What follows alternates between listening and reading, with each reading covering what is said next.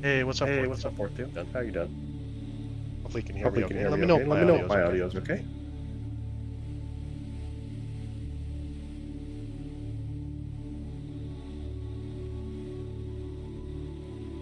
And get Let's try and everything get pulled up. everything pulled up here.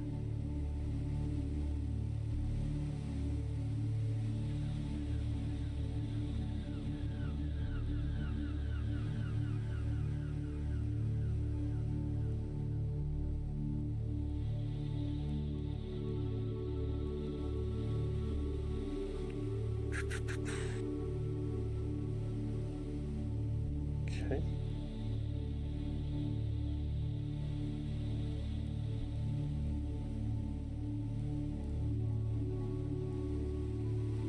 All right. Is it echoing? Is it echoing? Oh, Oh, turn off my other microphone here. How about now? Is that better? Hey, Ron, how you doing? How's your evening?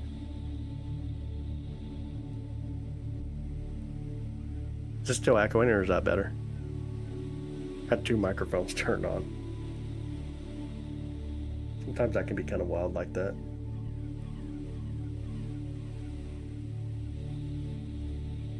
Okay, and then get all the chats pulled up here. Pop them out so I can see them better. Sorry it took me so long to get on tonight.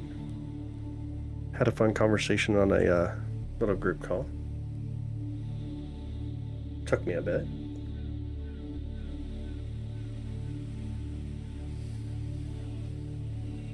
Two mics on, yeah. Jared, what's up, brother? How you doing, man? How's your day? Pull up the since I'm streaming both sides now, vertical and horizontal, I gotta pull out both of the chats, I think. Or do I? Maybe I don't. Oh, what's up, James? We got Phil in the house as well. What's up, brother? Ellen, what's up? I see y'all chilly with Billy Bear in the house as well. What's up, y'all? There's gonna be two different chats going on that I gotta try to keep up with here. We got the horizontal and we got the live on YouTube. Or sorry, the vertical. I gotta pull in two different chats to be able to maintain them. A little different than what we normally do. So if you guys hear me responding to a message, it could be from the other view. There we go. It happens, yeah, absolutely. Not astrology, astronomy. Your neighbor and they won't turn off the floodlight. Oh no, man. That's tough. That is tough.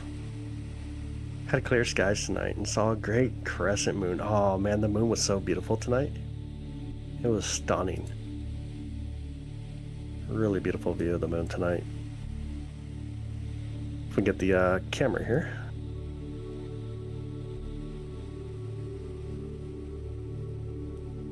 Try to get the telescope a little bit in the view on the bottom. Oh, that's awesome. Hey Brad, what's up, man? How's your night, brother? Okay, I think we're set though. No, this is Saturn. Right now we're hanging out Saturn. We were talking about the moon in the other chat over here. Hey Karen, how's it going? I see ya.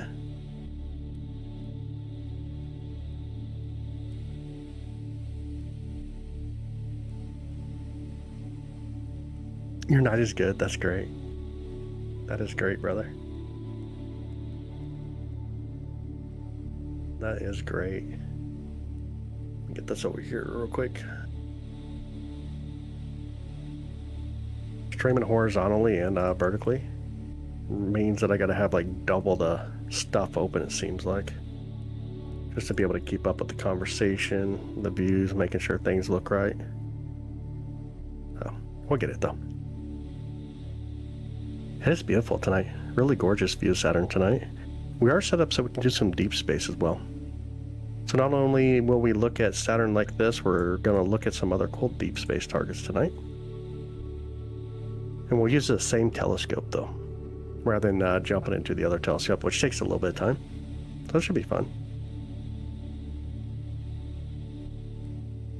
If you are new here, this is a live view of Saturn from Kansas City, Missouri.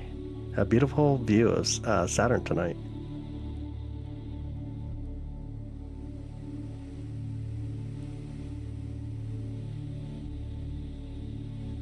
think this one I'm looking for here. Okay.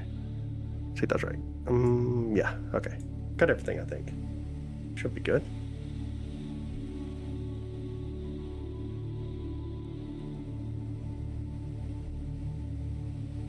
Okay, yeah, that's not visible yet for us. Come in November, we'll be able to get to it. Be able to see it in November. Almost see surface details on the planet. Yeah, you can see the striation. Really gorgeous. Can I sleep tonight? And the stream notification went up. Ah, so funny, brother. Glad to see you tonight, by the way, Elon. Sitting here on the 32nd in Broadway, watching this while looking up. Jason, I love it.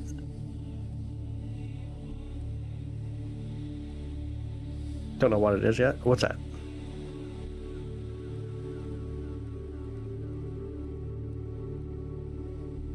See if I can get everything proper here on my site. I think we're almost to where I think I need to be able to keep up both chats. I think so. Anybody in here that's new? Let me know what location you're watching from. Obviously, don't give your actual exact location, but what state are you being from? What country are you being from? Every morning, 5 a.m. Venus, Jupiter, and Mars. So Mars comes up right after the sun, but yeah, absolutely. Get to see Venus and Jupiter up there. Really beautiful. Haven't known until a month ago. It's insanely amazing, yeah. Indiana, okay. We got Toronto as well in the house. We got another Ontario, Canada area. Oregon, very nice. Northern California. That's amazing. No, Harry. Stop it. We got Arizona, Southern California, UK, Tennessee. Amazing. Philip in the house as well. Glad to see you tonight, brother. Indiana, 12:49 for you. It's 11:49 here in Kansas City, Missouri. Canada, what's up, Jeff? How you doing? New York as well. Florida. All around. Thank you, Rod. I didn't think it was. I was assuming it wasn't. I could only assume it wasn't. Alabama, Dubai. Nice. Indiana. England. Oh, Reading, Pennsylvania. Pronounce it Reading. Yep. Like the railroad in Monopoly. You want to see 3i Atlas? We cannot see it yet. Cannot see it currently. You got Ohio. Nice. You're in Kansas City as well. That's awesome. You were here with us. Beautiful KC. South California, Earth, just to clarify. Love it, dude. That is too funny.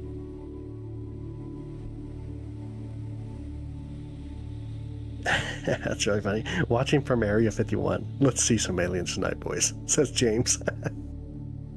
That is great. Wisconsin. Uranus, if I can. I'm not. My goodness. Can you see any of the comments, bro? In the morning time, we can look at comment Lemon. Lemon has been coming in really beautifully. It's getting really bright too. But we got to wait until morning hours to be able to capture it. Got Iowa? Okay, I got you. From the moon, says Mooncat. Love it. Moon will be very close, I believe. Yeah. Gonna get some really beautiful views of the moon here quickly. It's gonna be amazing. It's probably Monday, Tuesday, Wednesday type target that we're gonna go for. So in the beginning of the week here, we'll go for the moon. Let's see if I can focus Saturn a little bit better. Sometimes I forget to look at the planet and make sure we're getting the best view possible.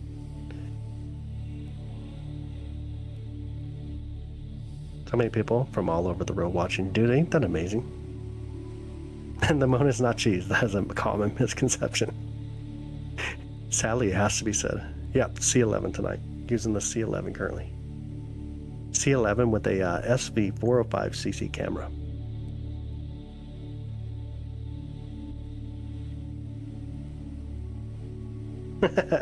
Hoon said, "Thank you, James, for letting us know it's not cheese." I like that. That's funny. That's way too funny.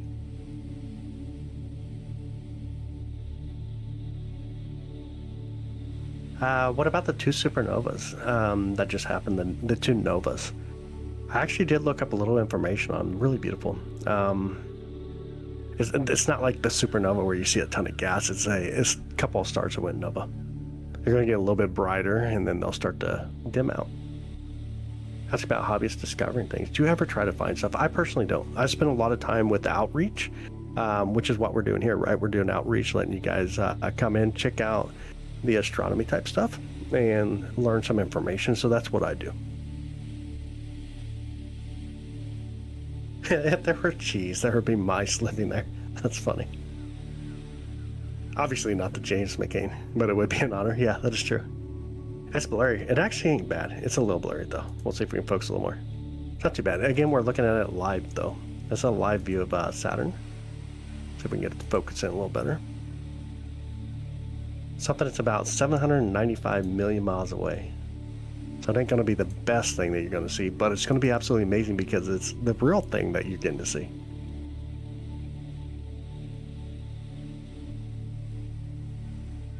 Goku, I appreciate it, man. It'll look a little better if I actually pay attention here and get it in focus for us. Let me see if I can do that for a second. It means I can't see the chat for a minute.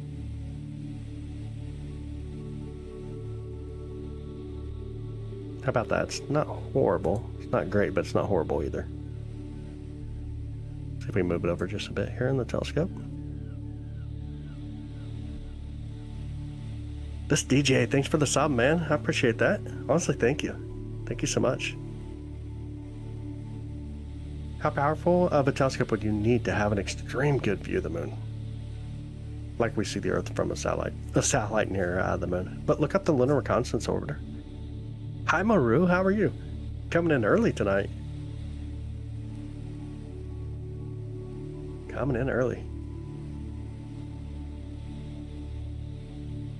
We can do a little better focus still.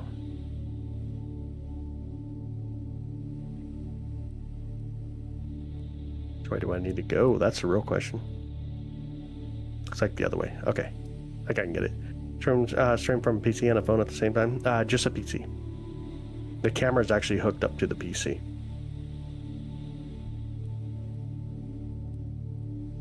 It's a HDMI camera, a dedicated astronomy camera that goes into the back of the telescope itself.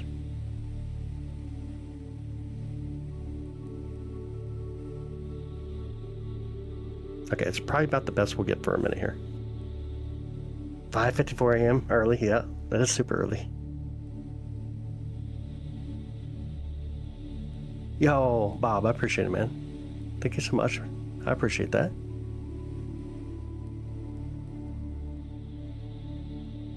You're in the UK? Nice. Hey, good morning. I'm in the United States near Kansas City. Beautiful Kansas City.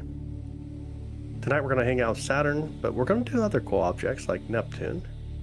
Probably some galaxy nebulae. Could try a planetary nebulae as well.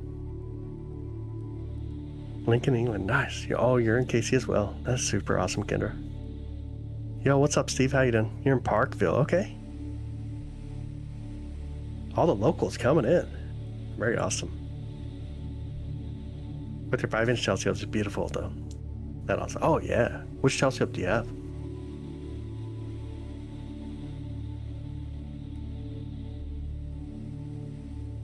You're in Cali. Nice. We got Virginia as well.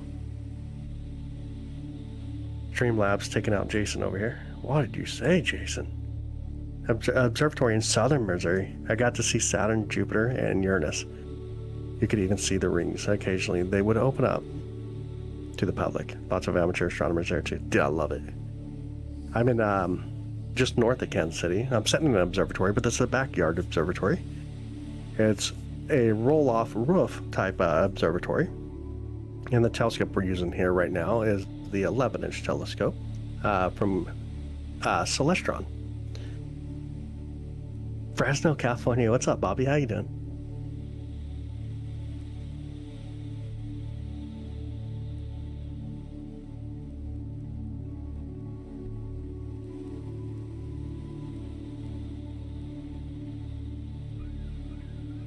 And it looks like we got a beautiful night ahead of us.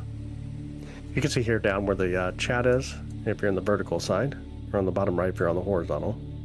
We got two different telescopes set up. We got the 70 millimeter ED, and then we got the 11-inch telescope set up tonight.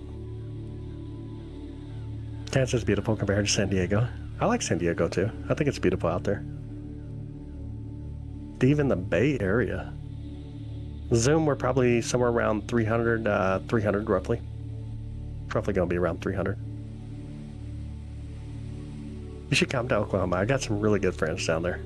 I've been there quite often. I've been to Oklahoma quite often. San Diego is fun. It is. It's a beautiful area. I haven't been there in forever, though. Crazy stuff is interesting to me. Yeah. Not sure if you like it, which one you like better. I got you, dude. I try to get them to be very consistent in a huge sense. If that makes sense. I tried anyways.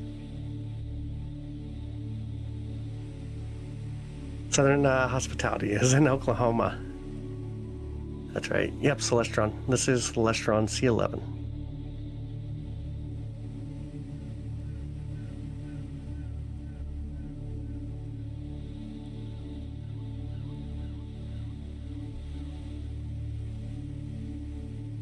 Vancouver, hey, how's it going? Can you try to sharpen the image? The only thing we could actually do is stack it, and then we get a lot more. But on a raw view, this is what we get. This is what we see. So you're getting to see a live raw view of what Saturn looks like. And it's really gorgeous. For being raw and live, this is really gorgeous. McDonald's Observatory, okay. Star Party on Saturday. Are you watching for comets? We did capture it. The last couple of days, we've been going to Comet Lemon in the morning hours, and it's super bright, really beautiful. Like really, really beautiful. Really beautiful.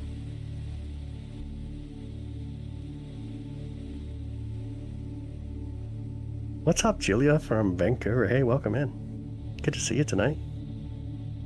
And thank you, Cynthia. Honestly, thank you. Make sure if you guys do enjoy this, and if you actually enjoy science, astronomy, want to come in and hang out with us, make sure you hit the subscribe button and hit that notification, turn it on. We try to go live every night. Depends on the sky. Do we have clouds? Do we not have clouds? But you'll come in and you'll see stuff like the moon. Planets, moons around planets, galaxies, nebulae, stellar nursery, stellar clusters, globular clusters, all kinds of wild stuff. Sometimes even the sun in the day. Hey, Red, how's it going? Good evening to you. Where in the sky is it? And how can you see it from California? So right now in California, it's 10 o'clock. Look off to your east. It's going to look like a really bright star for you. Look off to the east, southeast. Got Birmingham, England in the house. What's going on? Randy, good evening, buddy. Adam, I appreciate it, man. Thank you so much for subscribing. Kendra, thank you for subscribing as well. I appreciate y'all. A lot of our skies here in New Mexico, I bet. A lot of dark skies for sure. One thing you'll never see is me on here twerking or anything like that. So I'll save you guys from that, and you won't hear me singing either. But we'll enjoy the views.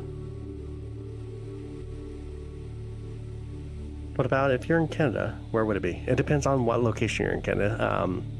If you're in the Central Time, if you're in the Western Time, look to the southeast. Or sorry, if you're on Eastern Time, Central Time, look more towards the southeast. If you're more in the Mountain Time or Western Time, like Pacific Time, then look towards the east southeast. Yo, Steve, thank you so much as well, brother. Appreciate that. A good way to do it as well is you can download an application like Stellarium. Stellarium will help you not only find things in the sky, but you can also point your phone at it and say, well, what is this? What am I looking at?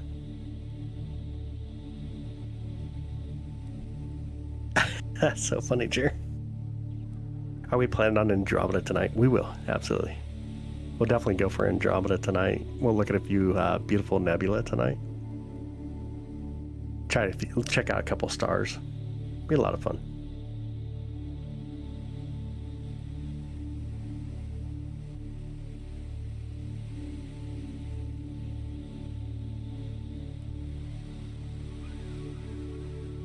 Oh no, Red, that's horrible. Too much light pollution. Light pollution, trees, everything seems to get in the way. That is crazy.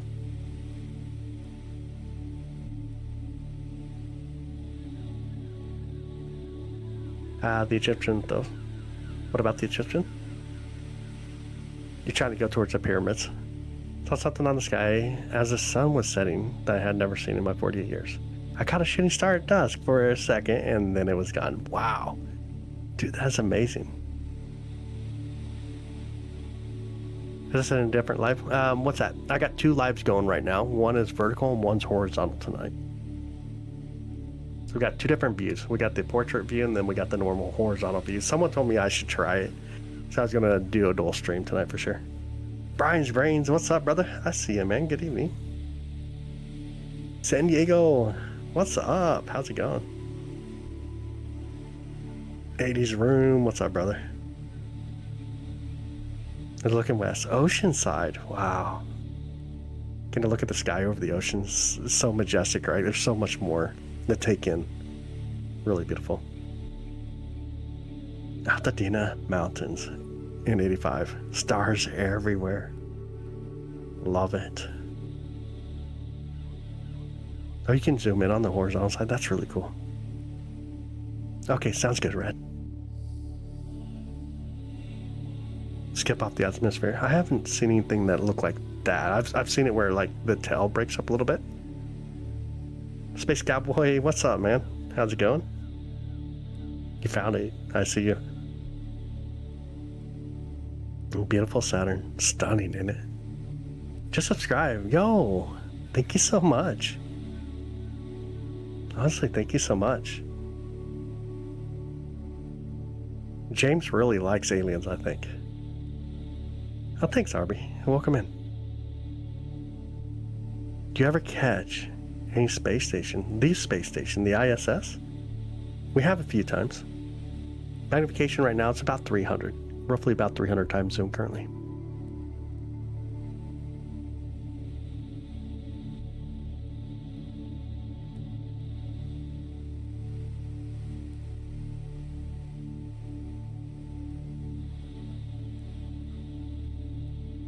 What do you think of 3i Atlas? It's a great question.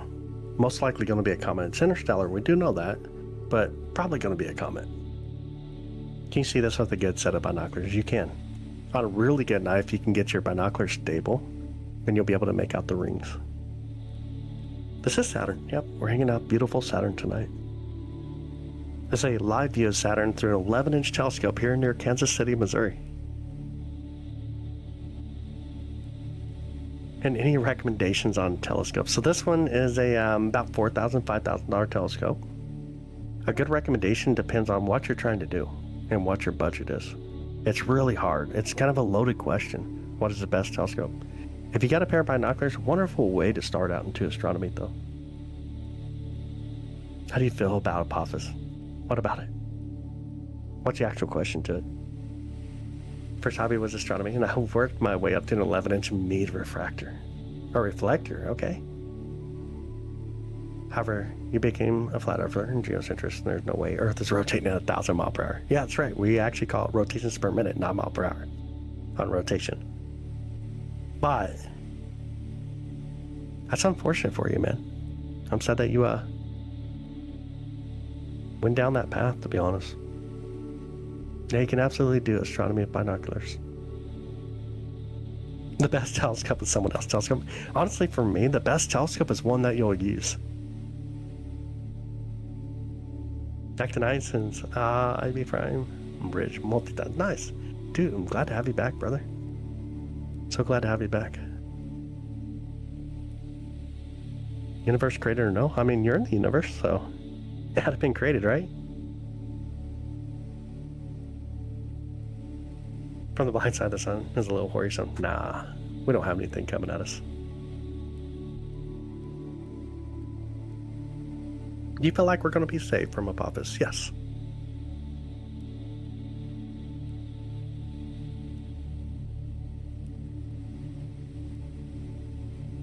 You're sad that you're still caught up on that. Maybe you just didn't look into it enough, man.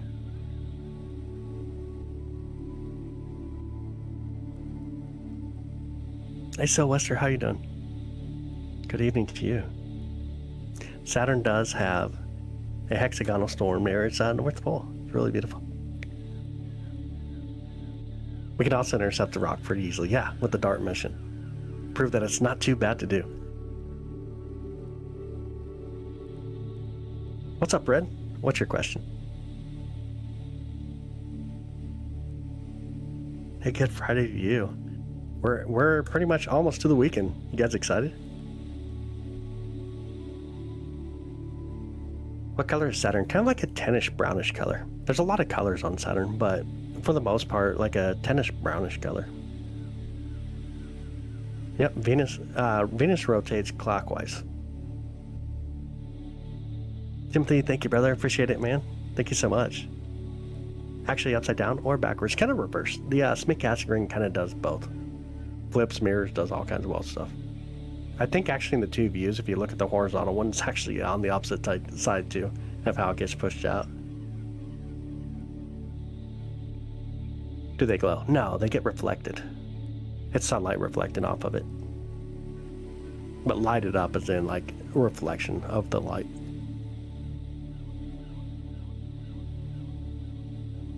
There are some moons out here. We'd have to turn up some brightness. You want to do that? Let's see if we can find some of the moons. See if we get a few of the moons try to come through here.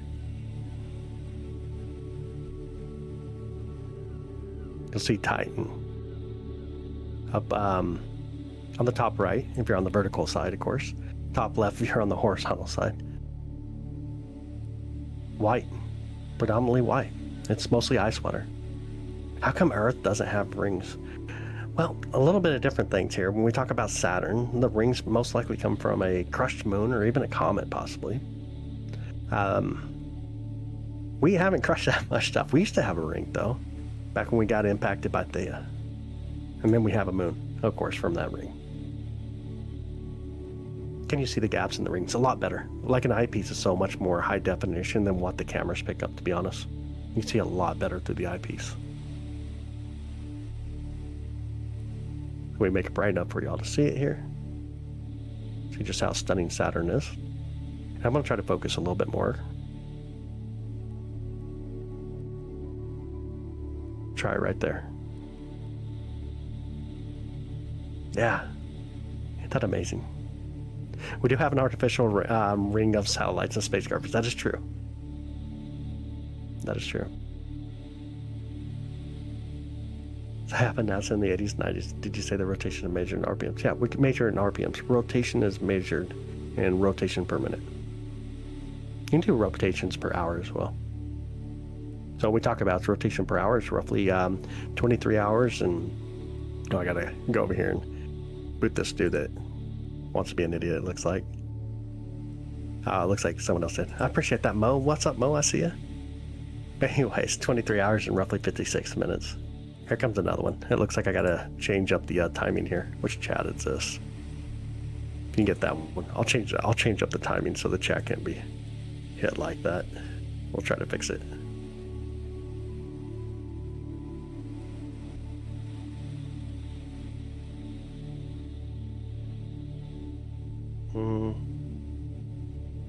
Dang, how do I do that?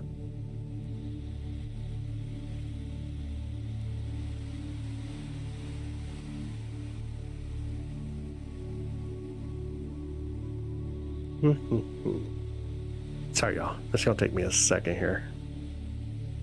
That is just too much. Should not be something we have to do, but we gotta do it apparently.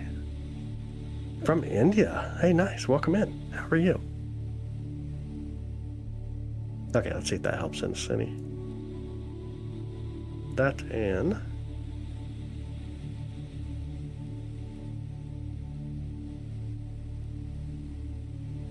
yeah, we should be good now. On that one. Let me go over here and do this while over here.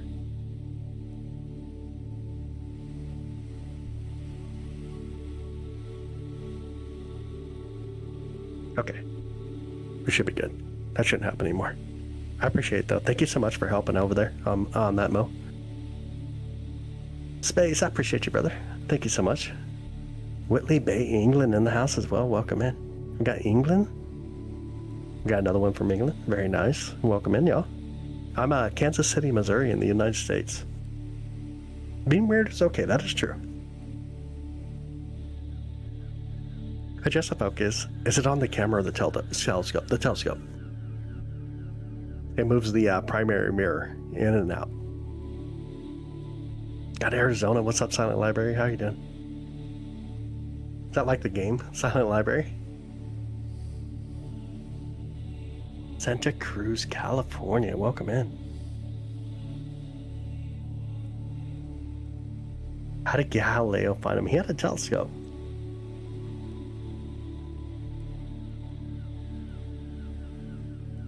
A viewing session of your live feed with some inner city kids.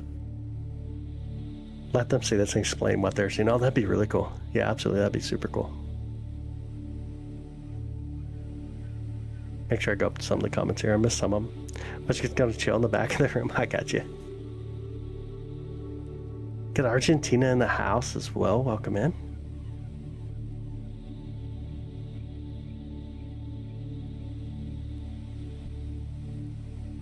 If I got the rest of them. India, I got you. Alright, hopefully we got everything up there. What's your favorite galaxy to observe? Honestly, the Whirlpool Galaxy is so beautiful. It's super beautiful. Seeing shooting stars. Also, did you guys get any blood moons recently? Not here. We will get the next blood moon we'll see here is March 3rd of next year. Shooting stars, I've seen a few of them lately. Don't know what a telescope is? A telescope is basically a light bucket. It just captures a lot of light, magnifies that view that we're seeing, and brings that light into a central point so we can view it. No, you're good, Naughty. You're absolutely, that's a fine question. It's just basically a tube with mirrors and a way to bring the light that comes in, like Saturn here, into a focal point, and then your eyepiece gives you that zoom. See, stay in there, parents buying. Hard to tell, but finger shots, that'd be awesome. I'm using an automatic focuser on the telescope. If I actually went out there and started twisting on the focuser, it would shake the telescope like crazy, so we use an automatic focuser. A lot easier to do where we don't cause a lot of distortion while we're viewing it. It is motorized, yeah. This is a motorized telescope.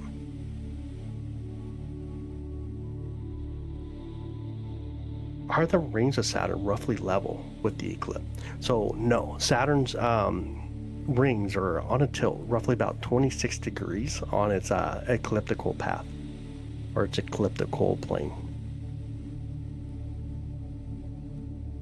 It's a mirror on mirrors. It can be. Some telescopes don't have mirrors. Like refractor telescopes don't have mirrors. It just has a bunch of glass, curved glass that brings in light. Reflectors do. They got mirrors.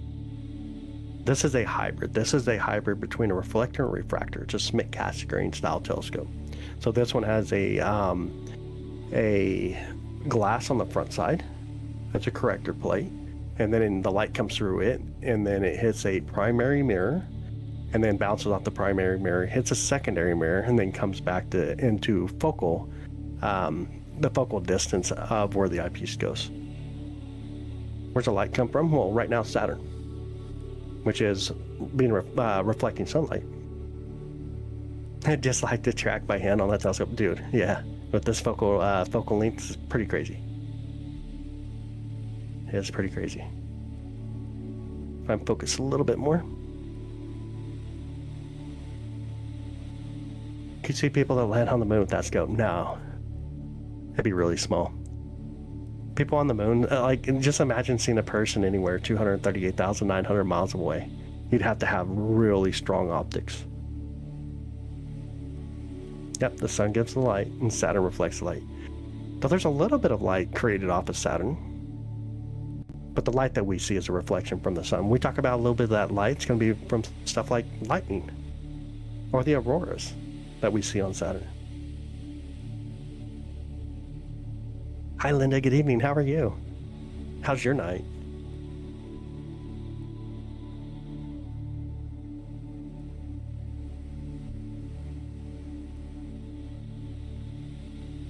There are auroras on Saturn. There are.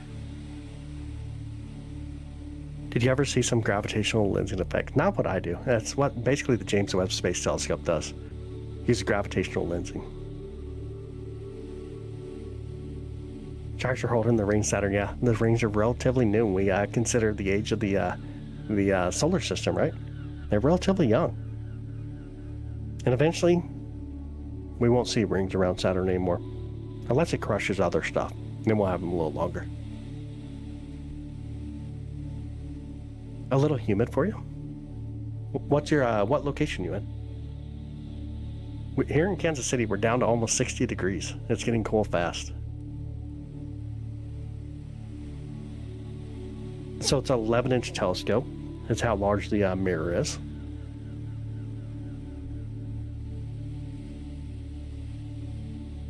It's just our image. Oh my god. Okay, Maryland. Awesome. Yes, Saturn is a massive gas planet. It's a massive gas planet. Arizona's still hot. Oh, it'll stay hot until December. Been humid though. Gotcha. Got 58 degrees right now. Wow. Collect your views from the horizontal screen. No, I see you over there. Maybe I missed a few of the comments. No, I think I got most of them. I think I did anyways. Did I get them? Hopefully I did.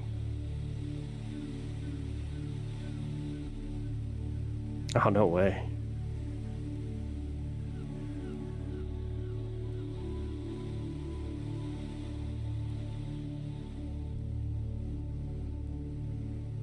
We're kind of keeping those rings together. There's some moonlets in them. Mostly the moonlets help separate the rings, but the rings themselves are mostly held in place by both the gravity and its magnetic field. 61 in St. Louis. Hey Natalie, what's up? Haven't seen you in a minute. How you doing, Nat? 70 degrees now in North Cal. Oh man. Beautiful. Good weather right there. Big old bucket, yeah. Basically what a telescope is, a big old bucket of light-catching glass. Are you able to see any of the moons? Yeah, we'll brighten it up here in just a minute and check out some of the moons. With fogging when it's cold and tell to adjust to the temperature, so I have a dew heater on the telescope itself. The rings are super thin. QA, thank you so much. Have an amazing night. Dude, thank you so much for coming in and hanging out with us. Truly appreciate you.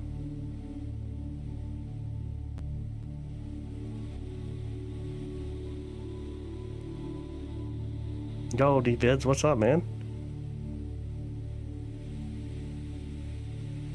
Hey, welcome in, Christina. Welcome in. Does the image get crispier in cold conditions? It does. The atmosphere calms down a ton. It gets a lot better in winter. Much better views in winter than we do in the heat of the summer.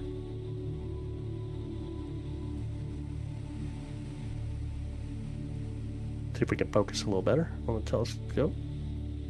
There we go. How's that look? It look okay? Every now and then it's going to run out of focus, but sometimes you get a little bit of turbulent air. If we can move this real quick. See all we can see out here, right next to the telescope.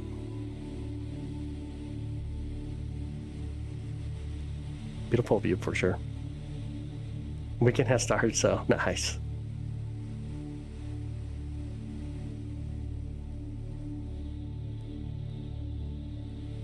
I would assume so, Blue.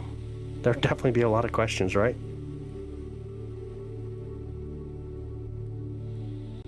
Mrs. Smith, thank you so much.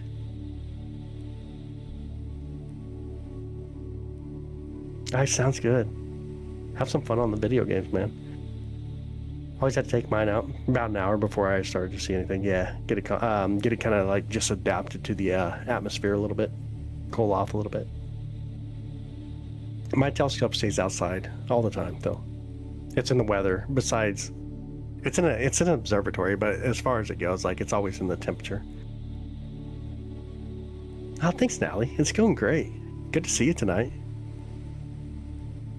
How's the weather down in Florida? Ghost, I appreciate it, brother. How's your night? Sergio in the house. What's up? Can't believe how wonderful it is to view Saturn. It's amazing. It's truly amazing. What's the coolest thing you ever observed? Right now. It's just, I live in the moment, right? So what we're observing right now to me is like super cool. But to say that thing that's most memorable, probably going to be, getting to watch the Great Red Spot come around Jupiter to total solar eclipses, stuff like that. How much does a good telescope cost? A good telescope is one that you'll use, to be honest. You can start out somewhere around $100, $300. Look for like a used telescope.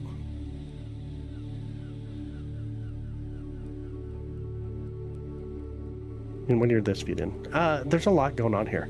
So it's exposure. Exposure is one of the main reasons why we don't see stars right now. So the more exposure you have, the brighter object will get where it's hard to see. But then we can see other stuff like, sorry, my throat. We can see stuff like that moon up there. If we really crank up exposure, let's slow down the camera a bit. Let me do it this way. Get my throat cleared here. Let me take a photo through the telescope real quick and watch this. Let's see how many moons we actually see. That's what exposure does. I can see 3 for sure. Titan's the one up there, the really big one.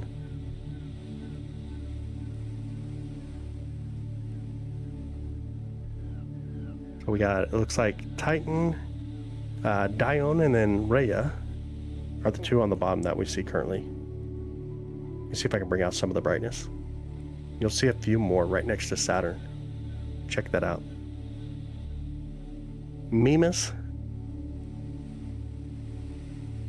If you look really close, you'll see Enceladus, and you can also see Hyperion.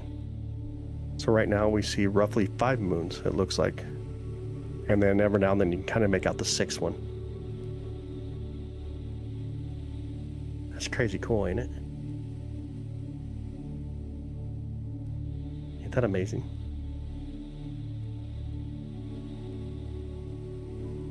We'll bring out some of the brightness so you can hopefully see some of the moons there. The other one's a little bit harder to see. See if we can get to come in a little bit. It's really hard to see, to be honest. Get a little bit more light right there. Yeah, it's really, really faint. Really faint. But beautiful. Super beautiful. Alright, let's speed the camera back up. Zoom out here. We're all pixelated.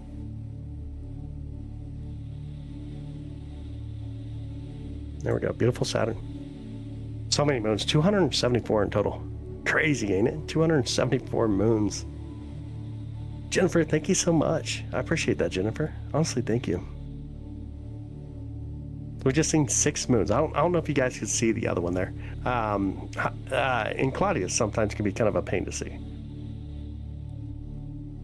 Can you get any details if you zoom in on the biggest moon? Now you'd have to put in Barlow's to get true zoom. So that was all digital zoom. You want to put in Barlow's, you want to put in different sensors or different eyepieces to get true zoom.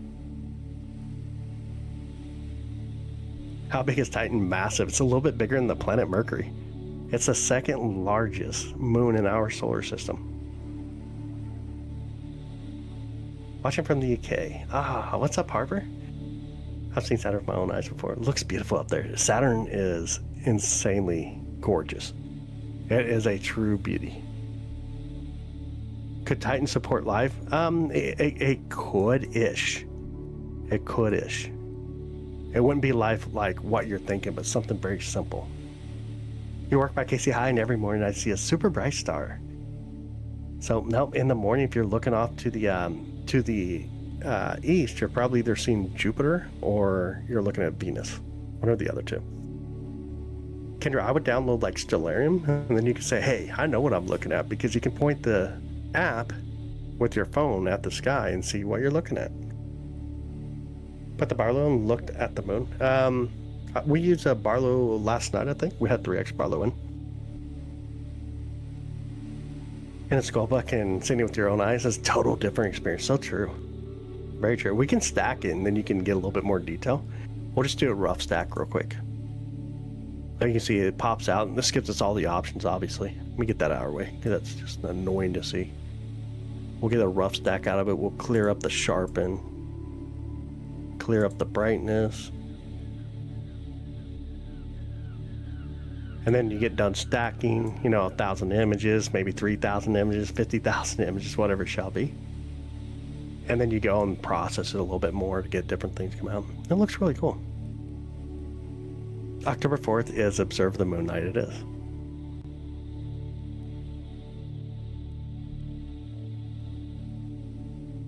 Saturn's Moon, yeah. We had a 3x Barlow in last night. It would have gave us a little bit better view. But still, then, Saturn, you'd have to really have something super powerful to... Or sorry, we're talking about Titan itself, the moon near Saturn. It'd have to be something really powerful. Chris, what's up, brother? How you doing, man? Are there any other planets you can view? Yes, Neptune is really close by. Neptune is really close by for us.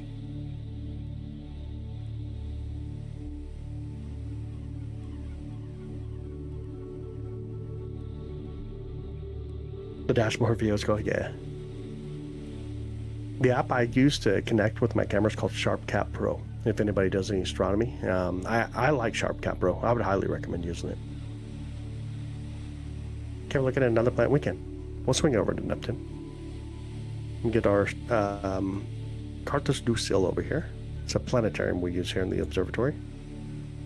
Let me sync Saturn real quick, make sure we're good. And say yes, and then let me zoom in a little bit. We'll hit Neptune and swing over. Neptune's really far away compared to Saturn. Saturn itself is about 795 million miles away. Neptune's about 2.6 to 2.7 billion miles away. It's much smaller than Saturn. Let's see if we can get enough light so when we get there, we'll actually see. So you can see Saturn's going to be really blown out here. And then let's do it. 3, 2, 1, and it ain't far. Takes just a second to get there. All right, and I can actually see it on the bottom already. If I can move it up. And over. I don't know if you guys can see that right there. Pulled in correctly. Little tiny dot right now. We'll get some more light though.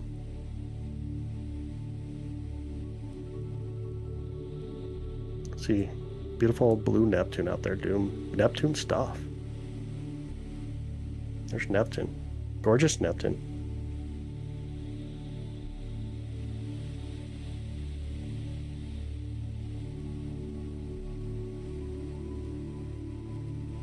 A mysterious object in our way. No, we don't have a mysterious object in our way.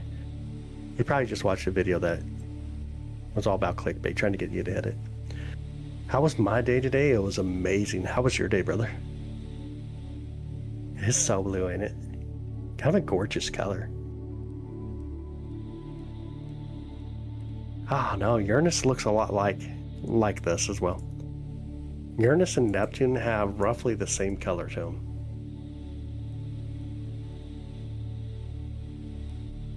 Gotta grab my chats again here. There we go.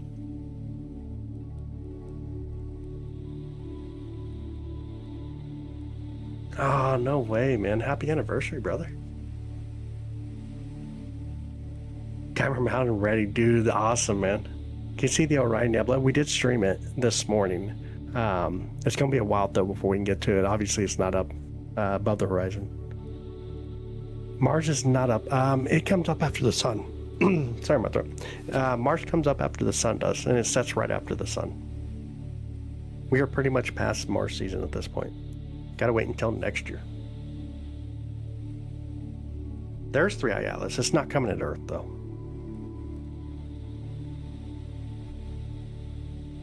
Three I Atlas does exist. It's an interstellar object, most likely going to be a comet. But it is not coming at our planet.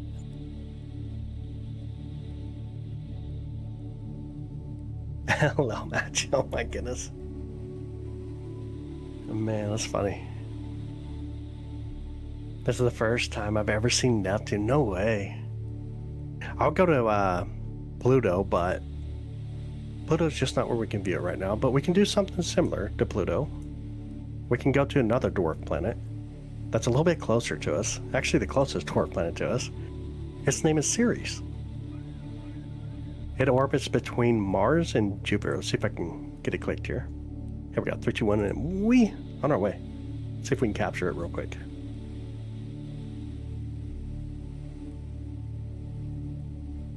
All right, let me kind of zoom out just a bit so I can get a field of view. Oh, there it is. I see it. That really bright object right there.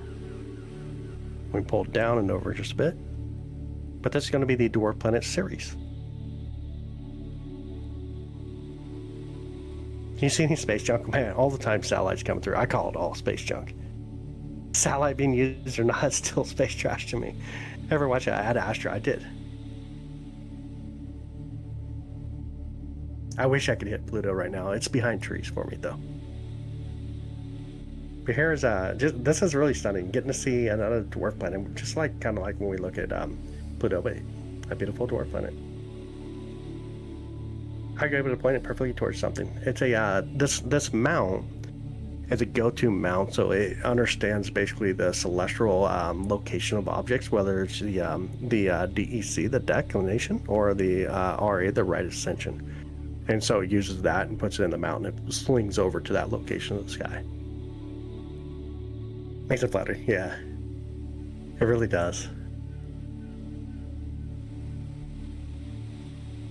Let me see if we can do another target here real quick. I got an idea. We could do something. I mean, we're really hanging out Saturn, but now I guess we're just kind of bouncing around, right? Let's see if we can do something real quick. A lot of people ask about Andromeda. So maybe it's a good time to just swing over to Andromeda, right? You guys want to see Andromeda? Want to check out Andromeda? Ceres is your favorite dwarf planet. Dude, that's awesome, man. Ton 618. You wouldn't see anything. It's a black hole. Andromeda. Yeah, the atmosphere. A little bit of atmospheric distortion with it. Don't manually locate it. Oh, no. Oh, man, that would be so tough to do. All right, we got to zoom out. Let me zoom out on the camera as well. We got to full zoom out. Andromeda's massive.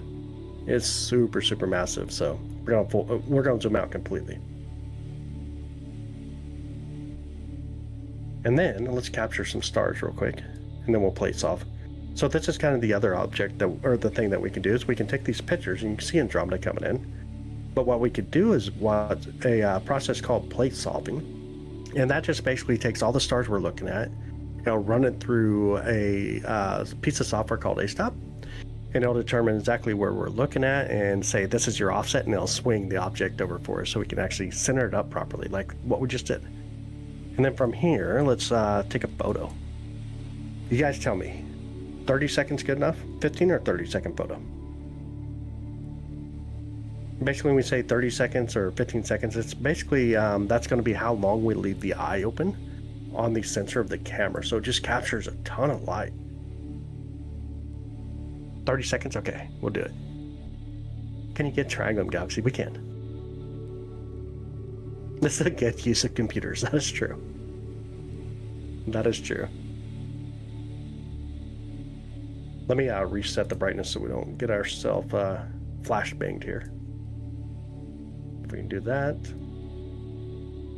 All right, we're good. We shall be good.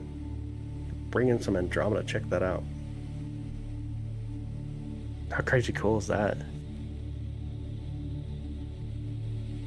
You see the dust lane. You can see the core of Andromeda. It's just gorgeous. Let me see if I can zoom all the way out. You can see how large the frame is. There's the frame of the camera. Ain't that stunning? And every time it takes a photo, it'll get a little bit more clear for us.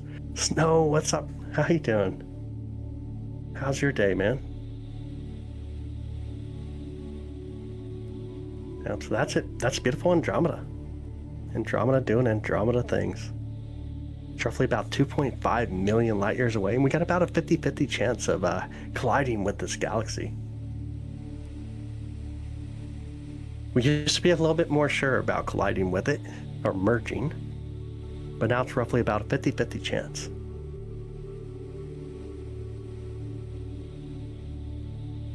Wish you were somewhere in Andromeda? No, we want you here with us. We're better off with you here, with us.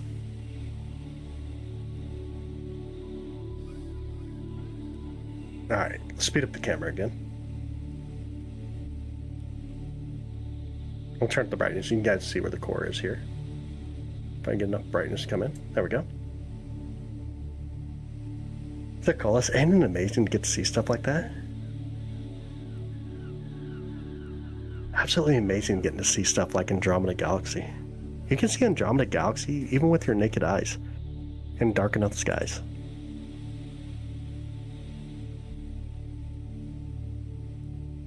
Alright, someone said they want to see Triangulum Galaxy. And then we'll get back to Saturn. Let's get over to Triangulum Galaxy real quick.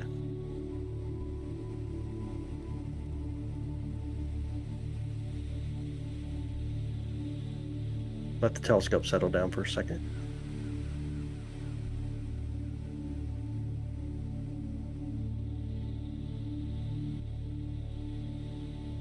Ah, that's super awesome, Jeff. All right, let me take a photo real quick to the telescope and we'll see if we can see the triangle yet. Or if we need to center it up a little bit. No, it's right in the center. Look at that. Can you guys see it? All right, let's reset our gain. Then we'll take another 30-second photo of the Triangulum Galaxy and see how it looks. Bay Area, California. Hey, awesome. Glad to have you in here. You don't have much light pollution there. Dude, that's amazing. That is really amazing. You got to drive at least 30 minutes away to see Andromeda with my eyes. Betelgeuse, not up where we can see. Betelgeuse. Not up in the area where we can see currently. Alright, here it comes. Check that out. The Triangulum Galaxy. If you had a chance to aim the James Webb Telescope for one night, where would you look? Towards Orion. I'd want to look at the jumbos over in Orion. Can you see the pillar creations? It's one of your favorite. Oh, no way. So not now.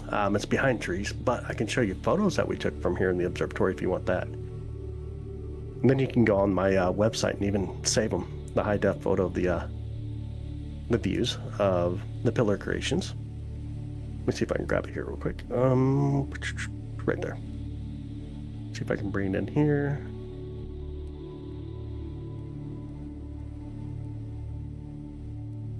How we actually get this in the view properly, I do not know.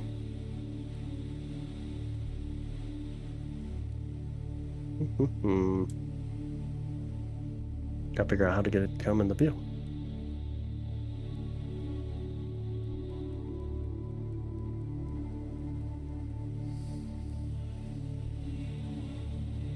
Well, maybe. I can't get it to come through. Anyways, go to skieslive.com, hit the on the top of there, you'll see gallery, and then it's the second row, and you'll see the photo that we took of the Eagle Nebula. This one here is Triangulum, the Triangulum Galaxy, or Messier 33. Have an amazing night, Ian. Thank you so much for coming in, dude. I appreciate you.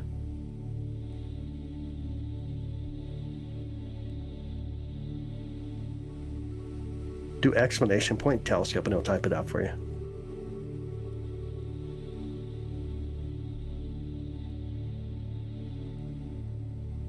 I don't know why I can't get the my website view to come on the screen. It is just not working.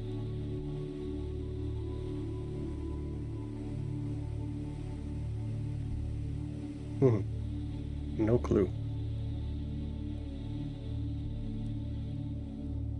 Oh no, there it is. Okay, it finally did pop up. There we go. See if we can get a little closer to it though. Actually see what we're trying to view. If I can hit the right button. Get my website to not take up the whole page.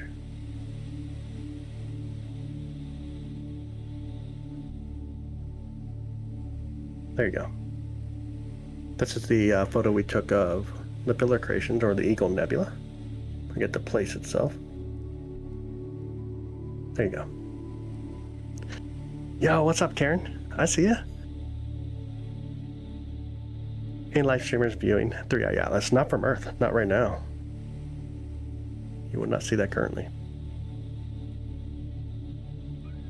All right. There we go. All right, let's do it. Let's get back to Saturn, right? Speed up the camera real quick here. We'll swing over and try to find us some Saturn. All right, here, and then go to the planetarium here, hit Saturn. And 3, 2, 1, we on our way. That magnifies at 333%. Or 333. So I'm very cautious whenever I see a box that says magnification of 333. That's like the scariest selling point. There's a useful magnification for sure on a telescope. But when a telescope has to put that on there, then usually it's a scary selling point to me. Yo, no way. Wandering, dude, I appreciate that, man. Thank you for making me wonder again. No way, dude. Thank you so much, bro. I appreciate that. Honestly, thank you.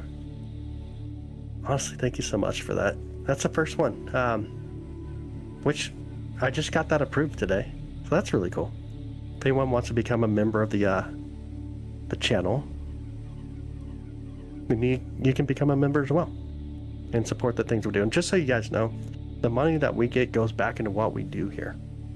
The 11-inch telescope that we're looking through is paid from viewers. The complete observatory was paid from the viewers. The 16 telescopes here, a lot of those were from the viewers, also from some companies that obviously wanted me to try out some of their stuff. The cameras that do the all-sky view, it's from you guys and more. And I appreciate y'all so much. Honestly do. Dude, Wandering, thank you so much, man. I appreciate you so much. Yeah, we're looking at Saturn right now. This is going to be Saturn. Let me kind of zoom in a little bit more. 2 feathers, yo. 2 feathers, thank you so much. I appreciate that. Thank you so much. We are looking at, so this is Saturn and some of Saturn's moons. How crazy cool is that? If we get a little bit more exposure and we zoom in just a bit, you'll see a couple more moons over here on this side of Saturn. Yo, Sean. Dude, thank you so much. Windman, thank you so much. Yo, thank y'all so much for that. I appreciate you guys. Honestly, thank you. That's too much love. Too much love, too quick. I appreciate it, though. Honestly, thank you so much. Yep, finally got it. Finally there. I appreciate y'all so much. Honestly, thank you. All right, let's get back to viewing Saturn a little bit here. See if we can focus a little bit. Wow, I got it a bit bright. Way brighter than you thought. Yeah, super bright. What are we going to buy with the money, though? It's hard to say. So I always put everything back into what I do. Like I said earlier, you can already see a lot of equipment here. So you're looking through multiple cameras. You got the one down here. This is a mirrorless camera. This one is really nice for doing stuff like shooting stars, right? And so we get nice. And there's Saturn right here coming in the view, which is down near. Let me pull it in a larger view. So this one's really good for doing like shooting stars. We get to watch a lot of shooting stars through this. Of course, the telescopes that we're using tonight for these type of stuff. Sure, dude, thank you so much, brother. Obviously all that. We're inside an observatory, which is really nice. The mount was really expensive. The telescope's really expensive. And then let's go and see if I can bring in some more cameras here. Okay, so then you see me obviously inside the control room. We got all kinds of telescopes. Got to wait for my camera to apparently do its thing. We got the air conditioner, the heater, where everything keeps me out of having to deal with all the mosquitoes, the computer systems. But there's a lot. There's definitely a lot behind what we do here to be able to give the information and also the views that we have for sure. And I appreciate you all so much for what you do. Saturn has 270 moons. It's insane, ain't it? Super insane. Cynthia, thank you so much. Have an amazing night. Thanks for coming in. And sure, dude, I appreciate you, man. Honestly, thank you so much. Discord win. You know, I got a Discord where the moderators are. Maybe we'll make it where you guys can jump in right away. Like I'll work on it here quickly. I used to have a public Discord and it was just too much. 1,000 users and you always felt like you had to babysit. But I think one for subscribers, or sorry, members, I guess is what it's called here on the YouTube side. So for members, I think that's a better option for sure. That way we can start to post a a lot of content, even do some voting, figure out what we're going to do that night, what you guys want to be able to see. John, thank you so much. Dude, I appreciate it. It should be a member perk. I think so, for sure. Yeah, 100%. I think so. A lot less babysitting, right? We can do a lot of stuff in there too. We can talk about what the targets are that you guys want to go for. We can do stuff a lot more private, obviously. Do some just streams where it's just us going through doing some cool stuff.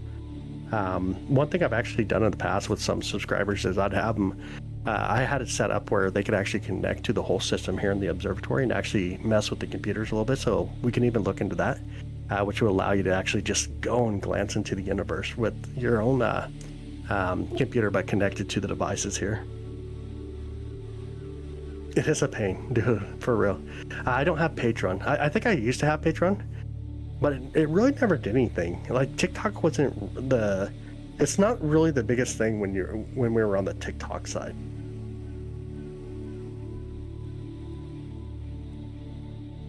But definitely, I think so. We'll get there for sure. I'll get it set up in the next few days, and we'll make sure that invite comes through.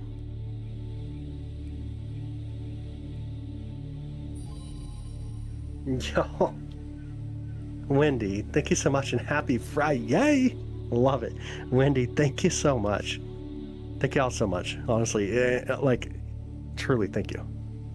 Not only does it make me just happy to know that you guys are enjoying the things that we do, but I also get to know that we'll continue to get to do this for everybody, which ends up being free for individuals that want to come in here and actually check out these amazing astronomy type views and even get into the context of astronomy. How long does it take light to reach Earth from this planet? We're talking about Saturn, roughly 71 minutes right now. It takes about 71 minutes for the light that's reflected off of Saturn to get here on Earth. Already hooked. Dude, I appreciate you. Thank you so much, Wendy. I appreciate you. Jupiter, not yet. Not up where we can see it yet. Still below the horizon. Just show Neptune once in a while. Oh, man. We can do a little Neptune if you want. Let me do a little bit more focus here. That's what I was trying to do. I was trying to focus on Saturn. We'll turn up the brightness and we'll go over to Neptune. Neptune's really, really, really a faint object. Really hard to get to, so gotta get a lot of brightness like this, of course. Let me make sure we're centered up on Saturn again with the mount. It's a short little jump over, so it's not too bad. Here we go, 3, 2, 1, and we go right to it here. Probably going to show up just a little under, which is where it showed up earlier. Let me see if I can find it. Oh, right over there. Okay. See if we can move the telescope just a bit. We'll pull Neptune into our view. Now I'll make it a little bit brighter as well. There's beautiful Neptune out there. Doing Neptune stuff. Sounds good, Karen. Have an amazing night. Have a super amazing night. Can you pick who you donated a membership to? Oh, I don't know. Is that something I'm supposed to do on my side? I don't know how it works. Oh, YouTube Big Friendly. Okay, there you go. The beautiful blue ball out there, yeah. You guys want to see if we can see Titan, or Triton, not Titan, but Triton tonight? Let me take a photo real quick. Ooh, I can see it coming through a little bit. Look at that. You got Neptune and Triton.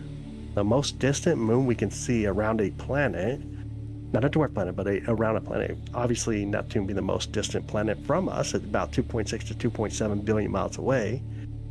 It's the most distant planet in our solar system. And we get to see its beautiful moon Triton. It's just crazy cool. Hey, what's up, Damien? How you doing, man? First time you ever get to see Neptune? That's pretty cool, huh? Let me take back some of the brightness here, and you can see the coloring. Pull down some of the brightness. Try to get that beautiful blue just to come through. Check that out. That's a stunning color. Really beautiful. How many AU is that? 93 million being 1 AU? So, man, 2.7 billion. Let's do the calculation real quick. It's about... Ooh. Roughly 28.88 AU. Oh, Sean. Dude, no way, man. Yo, Sean. Wow, dude. Thank you so much. Wow. Sean, thank you so much, brother. I know there's two different chats going on, by the way. I know you're not seeing the context from both chats, but dude, thank you so much. Someone even on the other side. Two people from the other side. Dude, thank you so much, Sean. They're saying thank you as well from the other chat. Appreciate you, brother. Thanks, Damien. Everybody should be able to see what you're showing. Yeah, here's the thing. It's not my planet. It's not your planet. It's all of our planets. And that's why I never even put like copyright text or anything on what we do here. So if you ever want to download something, take screenshots, it's all of ours. Feel free to do so for sure. Are you finding your do supplied it? No. No, man. It all goes back into what we do here. I still have my job during the day, which funds my lifestyle, of course. Which I put a lot of money in what we do here as well. But I appreciate y'all so much. I honestly do. Who got him? I don't know. Anybody see who got it? The bottom right is the sky view. Yep, that is the camera that's sitting right here by the telescope. And then if we look a little further, kind of like down here a little bit. Let me see if I can show you where I'm at. Whoa, got to spin it the right way. So that cable right there, that's what pulls the roof on and on. And let's see if I can do this properly for you. So I'm like right here-ish. We can go a little more. Inside this door right here is where I'm at. And let me walk out there. Let me try to mute this mic and turn on my other mic. Okay, can you still hear me okay? Let me know if you guys can hear me okay. I'm trying with a different mic right now. Not sure if it's going through properly. He was tickled. He worked for Blue Origin. No way. That is so cool. But an echo. Okay. There may be an echo. We'll have to live with the echo for a second. Let me just step right there. So this is where I'm at, the streaming room, obviously. The roof here, the observatory, we lay down the telescope. The roof itself slides on the cable system with basically pulley wheels that set on metal tubes. And just have closed up over on top of the observatory itself. This telescope's massive. It's always kind of hard to say how large that telescope actually is. Quite a bit of echo, but you guys can hear me okay, right? Let me swap back over here for a second. I'm not sure where the echo is actually coming from itself. But let me get us looking at the telescope a little better here. And a lot of people don't understand just how big some of this equipment actually is. So let me walk away again, but I got to turn on the other mic as I'm talking and walking away for a second here. Let's see if there's I'm not sure the proper way to get rid of the echo. I wonder if I can do it this way and that might stop the echo. We'll see. Okay. Back on this mic. Hopefully the echo. Hopefully the echo's not there. I thought it would. But just in perspective, though, just how massive this telescope is. It's a really telescope. Like my hand being spread out barely covers it. This is a massive telescope. It's a lot of equipment. But hopefully I get you guys a little bit of perspective. Also, the telescope that we're using is how big. And then you see, obviously, it goes back again. Okay, let's try it this way. But you can just see how massive that telescope is and just a lot that goes on to be able to get all this stuff to actually work. I touch the telescope and then we get what's going on here. If I speed up the telescope, you can just see. It's pretty crazy. It's roughly about 3 feet long. It's a really compact telescope, which what's really nice about the Schmidt Cassegrain, even the Mac Cassegrain telescopes, are really short for the focal length you get. But if you were to really break it down, it's roughly about 2,800 millimeter long.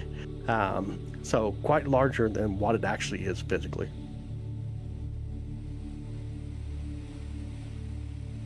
Yeah, not bad at all.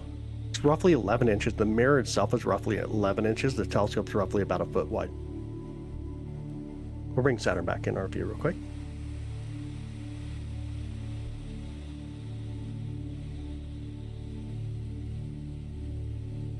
And here we got Saturn and some of its beautiful moons. The gorgeous Saturn. Very majestic. Bring down some of the brightness, try to get some more of the details of Saturn to come through. If I had the Barlow in here, use even the other camera, would have more zoom. So right now, if I just continue to digitally zoom in, if I digitally zoom in, what happens? It just gets pixelated, obviously. So I'm trying to zoom to the point where it's not pixelated and still decent to view. Then we could try to do a little better focus as well. There we go. You can see Neptune. You can see Neptune. Yeah. And not only that, dude, we get everything that you can imagine. Anything that you want to go and check out, this telescope's pretty much powerful enough to do it. Who's rocking solo to the right on the top side? Titan. Massive Titan.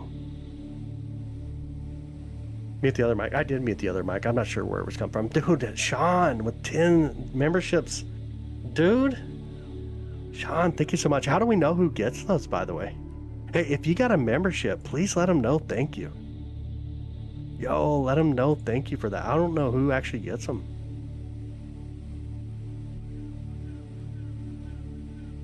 Yo, Wendy. Thank you so much, Wendy. Wow, Sean. Thank you so much, man. It's random. Does it tell us who, though? You can kind of see the faint striations of the surface yet. See the beautiful the striation of Saturn. How much detail can you get on Mars or something a bit closer? If we put in Barlow's, we get a lot more detail, obviously. But Mars is one of those objects that is really beautiful about every other year, roughly. And then the next year is going to be a little bit further away from us during the Mars season for us to be able to view. Then the following year it gets a little closer. So that's pretty crazy. The whole chat's getting lit. That's amazing. That's really cool. That, Sean, thank you so much, dude. Honestly, thank you, brother. I appreciate it. And Wendy, again, thank you so much as well. Honestly, thank you. Series next? We'll try to do series next for sure. We'll grab the other dwarf planet for sure. We'll do it. Sean is super kind. Absolutely. Thank you so much, man. Honestly, thank you. Oh, yeah. Really beautiful night for sure. The community over here on the YouTube side, this is something I'm super excited for, because the community on YouTube seems to be the community I'd rather hang out with, to be honest. You ever seen the Dark Knight satellite? I have not. Honestly, have not. Yeah, Wendy, and thank you so much for hanging out with us and enjoying it. Absolutely.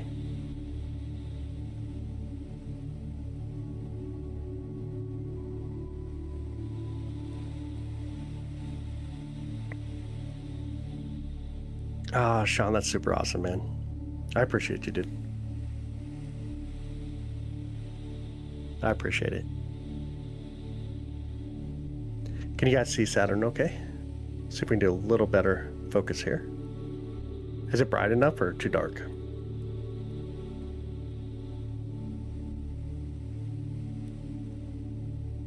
There's a point where you just get too bright that it's hard to see anything. That's wild being in works. The hexagon storm on Saturn's North Pole is absolutely insane. Is it a little blurry? Okay, I'll try to focus a little bit more. We're not sure why either. We still don't have the answer. Why does a hexagon storm exist? Why does it look like a hexagon? And why is it continuing? There's so much there. How do you show the moon like you did a minute ago? You gotta turn up the brightness. Turn up the brightness or turn up the exposure. One or the other, like the gain ISO, or you can turn up the exposure. Take a longer, basically, right now we're running at about 14.8 frames per second on the camera. So we can drop that down to like 2 frames per second, which would be much slower. We're leaving the eye open on the camera, the lens open on the camera, and you capture more light, or you can run something like 5 seconds and then continue. So you get 1 frame every 5 seconds. No, Red, did you get picked? The hexagon storm, it's a storm on the North Pole. It's in the shape of a hexagon. Yeah, I'm not too sure who it's actually picking. It actually don't show me on this side, like who even gets the gifts, to be honest. It's pretty wild. You would think it would tell you over here.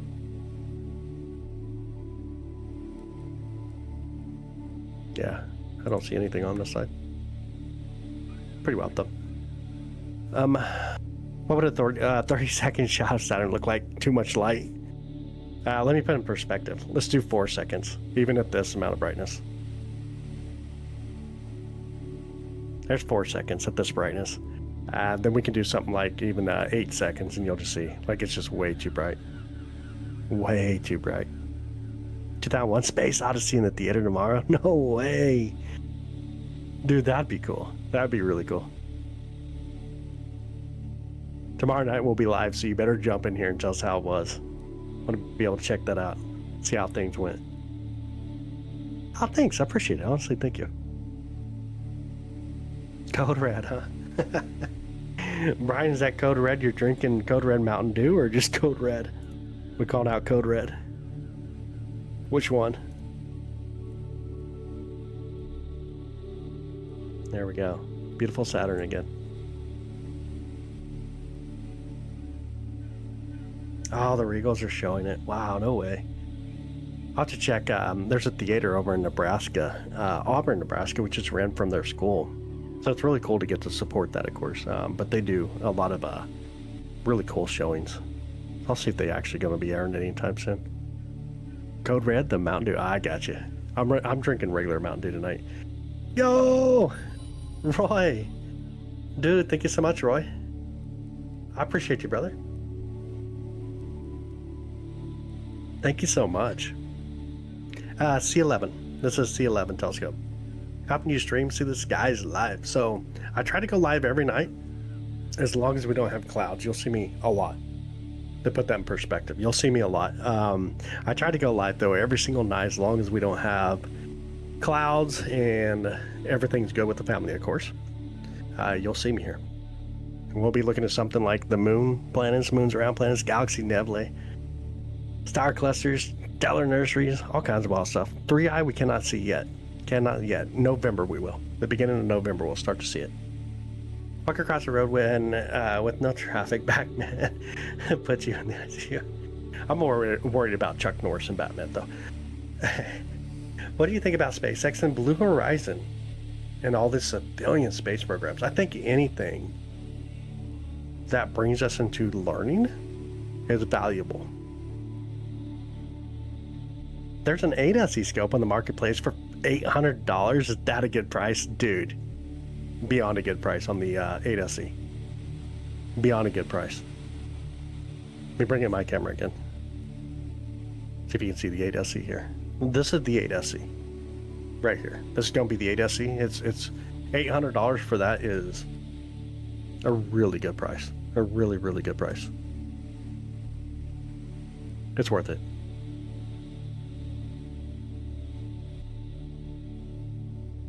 Do you ever think planets in our solar system coincide with the table of elements? Well, I mean, the table of elements make up the properties of the elements that we find in the universe, obviously. So a lot of the elements that you find in the universe, we do find on planets.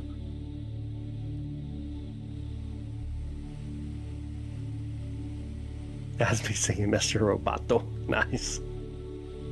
Gonna end up with 8 telescopes. I got 16 here, man. It will grow on you. It definitely will. No, Julia. I hope you get to feeling better. I hope you get to feeling better. Have a better night, though. Hopefully you really do feel better. Jenny dozed off for a little while. Waiting for you to go live. Oh, what's up, Jenny? How are you doing? Yeah, on the other chat. The other one's much busier, by the way. Just so you know, I got vertical and horizontal running tonight. So we got 2 different chats I'm trying to keep up with. Do you think there are elements we don't know about? Or is that just what we already know? It is very probable that there's elements we just don't know about. In perspective of how things work, it's very possible. So you're hoarding the telescopes. A lot of them get sent to me for like a review, and then the manufacturer's like, just keep them. Can't see the other one. Go to my page, Jenny, and hit the live. If you go to my bio, hit the live, and it should show both of my lives that are currently on right now.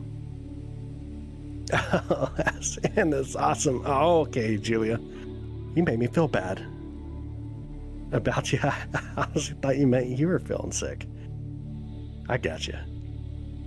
I'll see you soon, though. Tomorrow night we'll be live as well. We shall be live tomorrow night as well. Element light spectrum is super cool. That is true.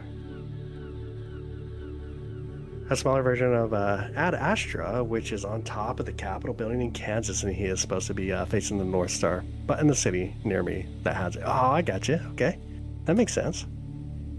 Yeah, see you soon. Hopefully, we'll see you tomorrow night.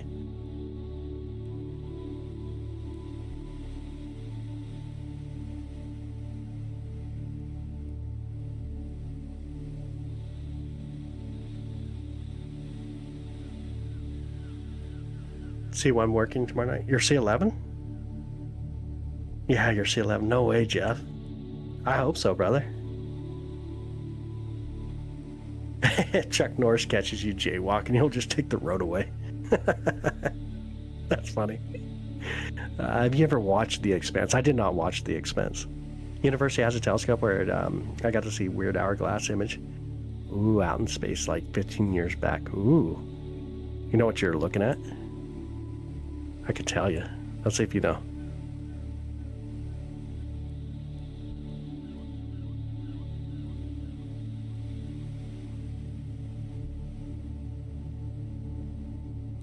Let me see if I can actually find it here too. Hourglass Nebula. That's, I mean, kind of close. Not quite, but kind of close.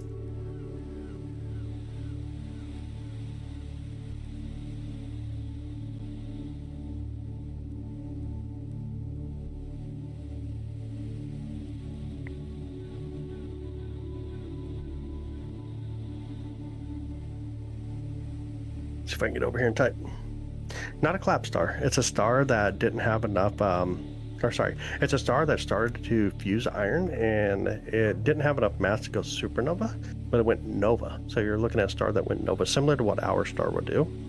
I think right now, and you're looking at the Dumbbell Nebula, but I think right now it's behind trees. We can check though. Let's see if it is behind the tree lines or not. Let's swing over and check. Anybody get pictures red? Like red balanced, you mean? Don't mind me asking, where are you filming from? Kansas City, Missouri. That's a star, basically, it's where gravity and the atmosphere no longer agree with each other. And it just goes poof, the atmosphere does. Let's see if we can see it over here. It may be behind trees, but let's see if we can see anything weird over here.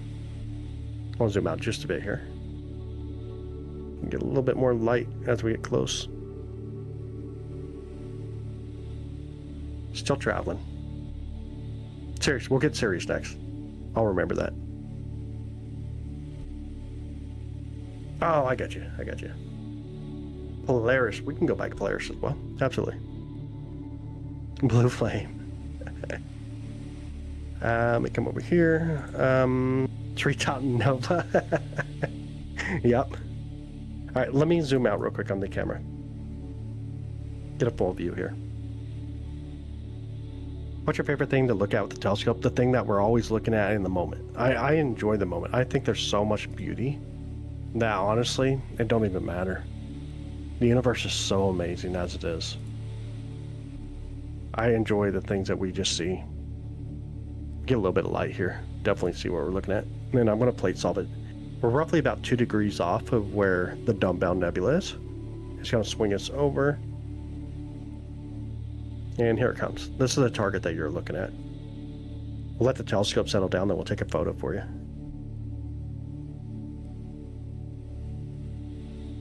Got to see it through the telescope. Yeah. Now you're going to see what it looks like through a photo. We'll pull out the brightness, and then we'll take a photo. We'll grab it. 30 seconds? Sound good? Let's go for it.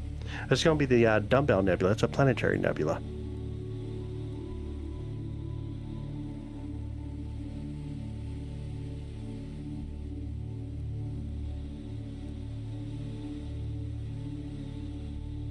All right, here it comes. We're about there.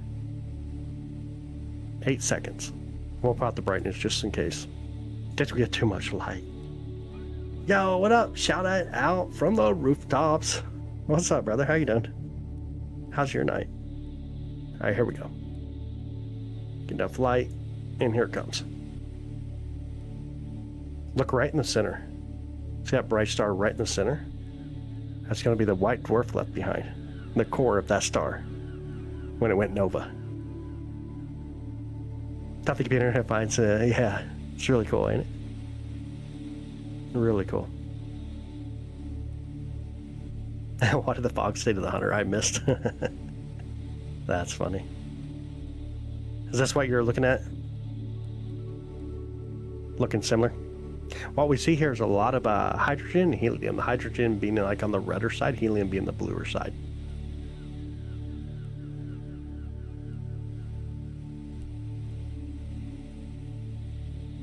Let's see if we can do a color calibration out here with the stars. See if it'll align some of the colors a little better.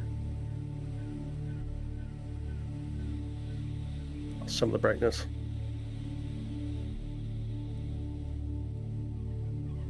Ain't that gorgeous? Planetary nebulas are some of the most beautiful nebulas out there, in my opinion. And this one definitely hits it as well. Like, this is just stunning. These are truly stunning. If there weren't any planets, I probably could have been. This is what we're going to see our sun do. Somewhere between 4 to 7 billion years from now.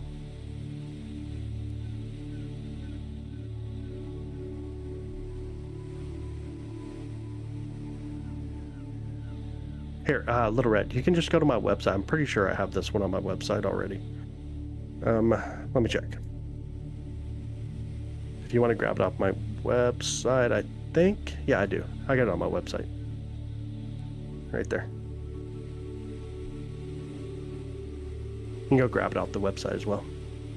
I think we did this one on, well, July, yeah, 2nd of July. You'll be able to grab that one up there. All right, let's do this. Let me kind of back up. Give a perspective of how small that is. It's relatively small. It's not too bad. This is really beautiful, but there's one more that we can go to that's stunning. Probably more well-known than, obviously, the one we were just looking at. Let's see if we can get a little bit of light here. Let's see if Vega's still in the view. It may already be way too far back.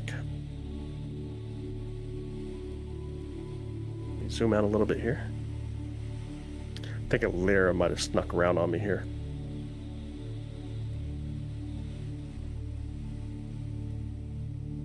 Yeah, it already snuck behind trees.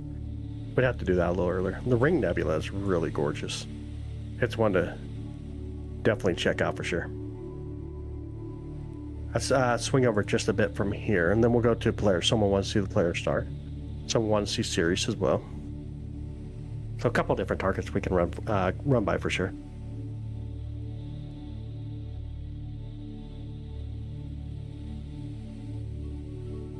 Oh, we're to Iris for a cosmic eye. Got a great walk around the bridge 3 times and very much enjoyed your astronomy channel the whole time. Dude, that's amazing, man. That's really awesome.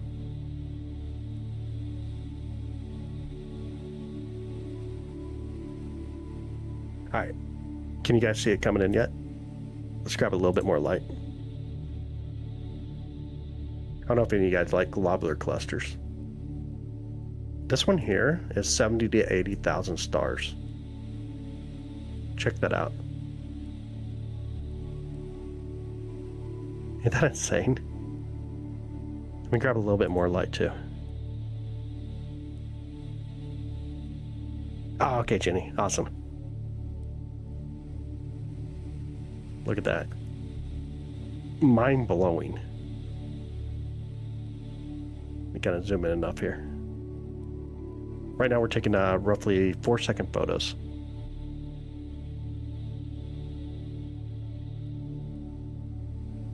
Let me speed up the camera real quick. There we go. Just mind-blowing. Globular clusters are amazing.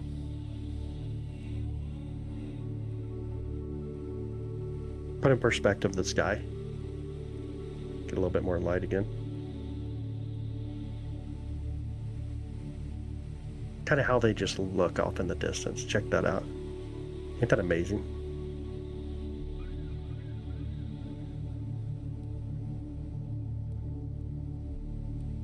Probably something in there staring right back at us. They're looking for you, DJ. They're looking for you. Oh, man. Alright, let's go to Polaris real quick. See if we can do Polaris. Let's get the North Star.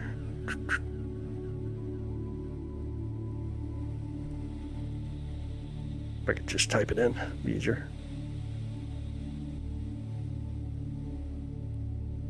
Okay. On our way. We'll watch the light just travel through. Make these really cool light streaks. Nightmares. Oh man.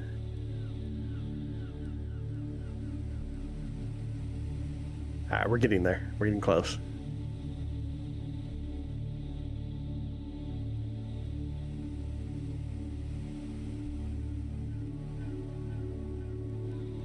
See what we see when we get here. Speed up the camera real quick. Okay. A little bit more light though. See if I can plate solve this. It probably won't let us go to it because we're right at the meridian. Yeah, it ain't gonna let me move exactly to it, but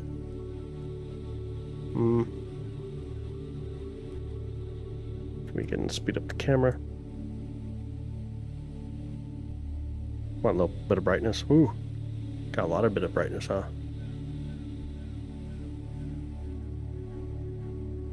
Yeah, it won't let me with the thing. Can I tell it to let us go through the meridian? I don't think it actually will over there. Yeah, it won't.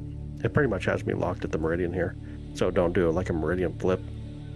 That kind of makes sense to you. And check out the North Celestial area. Yeah, I can't do any east or west. I can only go north or south right now. Has me kind of locked down for security reasons. Obviously, you don't want the telescope to flip over on accident.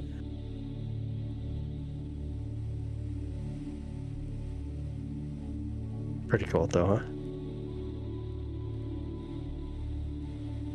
huh? Volunteering you for the search mission. Oh my goodness.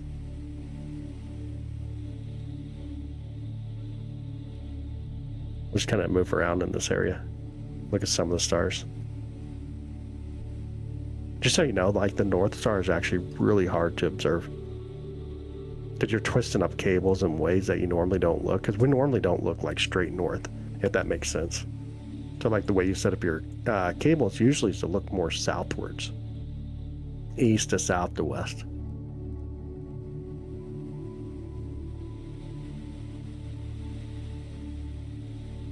Let's do this real quick, since we're over here still. I want to try to get us something. It's kind of a really beautiful and fun target. See if we can go over here real quick. You had a feeling. Oh no. It's still about smoke signals. In 20 years, Chuck Norris will still be able to kick your butt. Dude, if he can still take on the sun, man, he's the only dude who can walk on the sun somehow. He can walk on a surface of gas. Space is ridiculously big, dude. 100%. Like watching Astro Alexandra, yeah, she makes really good content. Do you think there will actually be a manned Mars mission within the next couple of decades? Yeah, I think within the next couple of decades. I think it's realistic anyways. Decades. I think that's more realistic than, let's say next year, obviously, or even probably the next 5 years. I think it's realistic. Interesting, all that. Just don't want to wake up with the big eye staring at me. Kind of worried me now. Ah, dude, you're good. All right, here's going to be a really cool area. Let's see if we can pull down some of the brightness here. And sorry I missed a lot of chat up there. Moving around in all these different directions sometimes just takes up all my focus. It happens. It does happen. But here we go.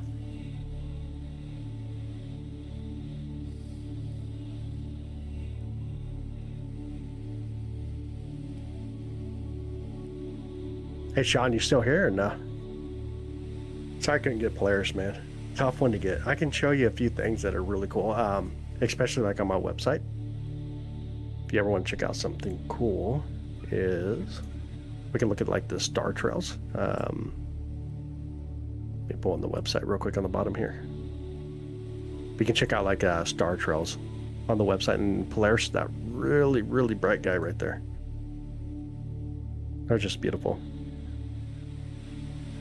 Really beautiful. Basically, Saturn would be right here. This line's Saturn. This would be Jupiter, I believe, right here. This would be Sirius, the star Sirius. I don't see any massive shooting stars on that one. We can jump through different nights here.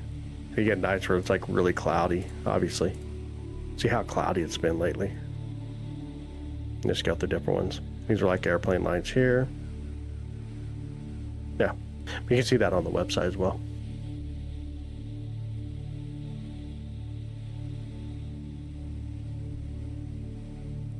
Be able to pull off a trip to Mars. It's gonna be tough, man, but I think it's possible. Here's the thing I do know: humans are smart. Humans are so dang smart that, like, I don't put anything past humans, to be honest. Humans are really intelligent.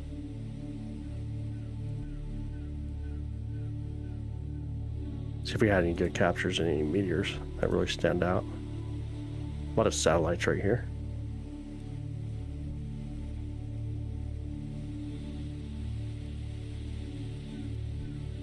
Oh yeah, we were taking a photo. That's what I was doing. Whoa, I just scrolled. Oh my goodness, someone forgot to say, Roman, pay attention. Here we go. See if we can get rid of that color calibration from earlier.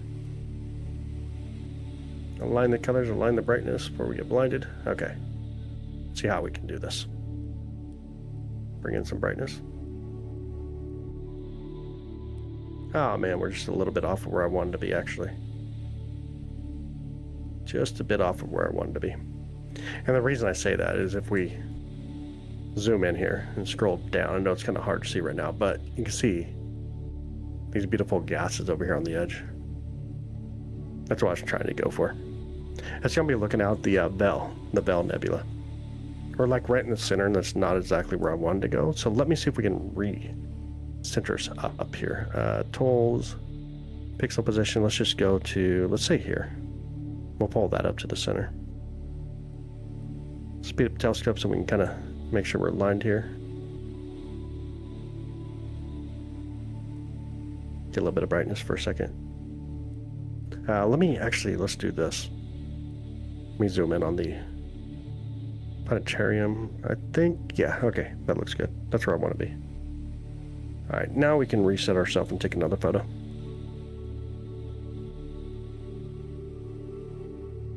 There we go. We'll clear out the old one, and we should get a really nice photo here.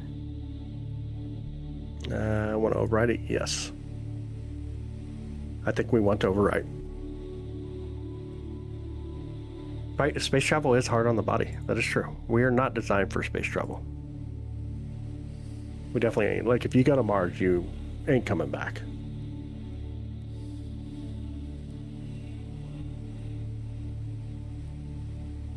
Here we go.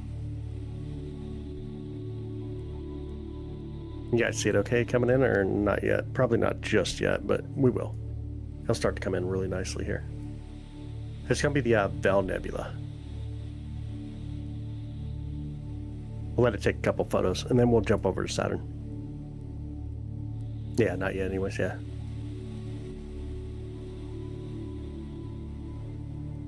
Yeah. It's definitely a one-way trip. Let me make sure I got caught up with the whole conversation. There's so much going on, guys. I just completely missed the whole conversation. I'm so sorry. We do underestimate ourselves all the time. We really do. La-la-la. Hopefully I said that right. La-la-la. Or is it la-la-la? Hopefully I said it right. La-la-la. What star is the brightest one? Sirius is the brightest star in the night sky. Pick one at random. Let's zoom in on that. What's that?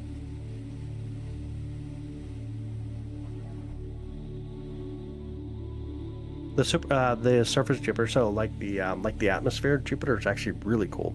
The core is hot. The core is going to be like somewhere like 25,000 degrees. But the atmosphere of Jupiter is really cool. It's like negative 240, something like that. Can you guys see the veil or no? Let me pull in some brightness. Zoom in a little bit. I don't know if it's coming in very well. You can start to see the Veil Nebula here. Really beautiful. If you spend enough time here, this is gorgeous. Really gorgeous. Really gorgeous area.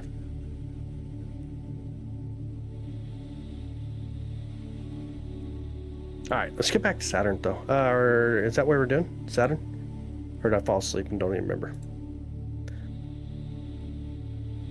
Saturn, where are you? Right here. 3, 2, 1, and we on our way. I would forget that I'm on Earth, yeah. Dude, sometimes I get a little, I don't know the best term for scrolling around or something, like I turn into a scroll, forget what I'm doing. That's one of those stars are looking back. Not the star, but it's very possible there's planets around those stars and there could be life on those stars.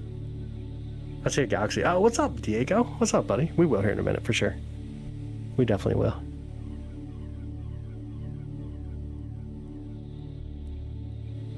Alright. We got Saturn. That's kind of one thing we want to do. Get zoomed in on Saturn. Alright, Red, sounds good. Have an amazing night. Thanks for hanging out. Thank you so much for hanging out with us tonight. Thanks, Jer. I appreciate it, brother. Alright, what were we doing? We're trying to get Saturn to look good, right? Want to see some Saturn? That's what we're trying to do. How's that? Looking good? Come on, Saturn. Come in, Saturn. Saturn here. Using the lasso. Got it.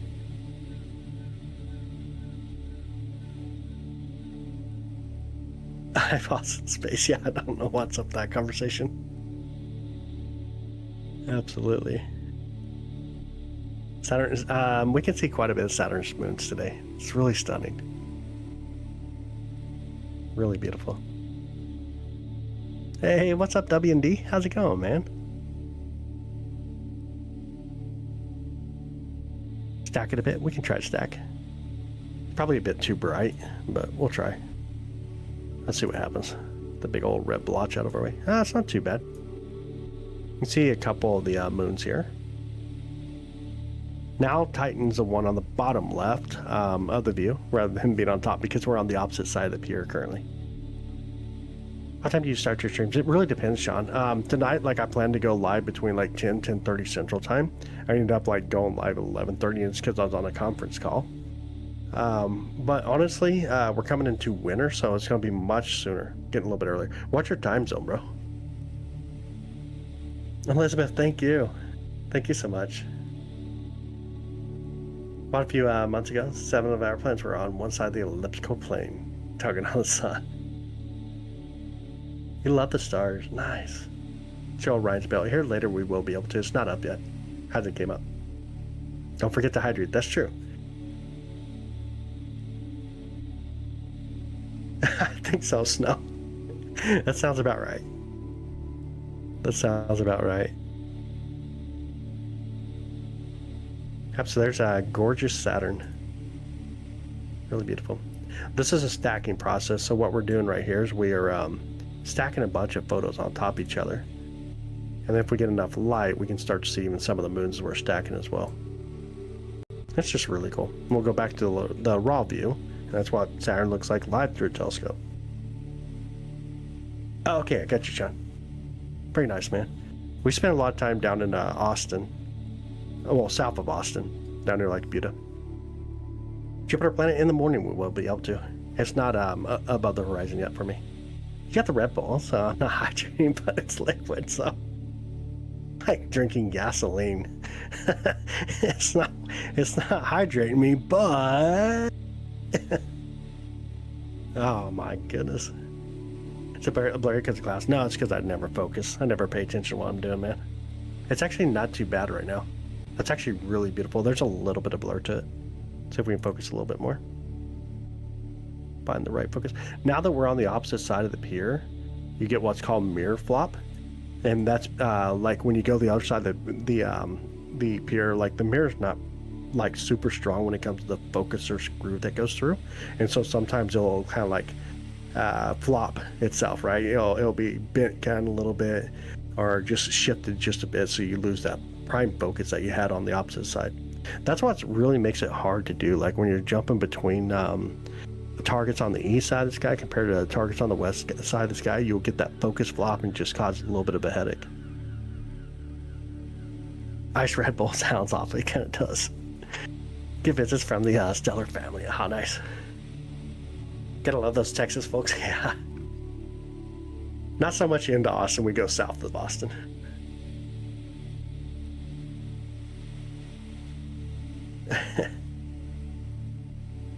Oh man. But get a good starter telescope that worked good for me to use at home in Tuscan. What do you want to do with it, bro? What exactly is it that you want to actually go for? I tried to space travel just for the that ice cream, the dehydrated ice cream. You can go buy some at where do they sell it? Hobby Lobby. Is that right? I think Hobby Lobby has dehydrated space ice cream. I'm excited to see Comet Lemon. We actually captured the last 2 mornings. And how are you doing, by the way? Welcome in. And Jenny is a Texas folk. That is true. What's your favorite thing to view? Oh man, like right now, dude. Like I truly enjoy the view I have right here. Sometimes I get like so caught up on looking at Saturn on my screen that I forget to look at the chat sometimes. Houston's where it's at. I didn't like Houston. We went to Houston a few times, not that much. San Marcos area is beautiful. San Marcos is beautiful. It's not too bad at all. Used to live in the Southwest, New Mexico. There's amazing clear skies. Yeah, New Mexico has some really beautiful skies. I always thought that the moons were inside the rings. There's some moons inside the rings. We call those normally moonlets, though. Like Pandora, for example.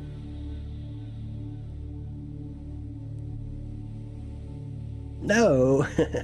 Just found it on Amazon. Wait, why did you... Oh, the ice cream? I got you. Okay, I got you. Like, here's the thing. I don't like dehydrated foods myself, so I don't know. I don't know. It seems kind of wild. How long does it take you to find the planets with the telescope? Pretty quick. The telescope just goes right to it for us. Gets really close most of the time.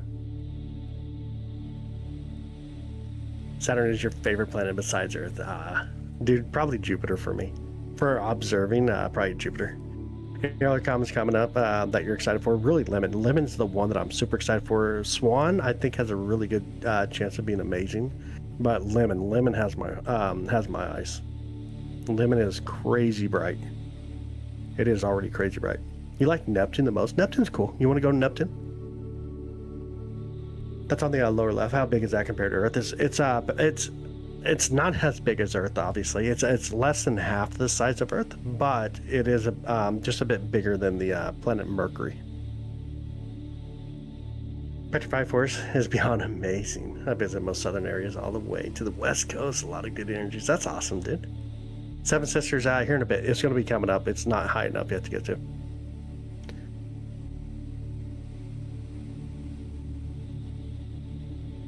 Saturn's your favorite planet, though, dude? That's nice. Saturn's gorgeous. Saturn is a beautiful planet. It's a very majestic planet. Very majestic planet.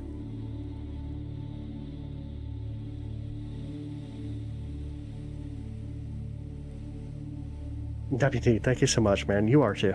Absolutely. Will you be ready for Lemons? No, we're going to lose a view. So that's a bad thing. We're going to get to see Lemon here soon, but then we're going to lose a view as it goes into more of where you'd have to be in the southern hemisphere to be able to see it. So I'm up in the northern hemisphere. I'm excited right now for Lemon. I'm hoping that it really brightens up over the next few weeks. I really hope so. Venus and Mars are also interesting to you. Venus is amazing to observe. Like, I do love observing Venus. It is super awesome. Really awesome. You want to go check out Neptune? I know you said that you like Neptune the most. You want to go check it out? Go to Jupiter's not up yet. Not above the horizon. You're in the southern hemisphere. Okay. I got you. You got some really beautiful things down there. You can see that we can't see up here. How long before the moon comes up, brother? It's just set. It came up after 11 this morning, so tomorrow I think it's like 11:30 or so. Let me see if I can pull it up real quick when it comes up. Let's see if it's. I'm not even sure if I actually put that on my website properly. Moonrise. I think I did. I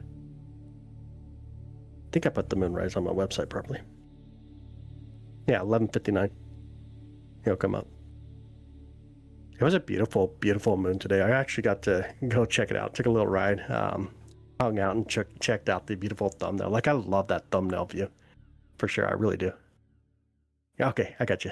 Sounds good, Jenny. What time is it here right now? For me, 1:37 a.m. You're in the Southern as well. That's awesome, Tom. Hey, Smokey, what's up, bud? How far away is Saturn is that moon? Titan, I'd have to look up. I don't remember off the top of my head. It's a distance, but it's not like a massive distance like what we see of like Callisto, Jupiter. More people, more fun. Oh my goodness, that's funny. I got you. Are you on the vertical side right now? I'm not sure which chat is which, to be honest. I just have both of them popped open. I can't even tell which chat's which. Yo, where did the music go? Already ended for us, huh? We need the music. I lost my music. There we go. Can you pull up 3i Atlas or Swan, or are they moving too fast? They're just not viewable for us right now. Let me show you. Let me see if I can get it real quick. I'll put it back on the view. There we go. If we can get it loaded in. Pull it up. Okay, here we go. So here's where the Earth is right now. 3i is way back in this direction from us. So it's set right after the Mars did. Swan also set about when Mars did. Atlas set about when Mars did. So Lemon we'll see a little bit later tonight, as we see it in the morning time currently. As we rotate counterclockwise, so our morning, as it comes around here, we start to see these objects in the morning hour. But 3i is way, way back here by Mars still. We just gotta wait for that period. It's never real. We have not discovered it. So the answer right now is no. It's not.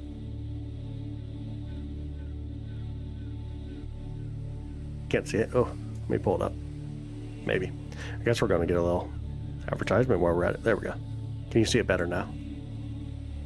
So we got the planet Earth, the sun. Look out towards Mars, which sets after the sun sets for us, and then 3i is just past Mars. Set shortly after.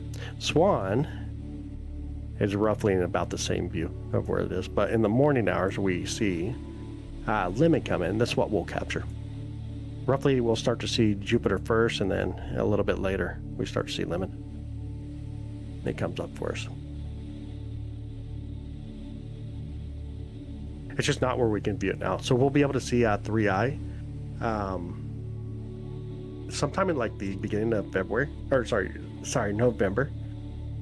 We'll start seeing like November though. Titan's orbiting 795,000 miles away from Saturn. There you go. Super far. It's just insane. It's over 1 million miles away from Jupiter. But it still has a really wide orbit for sure. Realize they call Venus the morning star. Yeah, morning or evening star. Sometimes we see it in the evening, sometimes we see it in the morning. Usually, like next spring, we'll start to see Venus in the evening time, so it's the evening star at that point.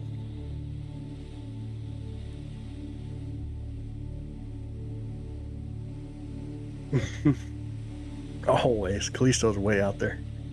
Way, way out there. Yo, what's up, True Blue? How's it going? How you doing? No, wait, it's just a coincidence? Yeah, it's a coincidence, man. There's always comets around. Now, this is a lot of comets currently, but there's always comets coming around. There's a lot of times we don't even discover stuff that comes through. Yeah, it was comets, current comets. Current bright comets, I should add that. It's current bright comets. Jupiter's sphere of influence is over 10 AU. Yeah. Put your binoculars up to your telescope for more magnification. I've never tried it. It seems pretty wild.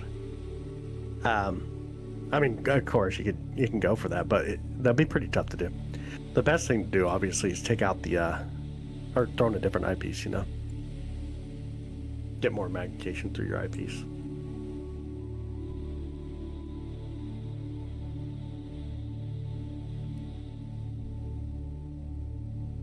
Okay, that makes sense. Now I want another telescope. Dude, that's so funny, brother.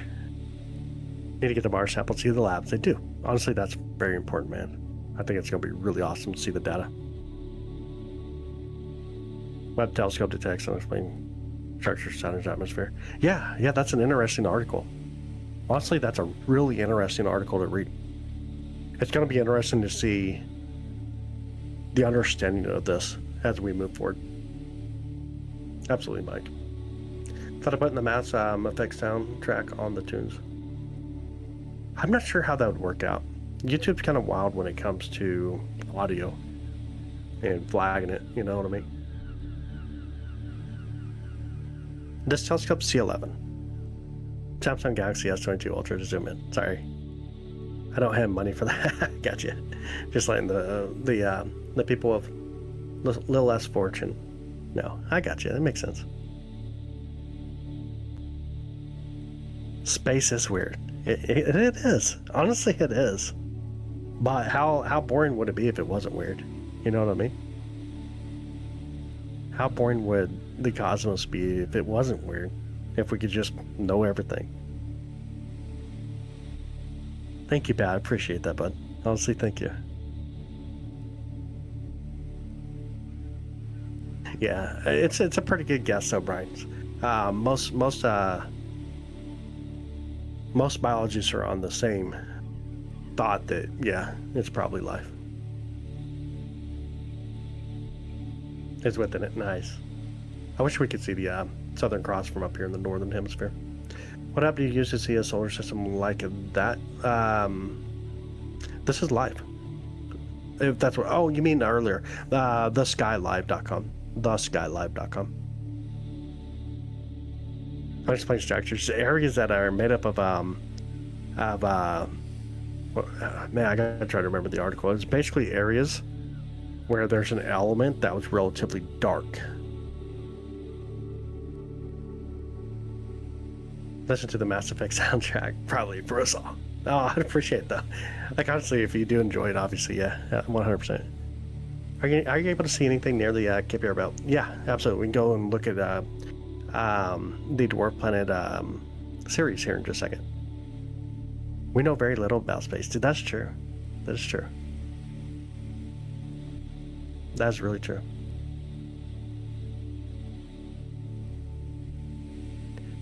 I breaks out in universe cluster. No. That sounds pretty wild, though.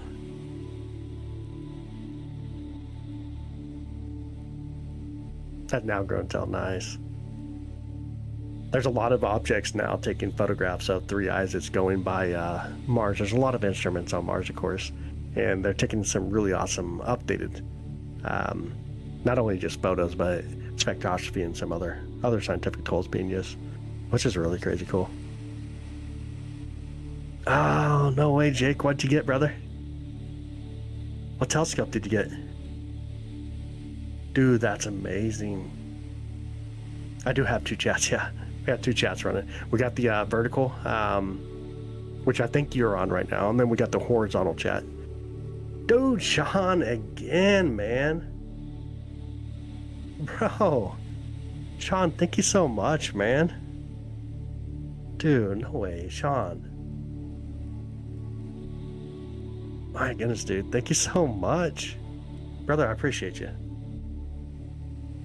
Can you pick up any light from Alpha Centauri B? If we're in this in the right location, but we're not. Sean is amazing. Dude, thank you so much, dude. I appreciate you, Sean. Brother, thank you so much. You got the 130 EQ. Dude, amazing. Beautiful telescope. Hey Hydra, how are you doing? Welcome in. Sean is on it tonight, dude. I appreciate you, brother. Pluto behind trees right now. Can't get to it. It has to be like earlier in the night for me to be able to actually capture Pluto.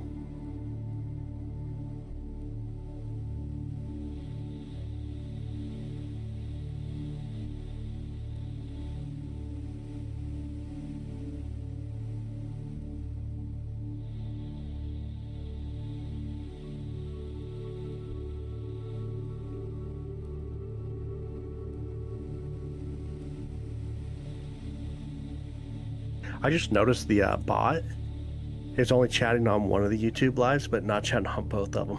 That's so funny. What the heck, bot? Is there a website for reference or where to point in the sky to see specific things? There can be. Like Stellarium's an application you can download. Have a good night, DJ. Have a good night, brother. Astro, what's up, man? Good evening to you. Wants me to do some work now. Aw, dude. Have a good night, brother. Dude, be safe. Hopefully we see you. I'll be on for quite a while tonight. We got clear skies all night, so I'll be around tonight if you get a boring period. And dude, thank you so much. Honestly, thank you so much, brother. I'll get Discord set up to where the people that have a membership over here can jump in with us.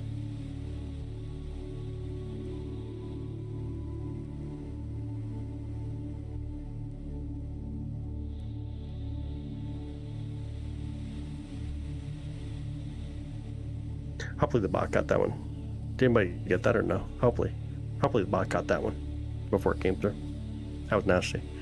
How soon until we see Lemon? Missed a few streams and need to decide if I should stay up. It's going to be a while. It's about 5:30 a.m. Right now it's about 1:30 a.m. So we've got about 4 hours. How can you find easily planets here using Finder Scope? No, it's a go-to mount. I use a go-to mount. But then there's other... Oh, Jake, thank you so much, Jake. Dude, thank you so much, Jake. I appreciate you, brother. Welcome to the planets, man. Kind of what I was saying there. So the go-to mount will get us really close. Then we can do another process off the computer. We can do plate solving, which takes a photo, and we'll look at the orientation of the stars we're looking at, run it through a database through ASTAP, and try to determine exactly what area we're looking at, and they'll shift the telescope a little bit to get everything centered up for us. No, I think it was on this side, Jenny. I think. I'm not seeing it in the actual chat anywhere. I'm honestly not sure where that came through, but it was nasty. It was a horrible comment. Like a horrible comment. Yeah, 100, 200 years, 100, 200 million years from now. Can someone block Brian Loves? That's the one I was looking for. I didn't, oh, there it is right there. That's the one I was trying to get. And I was trying to find his other chat to turn in. Yeah, that dude. That's the one I was trying to find. I appreciate it. Thanks, Chris. This telescope's about 4,000 to 5,000. See if we can move the telescope a little bit more too. Move Saturn into our view a little better. And you, yeah, I got that one too. We pull it up a little better. Yeah, right about 4,000 to 5,000 for this telescope.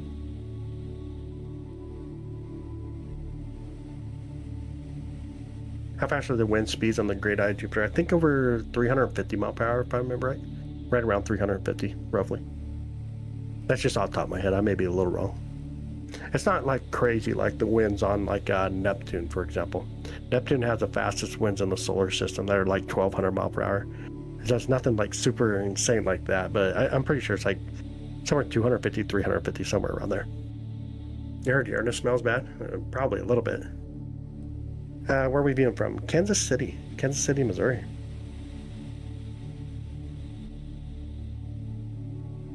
Kansas City, Missouri.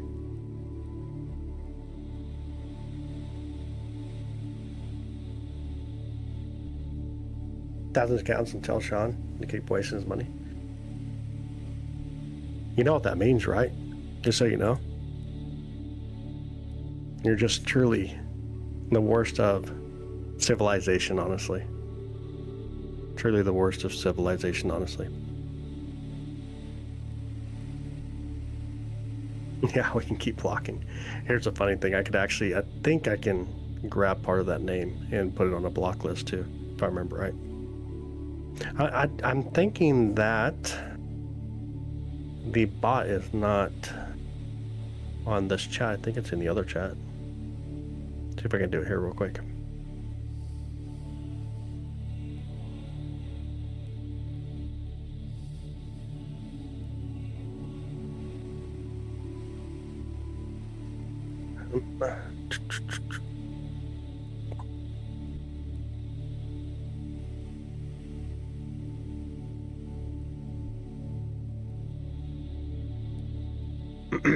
We'll see. See if I can get it this time.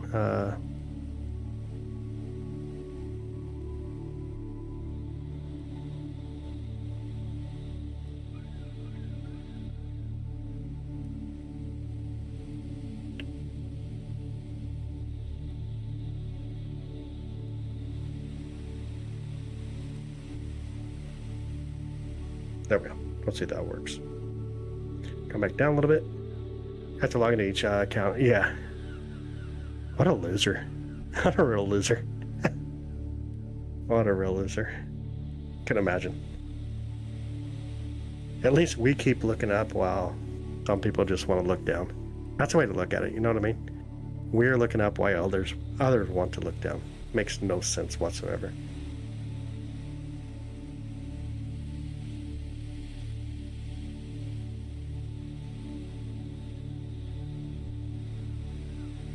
Makes no sense to me whatsoever. Bunch of losers. Aw. You tried. You tried.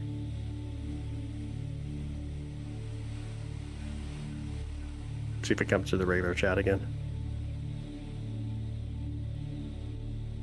Got him again. Try again. Oh my goodness. Let's see if I can do this one too.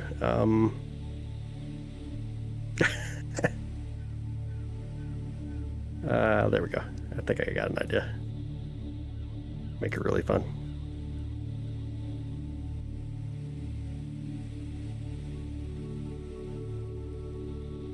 USA, a veteran. Oh, no way. We always say that when they go low, we aim high. Yeah. It's just sometimes you gotta keep that out of the chat for sure. Yeah, for real, sure. It really is over here. The chat's a little wild. We'll see how this works out for him. Hopefully, I think I got everything. Hopefully I didn't miss any of your guys' chat, though.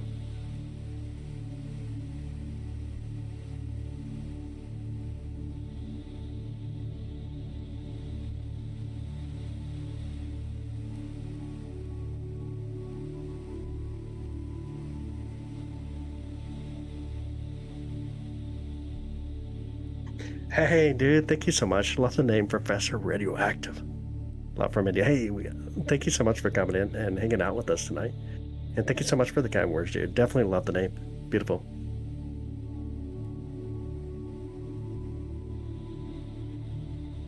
Aw, you're just trying so hard. You're trying so hard. Just ain't working for you, though, is it? We do a live stream landing there. That's crazy. Hi, Sky. Have an amazing night. Thanks for coming in. Oh, I'm sorry to hear that. I hope you guys find him. Definitely hope you guys find him.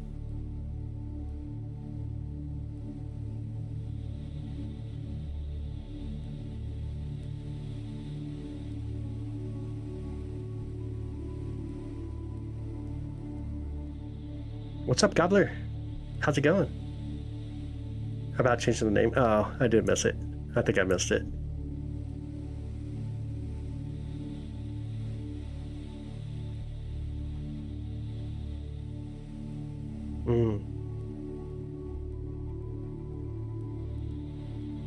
Oh, man. Sorry to hear. Honestly, sorry to hear that. Hey, Blind Eye. Welcome in. How do you pronounce Uranus? Uranus.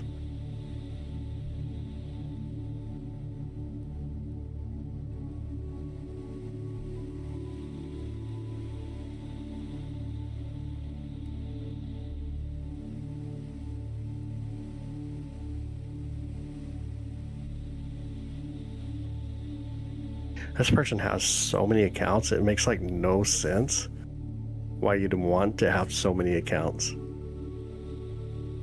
Like, why would you want to have that many accounts?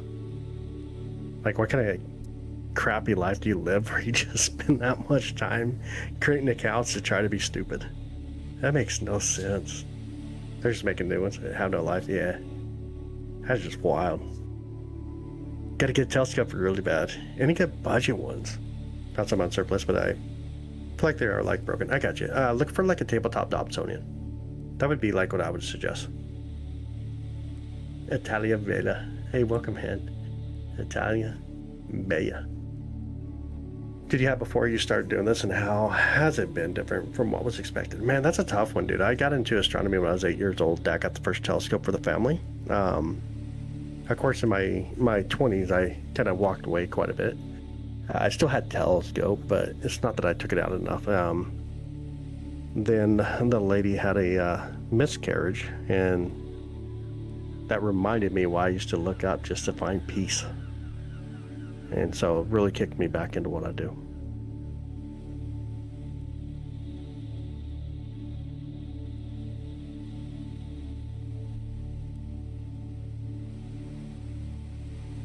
How you make it compatible with smartphones? You can get a phone holder that goes on the eyepiece.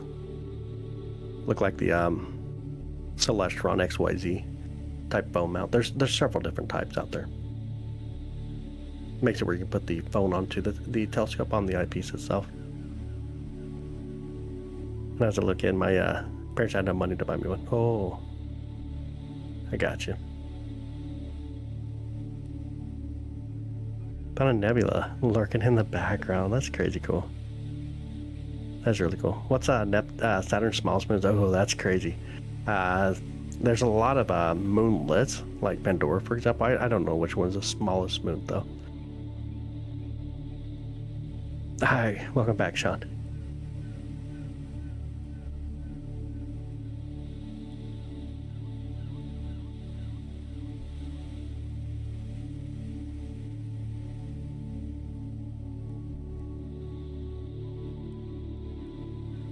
Alright, sounds good, Chris. Sounds good, brother. Pronunciation of it can sound funny. We just need to rename that one. It is true. We should rename Uranus. We honestly should. Like smallest relevant one. Like relevant, and what do you consider to be relevant, though? You know what I'm saying?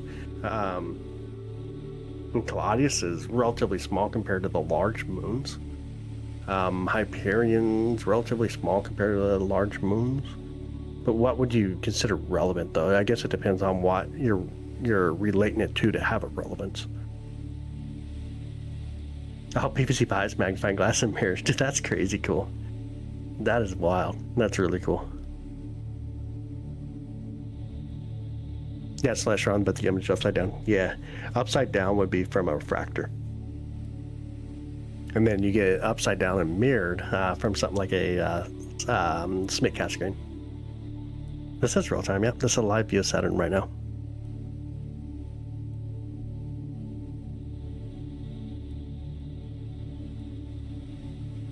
How much do I need to spend on a telescope to get an image like that? This one here, the telescope I'm using, I mean, obviously, a lot of telescope can get great images. It's all about how well you do, right? Yeah, we can get Seven Sisters here in a bit. We'll try for it. But this telescope itself is about 4,000 to 5,000. It just depends, though. Obviously, if I did a little better focus, it'd look a little bit better for us. I completely forgot to actually focus. Try to get our best view, if I can do that. Make it look a little better anyways.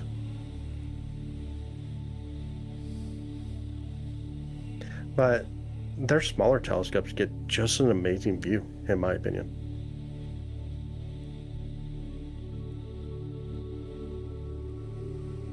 Rather than the moon, yeah.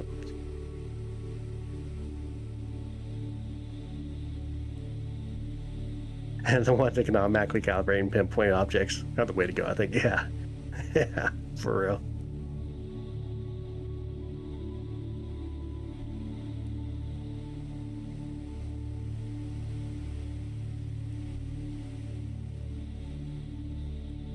Yeah.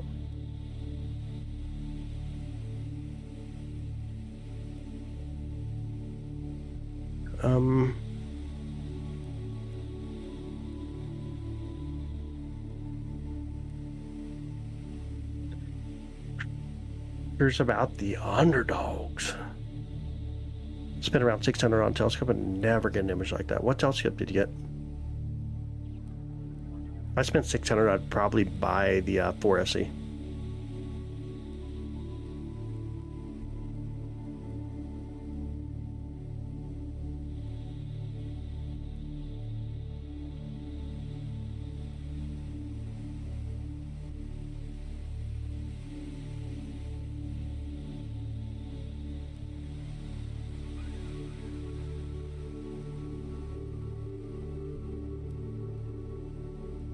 Astrophotography is next level. Yeah, it's very expensive, but it is hugely rewarding. I would agree with that. Is it visible at all with the naked eye? Saturn, yes, absolutely. The bots are getting themselves, I guess. Do you think life on other planets would follow similar evolutionary patterns? That's hard to say, man. I'm not an astrobiologist at all. Biology is not my thing. A telescope is probably the best gift you can get as a child. I think that's one of the truest statements you can use for sure. Honestly, I think so.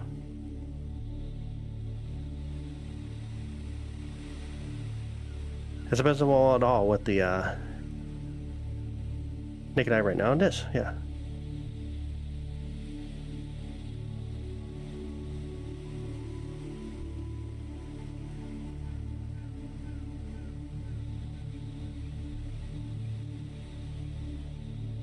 Where is the bot on this side? How come it's not operating in this chat as well? I'm not sure. It seems like the bot is on the opposite chat. I'm not sure why it ain't doing double. Weird. Sorry, Jenny. A lot of work for you tonight, I guess. It's actually managing the chat that's not as busy. I'm sorry.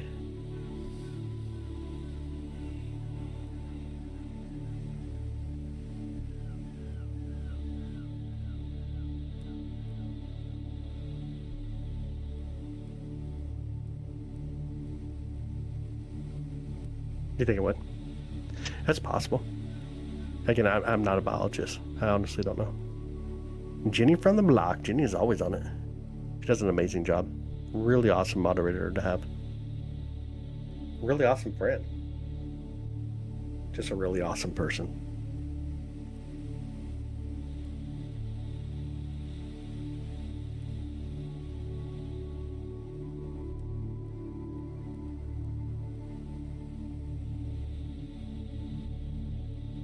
How would trees look on a different planet? Yeah, that'd be pretty wild. It really would be wild.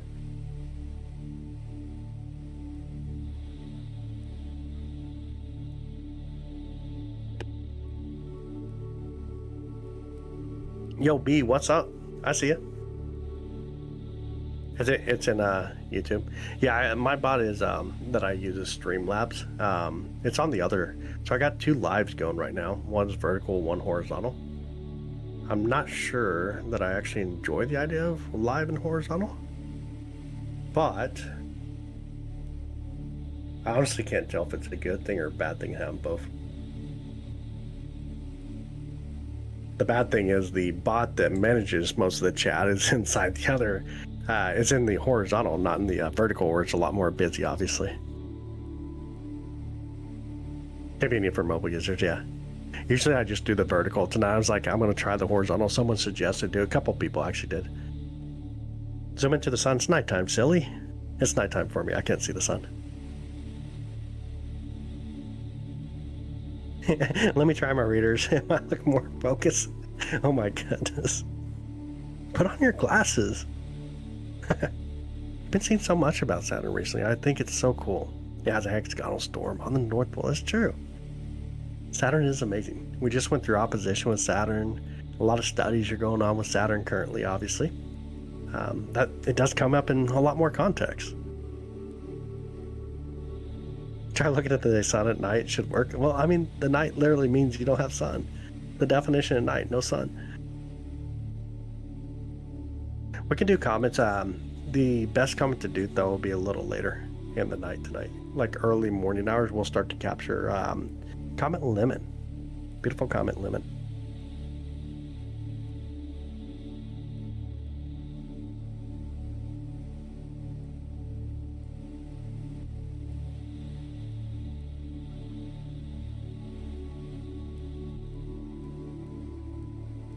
Oh, that makes sense.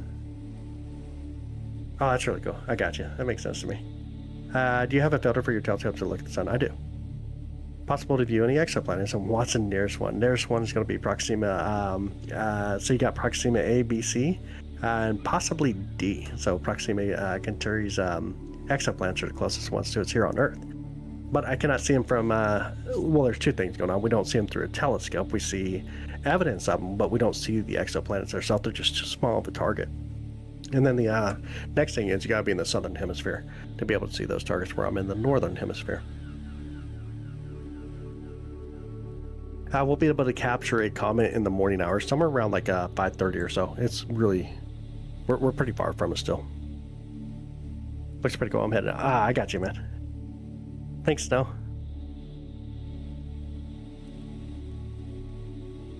Oh, you're welcome. Absolutely, you're welcome. We did just get over 6,000 confirmed exoplanets, by the way. We are up over to 6,000 confirmed exoplanets, which is a really cool number.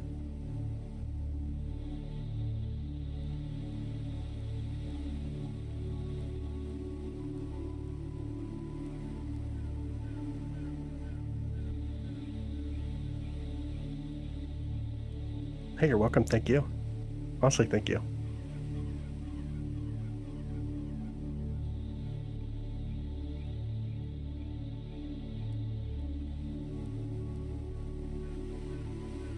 Oh, I see. I got you. Not in our solar system. 6,000 observed. 6,000 confirmed. Not in our solar system. We only have 8. That's an inside joke. I got you. The camera is going to be the SV405cc right now. Using a Coldtech Deep Space camera on the 11-inch mid-cap screen. But the ones at the moment, I remember how Papa 97 was right in the middle of the northern sky. Yeah. There's nothing that's really bright above us right now. Most of the, there was one I went for the other day. There's like a magnitude 19, I think, that we went for last night before we could actually get to Lemon. What time do you typically stream? So it depends, obviously, on targets, depends on the night. Right now, you'll probably see me somewhere anywhere between like 9 p.m. Central Time through about that 11-ish p.m. Central Time period starting up the stream. Yeah, 30 years ago, we didn't even know one. Yeah, the 11-inch is amazing. It is a beast. It definitely is.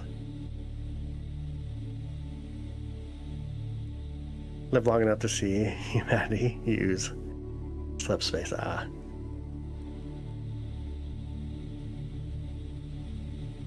Starfield's okay. I've never played the game. Is that what you're talking about? The game Starfield?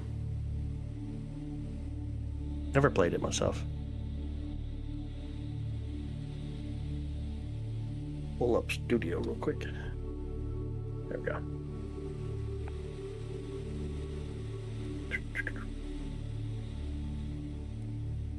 Wonder if there's a way to make Streamlabs monitor both chats, or if we're just stuck with the only moderating one.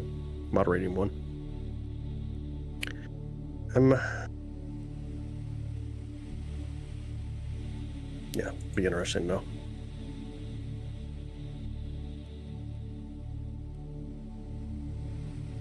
If anybody wants to become a member of the channel, feel free to do so. We did just get that enabled today. That's really cool. There'll be a lot of benefits and perks, obviously, that go with it. But yeah. Iker, thank you so much, buddy. I appreciate that. There's a lot of heat near the core of Saturn. A lot of heat near the core of Saturn. And it ain't true when we get to like Jupiter. But Saturn's core is probably somewhere around 15 to 20,000 degrees. Thank you, Laura. I appreciate that. Yeah, absolutely, DJ. I appreciate it, dude. I'm enjoying streaming over here on the YouTube side, definitely. This is a lot of fun. It seems like we are moving over here. Moving a little fast. And if you are new here, feel free to ask questions. If you have any questions, feel free just to say hi. Let us know what area you're viewing from. I'm personally here in the Kansas City, Missouri region, and we're looking at Saturn live through a 11-inch telescope. How long do you think it would take to be an interplanetary? What's that? How long would it take for what to be an interplanetary? Let's say celestial objects. Would look like unfocused lights, yeah. Yeah.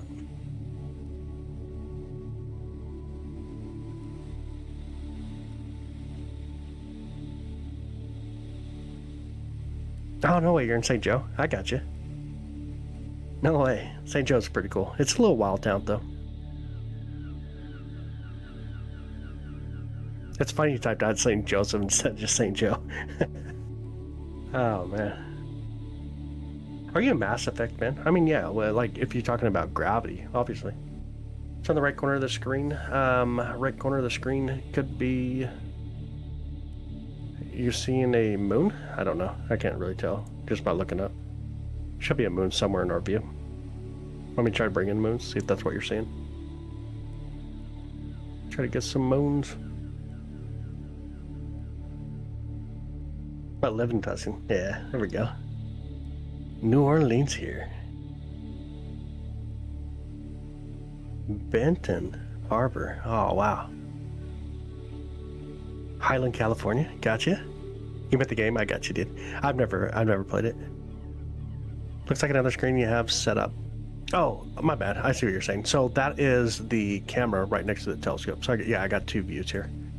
This one here is the telescope that we're using. Let's see if I can pull it in a little better for you, I guess. This is a telescope that we're currently using to mount the counterweights. My bad. I see what you meant.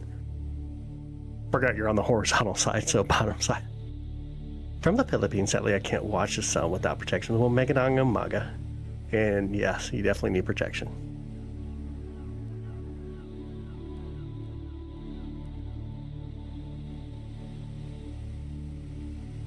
It's a beautiful view, ain't it? Yeah, it's stunning out there. Honestly, it's a really gorgeous view tonight. Whoa! Getting too close to that bright light over here, though. Let's see if we can look over here just a bit. Look at that constellation Taurus coming up above the trees. We can get away from the light and see the stars a little better. So gorgeous.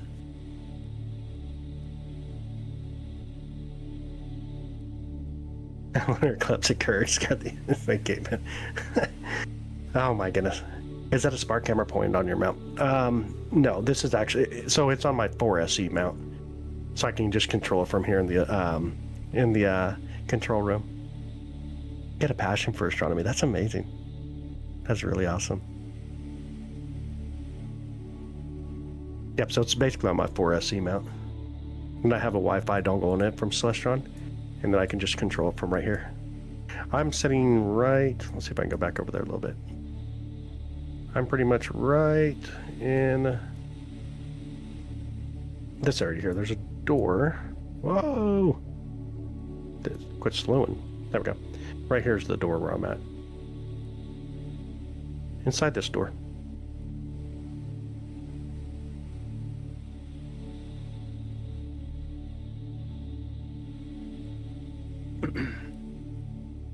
There's a whole universe, and that game is pretty realistic. How fast is that's crazy.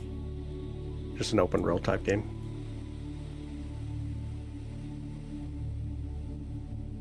We could occupy Mars. Does that count? Gene and I we haven't played it together yet. We got to, but we got Occupy Mars. What's going? What do you mean? Right now we're hanging out Saturn. Hanging out beautiful Saturn. Puts me right to sleep at night. I got you. Your house? Gotcha.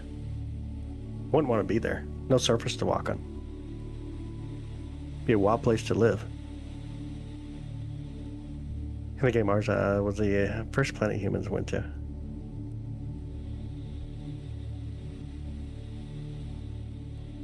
How close is model surface can you see? It's not in the view right now. It's pretty far away.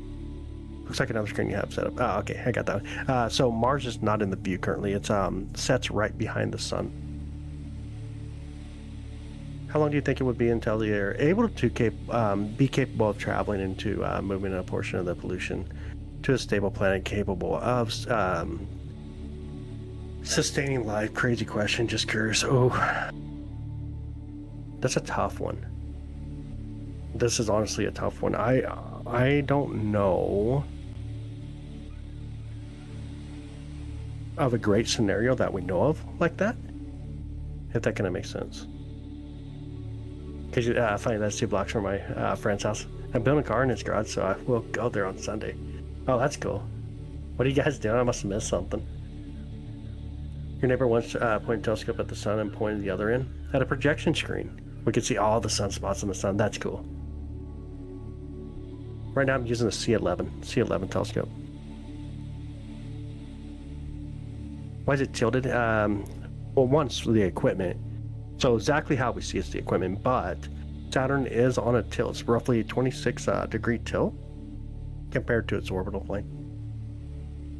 You'd say maybe 10,000 years? Maybe. I mean, that's a tough question to answer for sure. Actually see the stars in the sky at the monitor. Yeah, so this is my mirrorless camera up here with a really fast lens on it. And if I turn off the light, obviously, it's a lot easier to see out there. But it's a Canon mirrorless, basically it's a Canon M50 Mark II.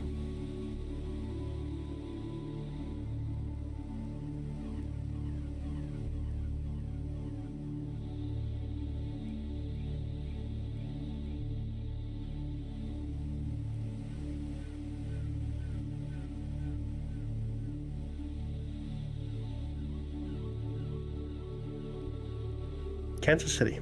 I'm Kansas City. Must not have cloudy weather often a lot.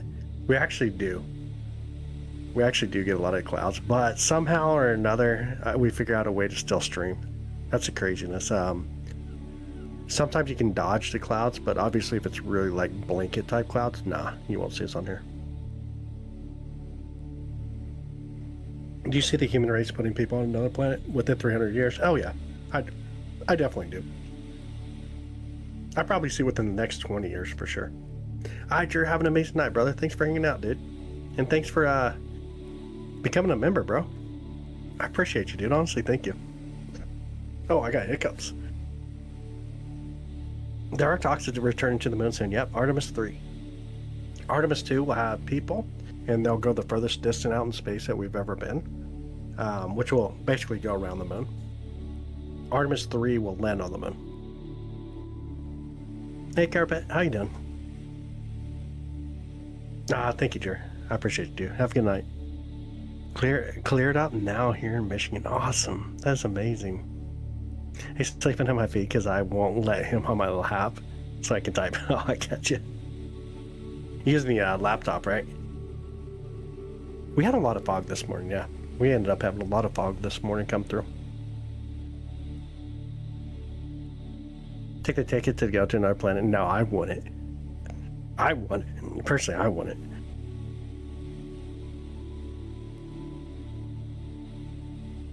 Oh, okay, I got you. Easier to manage, yeah.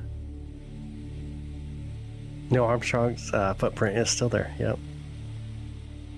Where's the Atlas? It's next to Mars in the sky. It sets right after Mars does. Always bogs your mind. It's not like, you gotta think about it, right? There's not atmospheric weather occurring on the moon. So, okay, yeah, the winds up there is going to be the solar winds, and it's not like the winds that we have here on Earth, so it's a little bit different. We can't see it right now. Not currently. The poor cat has to smell her feet. Did anybody think about it that way? Poor cat has to smell her feet. Poor cat. That's horrible. I'm sorry. That's so funny.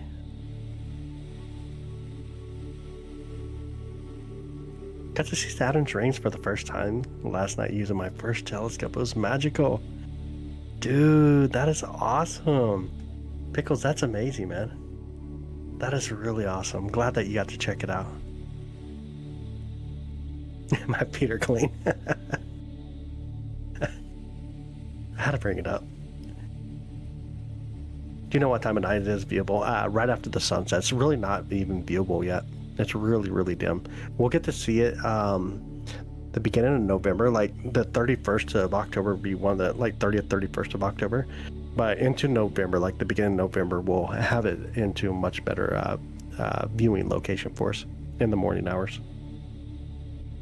Did the solar flare affect 3i Atlas? Not that I've seen. I haven't seen evidence of it affecting it. Or any of them, I should say. I haven't seen any evidence of 3i being affected from any flares. Flares really wouldn't affect as much as like the mass that comes out. So I have my Sega Saturn video game console from my childhood. Gary, no way. That's crazy cool. That is crazy cool. Do you think that Europa Clipper mission will find life? That's a good question. It's not really meant to find life. It's meant to do a little bit of other observations of looking to see if life could be supported. You know what I mean? Can they detect enough oxygen? Which you don't need oxygen for life, just so you know. But it's the look for stuff like that. To find life, we're going to have something that can actually get into the ice, plow down in there, get into the oceans and explore. What's your telescope have the clarity and zoom you have? Your rings look so bigger than what I was seeing. I got you, brother. Absolutely got you. State, I'm in Missouri, near Kansas City. Pacific Northwest Oregon here. Oh man, you get all the clouds, don't you? Get a lot of clouds out there. Yeah, I'm Kansas City region, out in the Midwest. See if we can move the telescope just a bit. Anything you guys want to see, let me know, by the way. Sometimes I just pay attention to the chat. I even forget to look at Saturn and see how far it's moved in the scope here. And let me know if it's a little too bright. It may be even a bit too bright to make out much of the details. Saturn's a pretty cool planet. I do agree. It's really a beautiful planet. This winter will be very cold, I think. It's possible. It depends on where you're located at, obviously. Anything else see in your sky? There's a lot. Just gotta say what you want to go to. We'll check and see. Other than Earth, obviously. Yeah, dude, 100%. That's the same way I am. Yeah, I love our planet. We live on such a beautiful planet. But behind that, probably Jupiter. If I go to Jupiter, then probably Venus and Saturn. It's kind of my order. Cannot. Mars is already set. Sets right after the sun right now. Jupiter's not up to where we can see it yet. Not up high enough. Right now, as far as planets go, we got Saturn, Neptune, and Uranus. The 3 planets that are actually up above the tree lines where we can actually get to.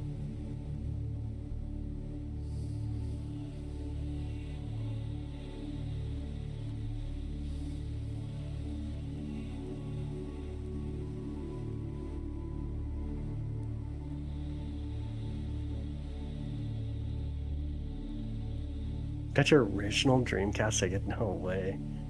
Your original Dreamcast and Sega. That's crazy cool. Saturn just rising where I am. Oh, nice. Does Neptune look blue in your telescope? It does. You want to go check it out? Go check it out if you want.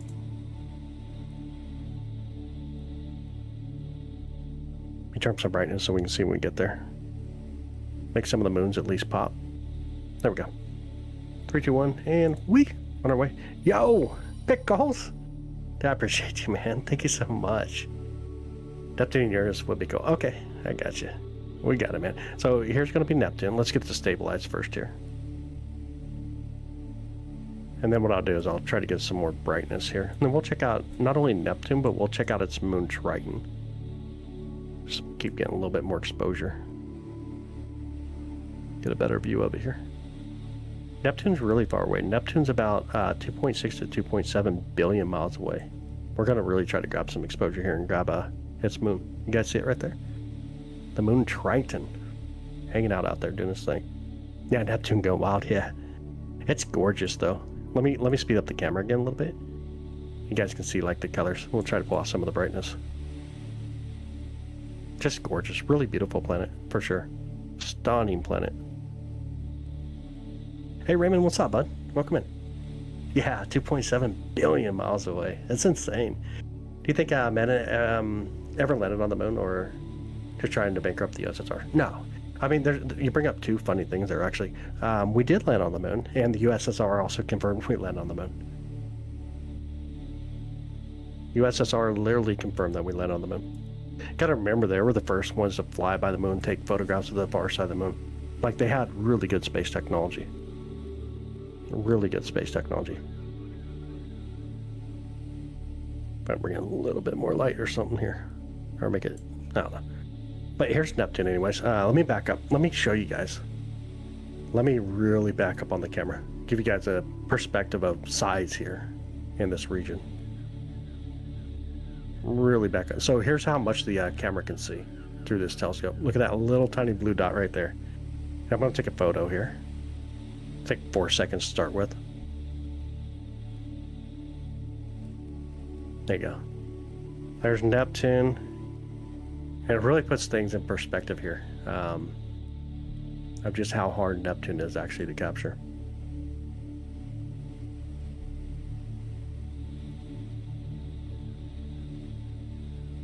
It's just really, really small. Obviously not a small planet, but just at the distance, it's just again, there you go. The perspective of things, right? Really matters. I'll bring in some more light too. Really matters.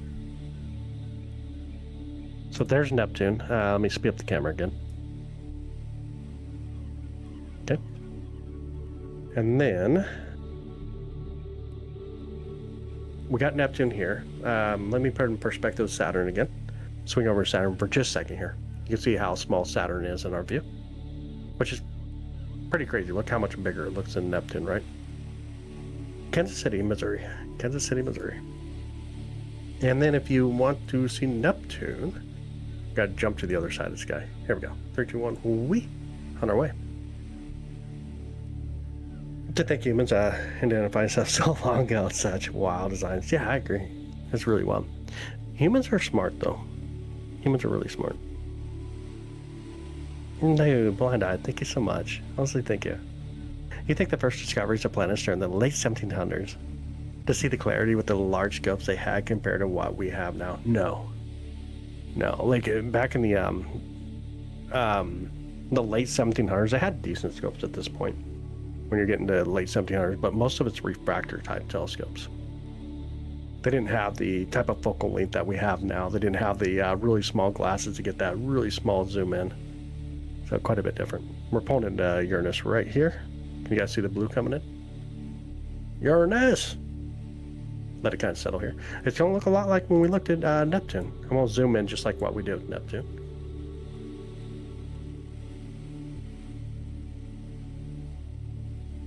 And there's what Uranus looks like. If we take out the brightness, pretty much same color. Crazy cool, ain't it? Let me take a photo here too.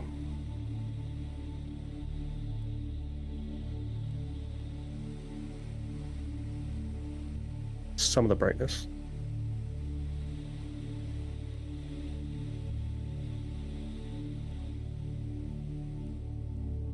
Oh, gotta get stretched properly. Get out of my way. Check that out. How cool is that? Let's stay here for a second, because how crazy cool is that? Right now, I am using the C11 telescope.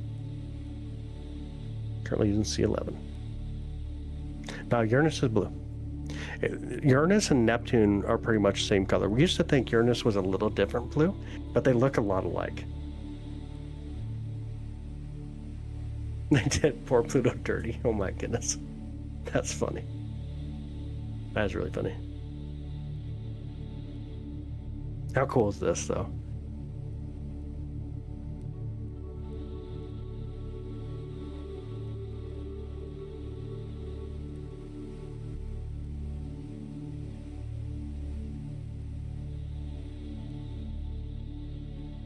I would like to tell you which moons like Miranda, Ariel,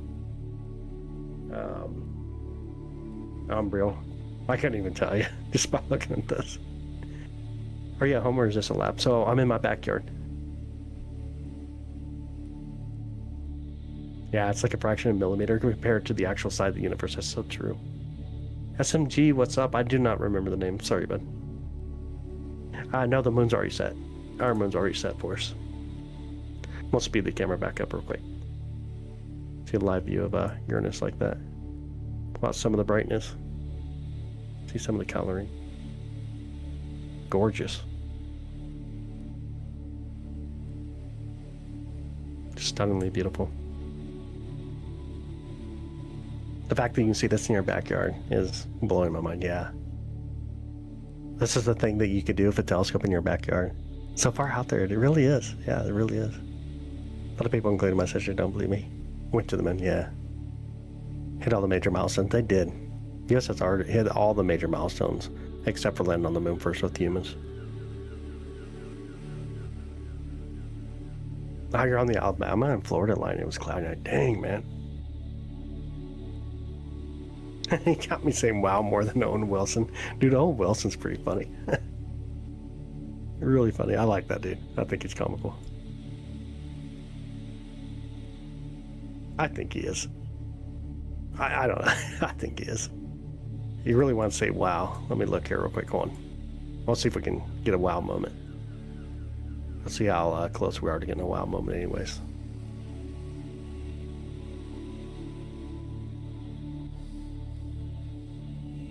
Just a bit more.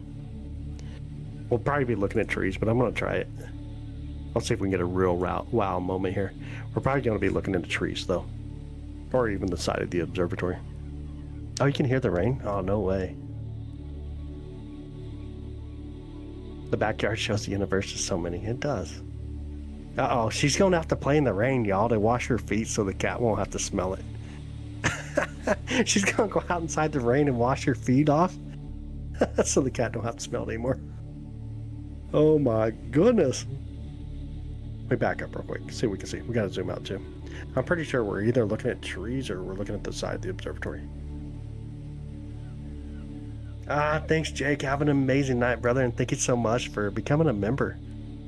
Dude, I appreciate the love and support, and thank you for supporting See This Guys and supporting the adventures for even others to be able to come in and hang out and get to check out these really cool things, man. We truly appreciate you. Gotta see if I can pull these stars over here real quick. Alright, that's where I want to go, right there. I think we're going to see something really cool. It's behind trees. I can definitely tell it's behind trees, but let's pull these stars down. Is the Big Bang still relevant? It is. It's still relevant. Especially the universe is not concerned. Dude, Jake, man, thank you so much, man. Dude, I appreciate you, brother. Honestly, thank you so much. Thank you so much, dude. Your favorite Apollo mission was 13. Tough, brother. That's tough. So far out there. Yeah, get ready. You guys ready for this? This is going to be wild. You ready? Let me bring in some more brightness in this view. Let me see here. Let's slow down the camera just a bit. Okay, so here's a trapezium. You guys remember that term. Trapezium. Uranus A, B, C, and D right here. Hopefully you can see it. Can y'all see that okay? It's still in the tree branches a little bit, so it's not going to be like perfect for us. But let's see if we can get a little bit of light here real quick. Grab a little bit more light. Yours was Apollo 11. That's awesome. Does your telescope have a vent? What do you mean by a vent? Alright, can you start to see that?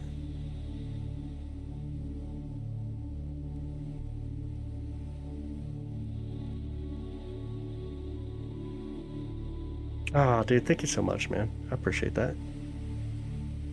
Alright, can you all start to make out some cool stuff right here that's going on? Let me back all the way up real quick. Alright, let's do this. I got an idea. I got an idea. I have an idea. It's a little bright. Oh. Give it 30 seconds. It'll be worth it. Nope, those were stars. That was Uranus A, B, C, and D in the trapezium. Those are 4 stars in a stellar nursery where new stars are being formed. And you'll see in about 5 seconds just how amazing this is. The Great Orion, yeah. Right now, it's still behind trees, so it's not going to be perfect, but let's see what we can start to see. You guys see it okay?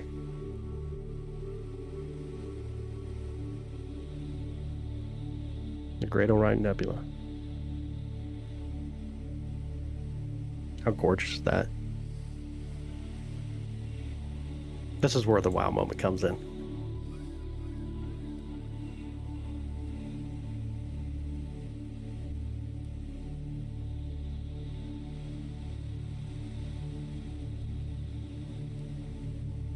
Let me get rid of the outside camera there. Got to see it a little better. Yeah, space farts. Yeah, a star. They imploded down in itself. And now we see this.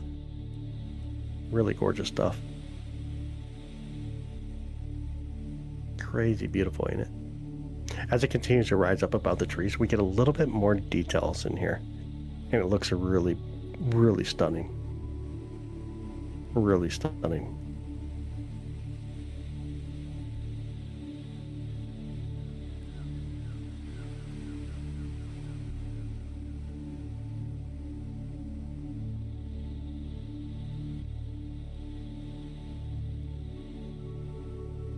Oh, let's see, 14. Okay, I got you. Thermal management. So I have 2 fans on my telescope. I never use them, though.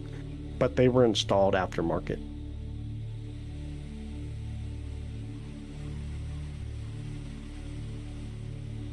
Uh-oh, Jenny. Jenny's back, y'all. Did you wash your feet in the rain?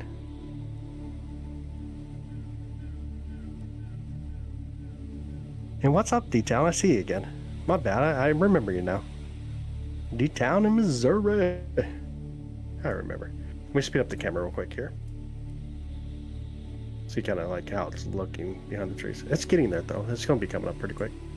Top down. I appreciate you. Thank you so much, man. Thank you so much. Supposed to go to sleep an hour ago, but the universe is calling me, has brought me in.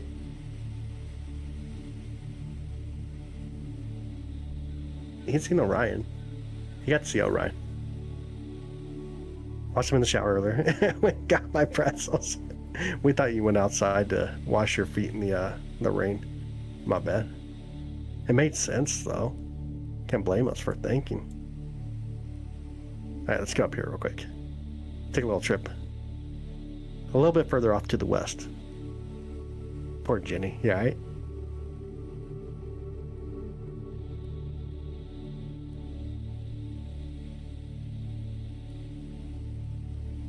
Can you find specific asteroids? Yeah.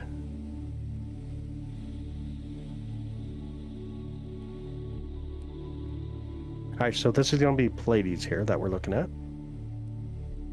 Let's see if we can grab a little bit more light here, though. Check out the beautiful Pleiades. Sergio having his coffee. Oh, man.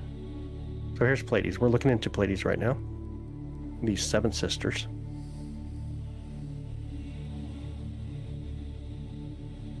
Let's see here.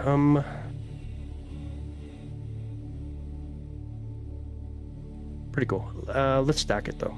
I think that's what we want to do. Let's do a little stacking. But what I want to do is actually plate solve it, so we move to the center Pleiades here. Let me speed up the camera on the telescope. We'll see us kind of move over just a bit here. There we go. And let it calm down on the telescope, and then we'll grab it. Are they on live reels these days? Oh man. I'm glad to be here for sure. I'm definitely super excited you guys enjoy this. Really excited y'all enjoy this. Don't know how to use it. Oh, no way. What kind of telescope do you have? Oh, forgot to take a 30-second photo. What am I doing?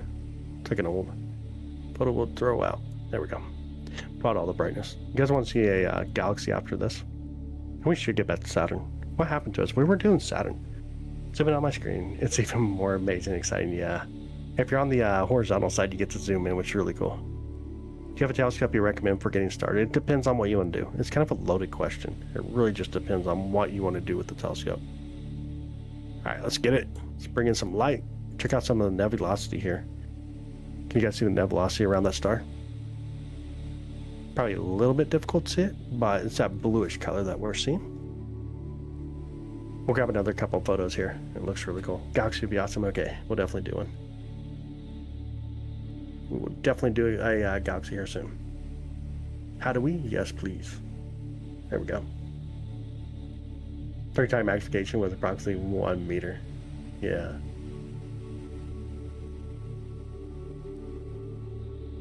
How crazy cool is this? There's a lot of people that love the Pleiades, the Seven Sisters here. And this is it's a stunning area. Honestly, it's stunning.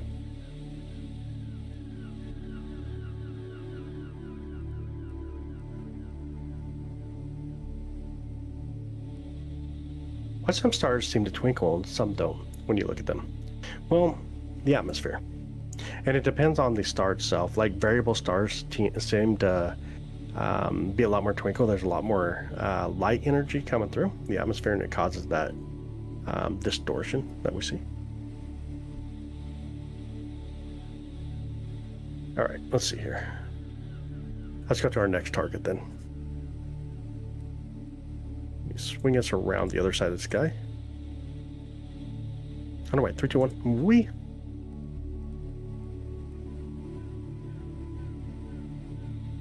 They pull on the outside camera here with the telescope swinging around.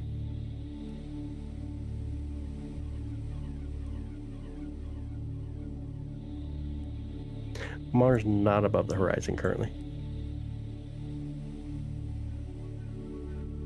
To get the horizontal side, you'd have to probably go into my bio, look at my lives, and it should show 2 of them live currently. We're about to pull in. Here we go. Let's get settled here for a second.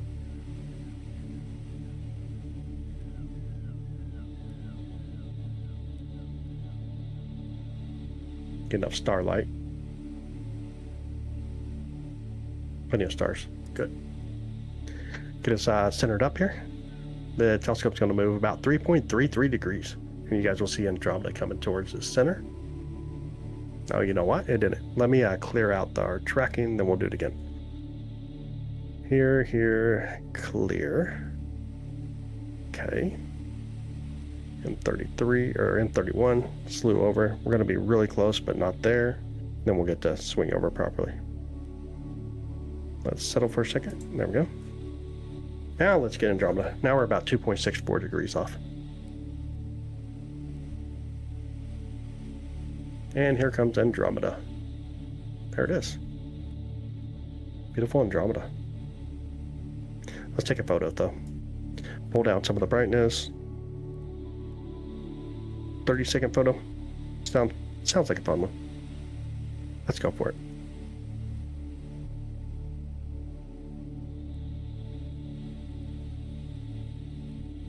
Venus is super bright at the moment in the early morning. It really is. Been here a few times. Jenny is as sweet as she is. She's really amazing. Really amazing. Atlas is not behind the sun yet.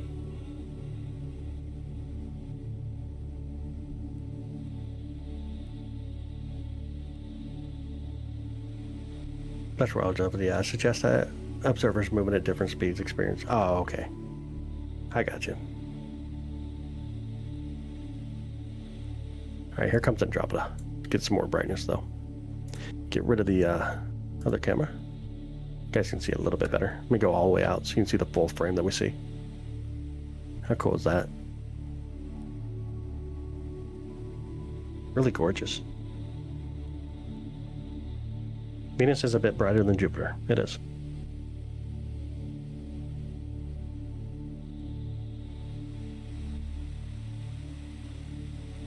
Looks like gold in the sky.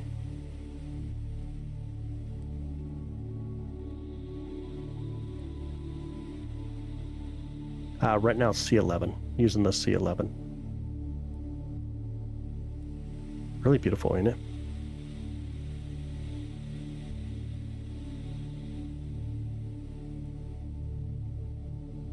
I'm glad to have you here.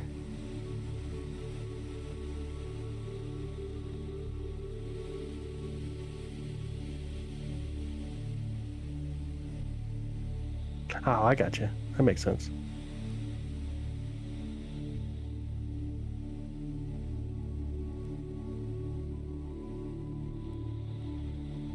Neil deGrasse. I got you. All right, let's go. Spit the camera. Ooh, I got bright. Spit the camera real quick, and then let's see. Let's see here real quick. Let's move over here. On our way.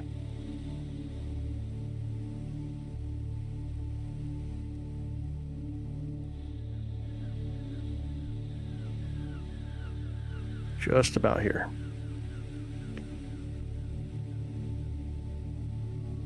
Maybe. Let's see, A star, bright star. Definitely not what we want. Let's do this. This. And plates off. And incoming Saturn. Beat the camera back up.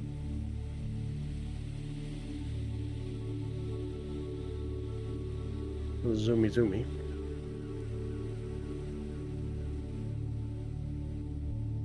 Check that out. Holy moly, look at those moons.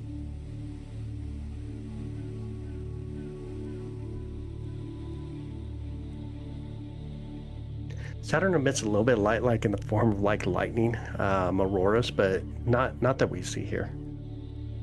This is going to be the sun reflecting off of Saturn. Jenny knows her stuff. She does.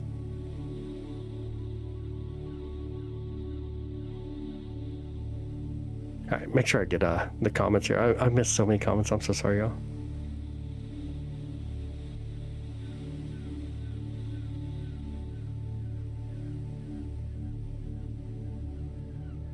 Have a good night, Gary. Thanks for hanging out, brother.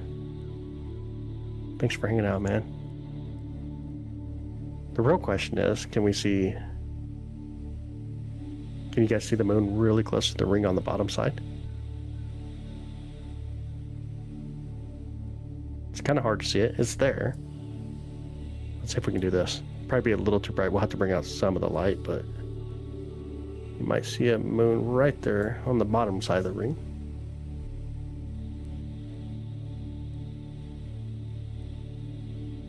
The telescope C11.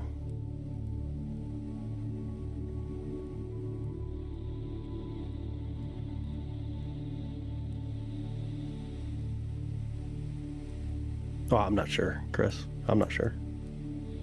Whoa, too much light. Let me see if I can bring out some of the light. Make the moons a little easier to see on the edge.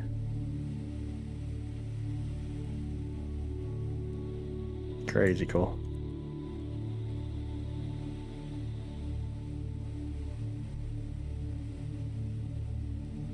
Beautiful, ain't it?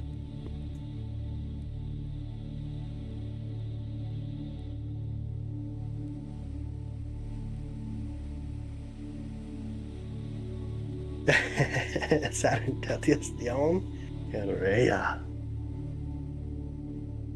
Wow. C16? What? That is insane talk right there. Now you're getting insane. No, I don't need anything bigger than C11 on this mount. This mount's pushing it with the C11 for sure. C14 would be the next step up, by the way.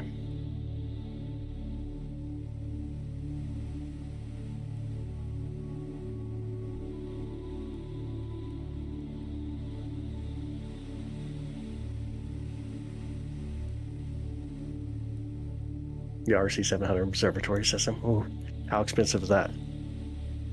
Now you're getting up there money. Have you imaged any of the comets yet? Yes, we've been able to capture Comet Lemon the last couple of mornings and been picking it up. I'll just chilling. How did moons not get sucked in closer to the planet? Orbital mechanics. Yeah, 240,000. Oh my goodness, huh? Yeah, super expensive. When you're getting into optics like that, so expensive. That definitely is not a backyard telescope. That definitely is not a backyard telescope.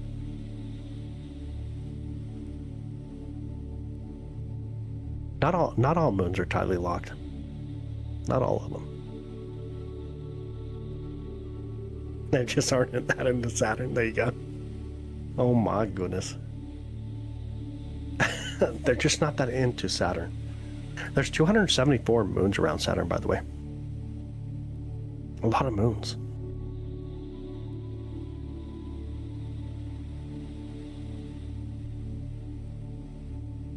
Oh, that's really cool, Joshua. That's really awesome. Things tend to want to leave, though, just to kind of put in perspective. Unless it gets really close, or the is where you get a lot more of the gravitational tugging method. For the most part, things want to try to leave. And so the orbits that most of these objects take, including our moon, is like an elliptical orbit. So they get kind of further away from the planet. They get a little closer to the planet. And it finds that kind of a balance. Like it wants to leave. Yeah, it gets close enough to try to pull it in. It's about stabilization, though. So when we talk about a lot of moons, they get stabilized. Now, moons like Phobos near Mars, it's actually inbound. It's going to eventually get too close to Mars, get crushed, and then we'll start to see a ring around Mars. Hopefully that kind of answers it for you. Saturn is the great moon hoarder. It has a problem. Nobody knows why it looks yellow through my telescope. Chromatic aberration. Chromatic aberration is just where the colors just don't align correctly. But you can look and, like, I don't know if you try to clean your lenses in your other parts of the optic. But you can definitely try it with, make sure you use something like alcohol, right? 98% alcohol or something like that. How many Earths fit into Saturn? 750-ish, roughly.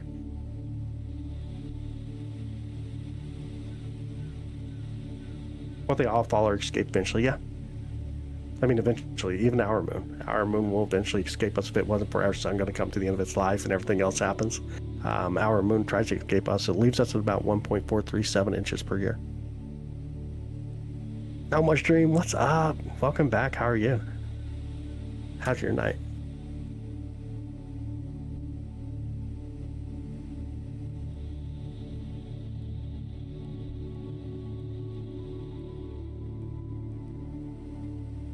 Maybe hazy in the atmosphere. It could be. Could have like a lot of the wildfire smoke and stuff coming through. It very well could be.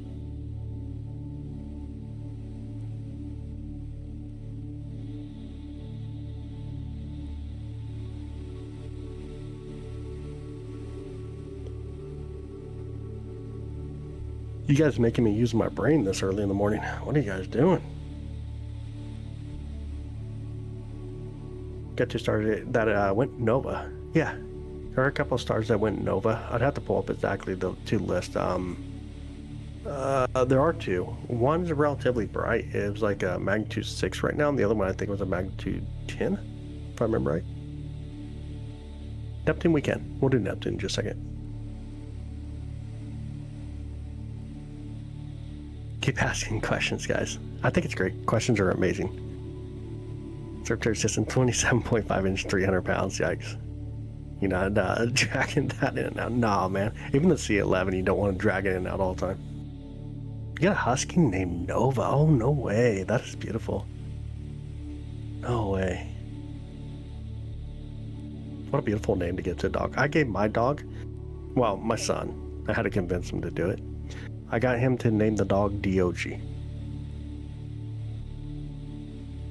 ever just point into a random section of space without a specific target and find anything cool? What do you consider cool?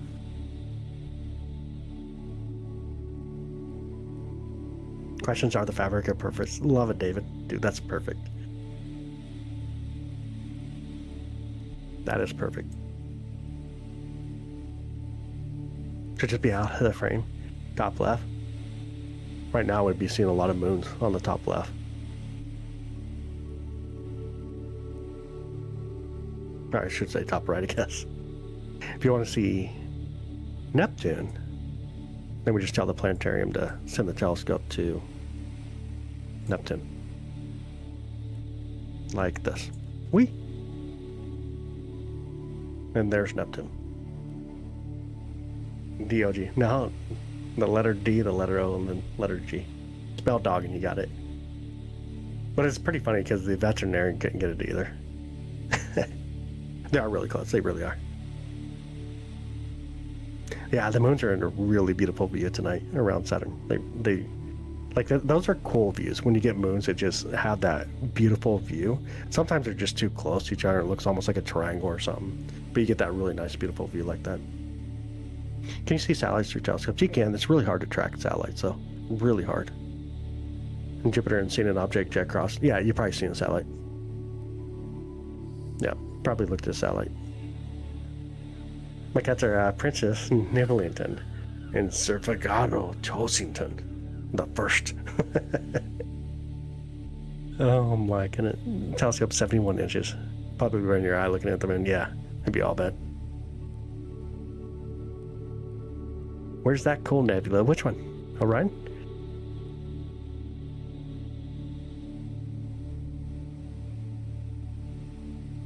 What do we know about Neptune? I mean, not as much as we should, right? Neptune's really cool. It's about 2.7 billion miles out there. Obviously, we can see its moons. If you want to check out some of the moons of Neptune, let me hold some more light real quick. We'll try to zoom in a little bit here, too. You'll see its moon Triton, so this is the most distant moon that we can see around a planet in our solar system, obviously. It's the fastest winds in the solar system. It's not the coldest planet, even though it's the furthest out. Uranus actually wins when it comes to the coldest planet. Has an uptown Figaro, has 2 extra toes on each front paw. My goodness. How good is my telescope? It listens to me. Sometimes I have to give it a treat, though. Sometimes it requires me to take out a doggy bone and say, good boy. The Celestron XR 5SE computerized telescope, 5-inch. Dude, I'm kind of hesitant to say yes on that because the 5SE sets on the 4SE mount, which is just underwhelming, man. It's really underwhelming. The mount itself. Now, the 4SE is wonderful. It works great on the 4SE mount, but to put the 5SE on, it's just underwhelming. Like, I'd probably look at the 6SE, to be honest. That way you get into the 6SE and the 8SE mount, which is right here. Let me pull my camera in real quick here, if I can. So, to put in perspective, like, this is the 8SE mount. It's on a wedge, so it's more like an EQ mount, but it's a heavy-duty mount. It truly is. The 4SE mount with the 5SE on it, I don't recommend it. I really don't.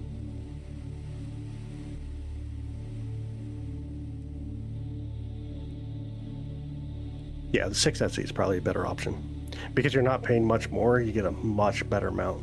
Much, much better mount.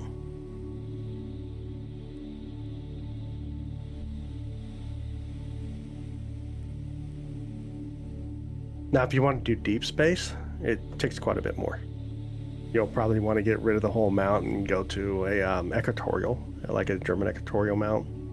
I did this one can do some deep space. It's not perfect. It does have the wedge on it, which is like another $450. Then you got to get a focal reducer. So it gets up there. The SE mount, or the SE telescopes, even the 4SE, which is a matte Cassegrain, or if you get into a mid Cassegrain, they're okay for deep space, but it's not really, these really aren't built for deep space. They're a lot more for planetary views, but it's kind of like a hybrid. It kind of works. That kind of makes sense.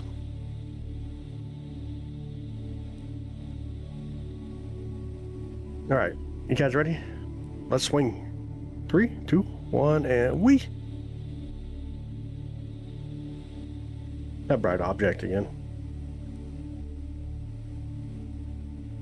Puts it in perspective. Look how massive Saturn is in our view compared to how massive Neptune was. Really puts it in perspective. Let the telescope calm down here for a second. You can see just how beautiful the moons are there. Like he was looking at Neptune. What is deep space? Yeah, deep space. When we talk about deep space, you're talking about like globular clusters, which show up really well in the Cassegrain telescopes. But then you get into faint nebulas and galaxies. So those regions. So if you want to look at like galaxy nebula, It's not the best, it'll work. But when you talk about deep space, usually it means that you're tracking the object and you're taking photos. Yeah, a lot of moons tonight. The one on the bottom left, or if you're on the horizontal side, the one down here by the telescope there, that is the moon Titan. Titan's the second largest moon in our solar system. Gobbler clusters. Gobblers say gobbler clusters? Globular clusters. Globular. Gobular. Yeah, they come and eat you. It's all bad, dude. But globular clusters. Maybe I didn't say it right. Make sure I pronounce it correctly. Oh, man. I like that guy already. It's a really cool moon. It's really wild because it has an atmosphere which just blows your mind. A moon that has an atmosphere and has weather. It rains on Titan. Like, how crazy is that? It's not rain like we have here, but rain nonetheless.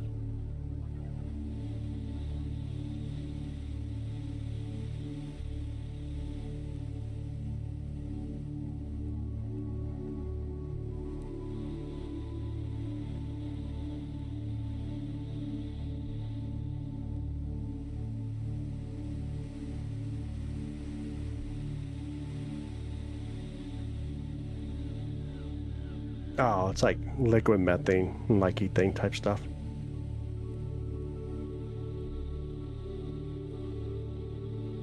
Doesn't sound fun, right? Titan would be a very interesting moon to explore. I do agree. It'd be really interesting. Anywhere outside of our system considered deep space? Yeah, for the most part. I mean, even then, some even in like the Oort cloud could be considered deep space. It's just objects that you typically don't see because of the magnitude.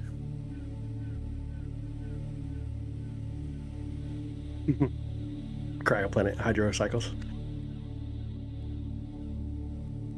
If I was an astronaut, I wouldn't get nothing done for looking out the window. Dude, I could see that. We'd look over and say, Mike, what are you doing? Oh, man, I'm just busy. Methane, stinky moon Titan. You got a new chair. I'm Saturn in it right now. That's funny. That's pretty funny, dude. Really cool view, though. If we pull out the brightness, obviously we can see Saturn much more clear. Really pulled out. And you can start to see the striation a lot better. And if we did a better focus job, then probably see a ton better too. Give him scratches for me, Jenny. Oh my goodness. That is a no smoking planet. Oh my goodness. Yeah, staring out the windows. Not getting any work done, Mike. There has to be life on some of these moons. It's possible. Very probable. That's mind-blowing, right? Because for a long time we were thinking planets near the perfect position from the sun and we're going to have life, right? And that's a lot of thinking. And it's like, oh, but moons near planets could have life. It just builds up the probability so high. If you're just right to participate, I mean, so there's quite a bit. It takes a lot, right? You got lightning on Saturn. We have methane on Saturn. We have pressure on Saturn. We got the heat on Saturn. That's why we think it could have diamonds. We don't know, though. Not 100% certain. And this is true for any of our gas planets. Heat up that suit, or heat up the get your suit, and then you'll eventually get the diamonds. Also has a subsurface water ocean. What type of telescope are you using right now? C11. Oh, Saturn already got it. Or Saturn. Someone typed Saturn in on the bottom. I answered it. Jenny got it. She's on it tonight. Y'all, Jenny's going to take over the live. She got this. Might have something. That's true. That is true. Jupiter's icy moon. Europa is very interesting. Really interesting moon. The original astronomers and philosophers had access to this type of equipment, dude. Yeah, that'd be pretty wild.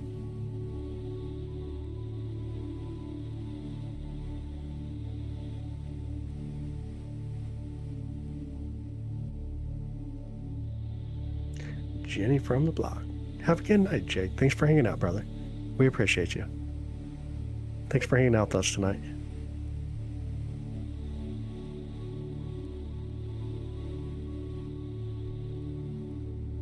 You know what's really fun, though, when you're hanging out with Saturn?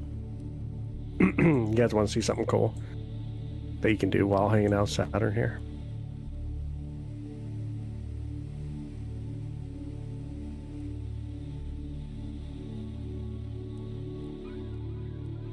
They do. They actually spin at different speeds, Kimberly. The rings closer to the planet actually spin faster than the rings further out do.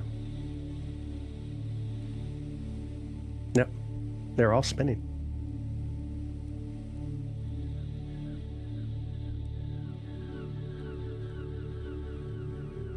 How many times a week do you say C11 in Kansas City, Missouri?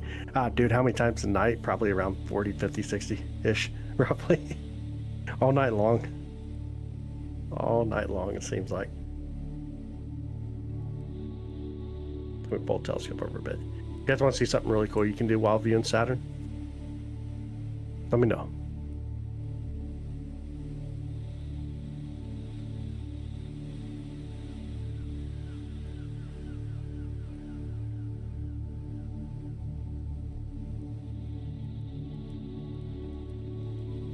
Yeah, of course Sean does.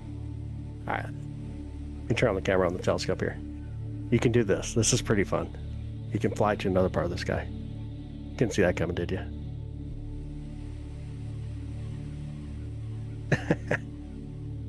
You can spin to the other side of the sky. Hi, Sunny Lynn. How are you doing? Good evening. Here we go. You guys know where we're going? Take a wild gas here. Let's see. Can you guys see that right there underneath the telescope? Make out what we see? Let me bring that in real quick too. As we're swinging around here. Check that out right there. You guys make out that constellation?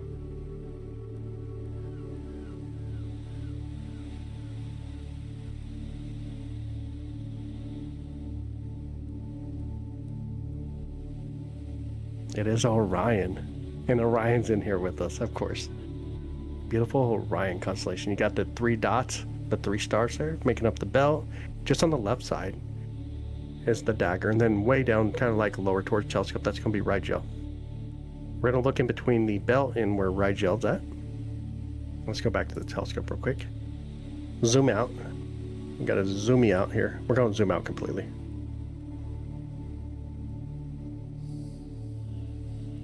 Get way out here for a minute. Get a little bit more further out. Alright, so here's the whole field of view that we can see with the camera on the telescope. Let's see if we can spot some stars real quick. Get some more brightness. A little bit more brightness. Okay, we're going to plate solve it, so it's going to recenter Orion for us. Go move the telescope just a bit. So you make these really cool little star trails coming in. And here we go. Coming in to a beautiful Great Orion. We'll let it kind of settle down the telescope. We're going to zoom back into this region first. Look at the trapezium. Look at a stellar nursery where new stars are being formed. Where they're being born. It's super cool. Let me speed up the camera real quick. Just enough brightness. We can see Orionus A, B, C, and D right here. The trapezium. It's going to be that location. This is the one of the stellar nurseries inside the Great Orion Nebula. If we start getting a little bit more light, of course, we can start to make out a lot more of the gases here. But let's take a quick photo here. Just a real quick photo. Been to Southwest Montana. Ooh, it's been a long time since I've been to Montana. I was a young kid when we went to Montana. Whoa! Too much light. Too much light. Can you guys see why? There's a lot of stars back there in that stellar nursery. Let's see if we can take out some of the brightness. See if it looks a little better for us. And then, now we can bring in some light. Check that out. How gorgeous is that? Down over here, these right here, let me see if I can get there properly. Like these right here. I don't know if you guys can kind of like see that kind of bubble. You guys kind of see that bubble around that really faint area? There's a star right here. But this is a planetary system here. This is a star with a lot of gas around it, and it's starting to develop its comets, its asteroids, its moons, its planets. And this is a young solar system. You see a ton of those out here. And the way you can really make that out, if you use a hydrogen filter, you can really make out the star inside of it. Now, this is the SV405 CC.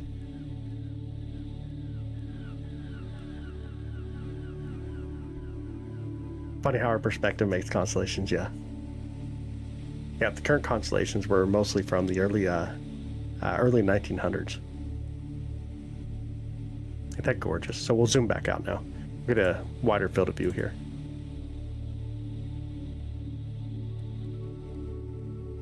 You see faces on the clouds.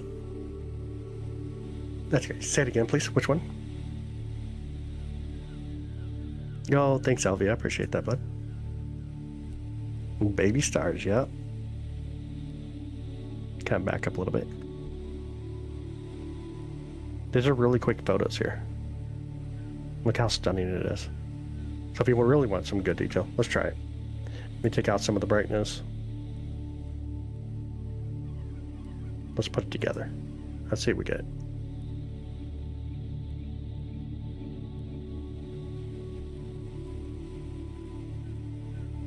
Takes 30 seconds. We're going to do a 30-second photo. Ours is named after Sol. It's just easier to talk about solar system so people understand. But, I mean, we can actually get there if you want. Our sun being Sol, so we call it the solar system. So they are exoplanetary systems, if you really want to get technical. But yeah, got a little bit of star trail. We'll still get a decent photo though. No, I'm not tracking right now. We're just guiding. Guiding and stacking. No tracking. Yeah, if you want, I mean, if you really want to get technical, a lot of people understand like solar system means your Sol being our sun. We got one solar system. This here's the, oh, I didn't put it in there. The SV405cc from SV Bonnie. It's a Coltech deep space camera. That's beautiful, ain't it?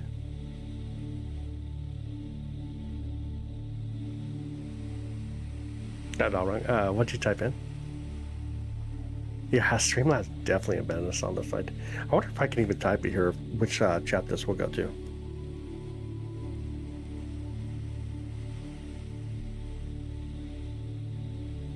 It only went to the other YouTube chat. What is the deal? My goodness. Here, I'll type it in this chat directly.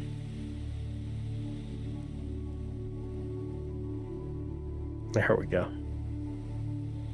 Right now, I do not have the cooler on, I don't think. Let me make sure. No, it's not on right now. Currently not. There it is, the Great Orion Nebula. Beautiful, ain't it? I'll bring in a little bit more light.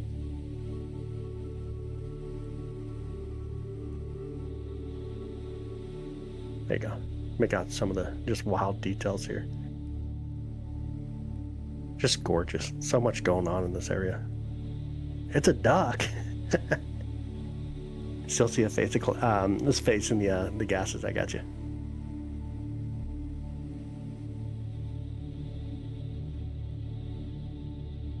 Gorgeous though, ain't it? Always a wow moment getting to see stuff like this. It really is.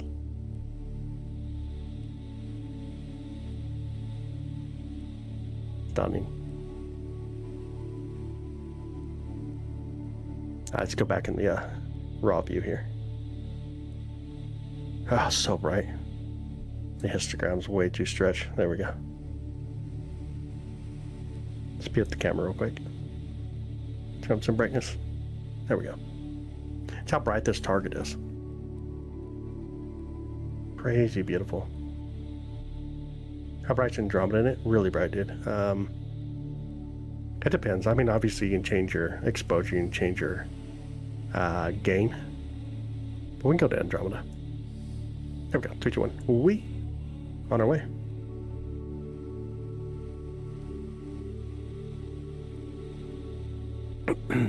Ever seen any UFOs? I have not.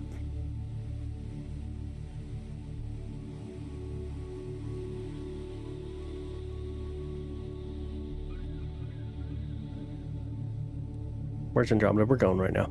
We're on our way. Gotta get the telescope there first. Go buy some stars. Oh, thanks, Wesley. I appreciate it, bud.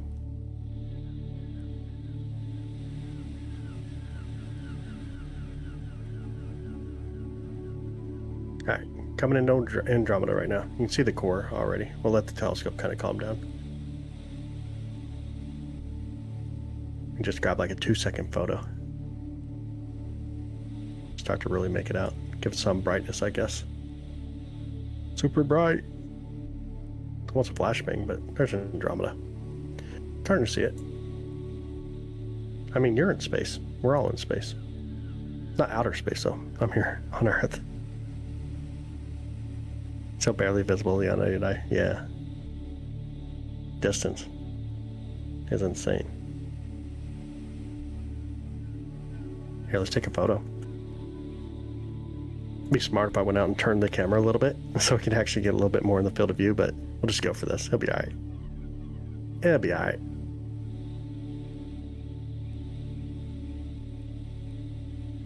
This Andromeda Galaxy. James Webb Space, the James Webb Space Telescope, where the thousands of galaxies in that tiny shot is crazy. Oh yeah, that wide field view is just amazing. Oh, I got you. Here comes Andromeda. Get up brightness. Let me get the telescope out of our view too. See a little better.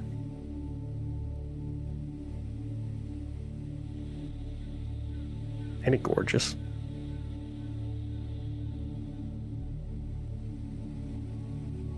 On the way. That is so funny. Right now we're using C11 focal reducer and the SV405cc on top of the EQ6R Pro mount.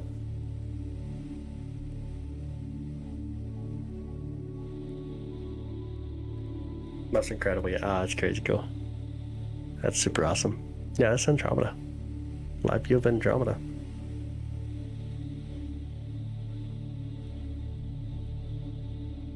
.405, yeah, 405cc. C11.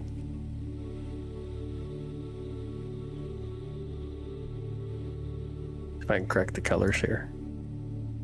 Maybe. Oof. Give me wild colors. Get some more brightness on it as well. Look out like the dust lanes. Just how beautiful it is. A lot going on here.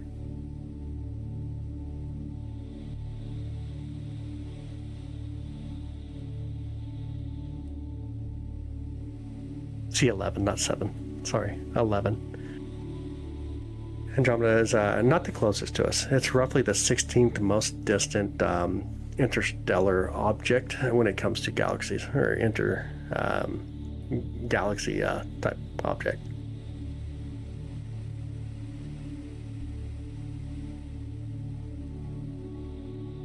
We are actually merging with a galaxy right now, the Sagittarius Dwarf Galaxy.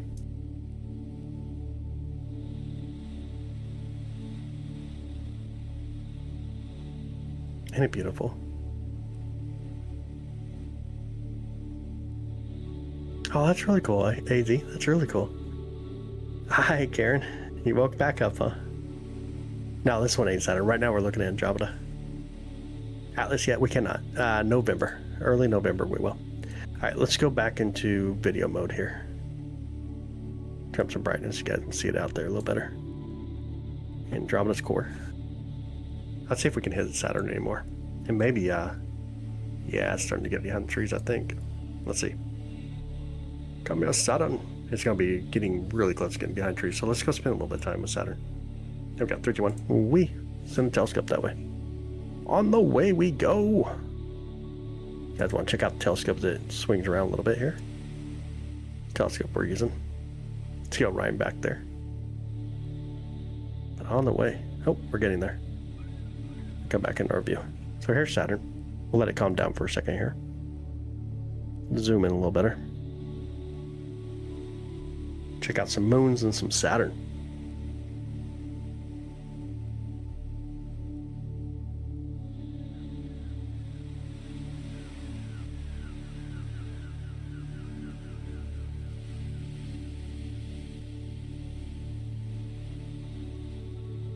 Beautiful Saturn, some moons out there.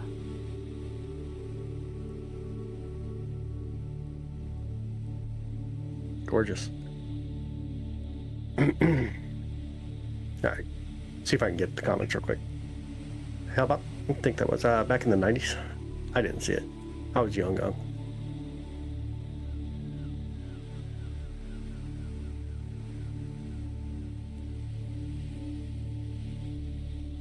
Zoom out one of the moons. It just to be pixelated for us. It won't do nothing. It's just digital zoom, right? So you got to put in different equipment to get better zoom, but it'll just end up being pixelated just because digital zoom at this point.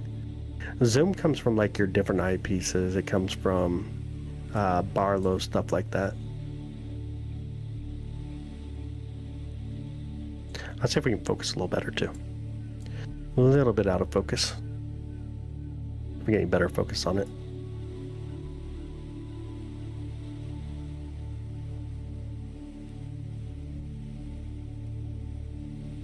We will be getting behind trees here quickly, though. I think it'll be much longer. We'll be behind trees, branches. Were you able to see 3i Atlas? I have not. I was not able to see it yet. We need to be able to see Saturn's color patterns. You need to be able to do long processing, like capturing a video. You stack it, then you start to bring out some of the details. What kind of maintenance do you have to do on the telescope observatory? A lot, man. There's a lot going on there. The telescopes always need to be a little bit cleaned up, need to be collimated, make sure things are tight on it, obviously grease up the mount a little bit, make sure the belt on it's good, in good shape. The observatory itself, just obviously clean it. All right, Gobbler, I appreciate you, bud.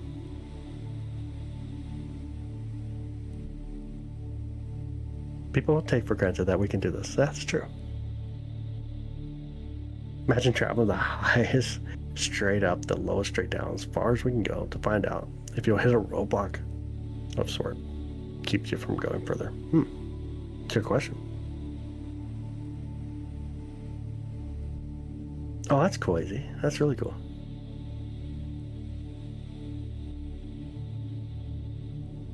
Oh, Robin, welcome in, by the way. Honestly, welcome in. Glad to have you here. I think so, Ryan. I appreciate you, buddy.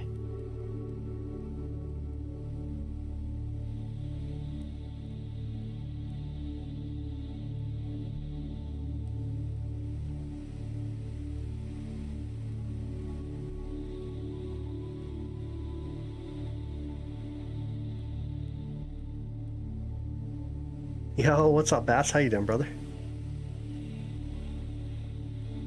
I do have some filters. I got like a ton of filters, man. I hardly ever use them because of how much we jump around the sky. I got a lot of filters, though.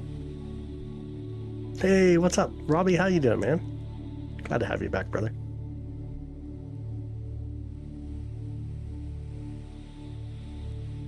I have not. I would love to, though. Honestly, would love to. I got a friend that lives not too far from it.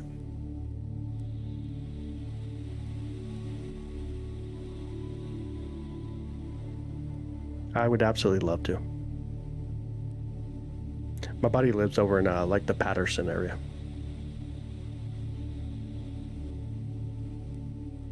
Nancy said at home in Tyson. So when I fly home, I can use it there. Oh, dude, that'd be cool, man. Yeah. It'd probably be a lot better. That way you can actually not have to carry it around with you. Sort of education one needs to work at the work at an observatory. Honestly, some observatories will just hire anybody. You can be self-taught through. You can also be all the way up to your doctorate degree in different fields, of course. It just depends, though. This is my backyard observatory where I'm at. Darby, you scared me, dude.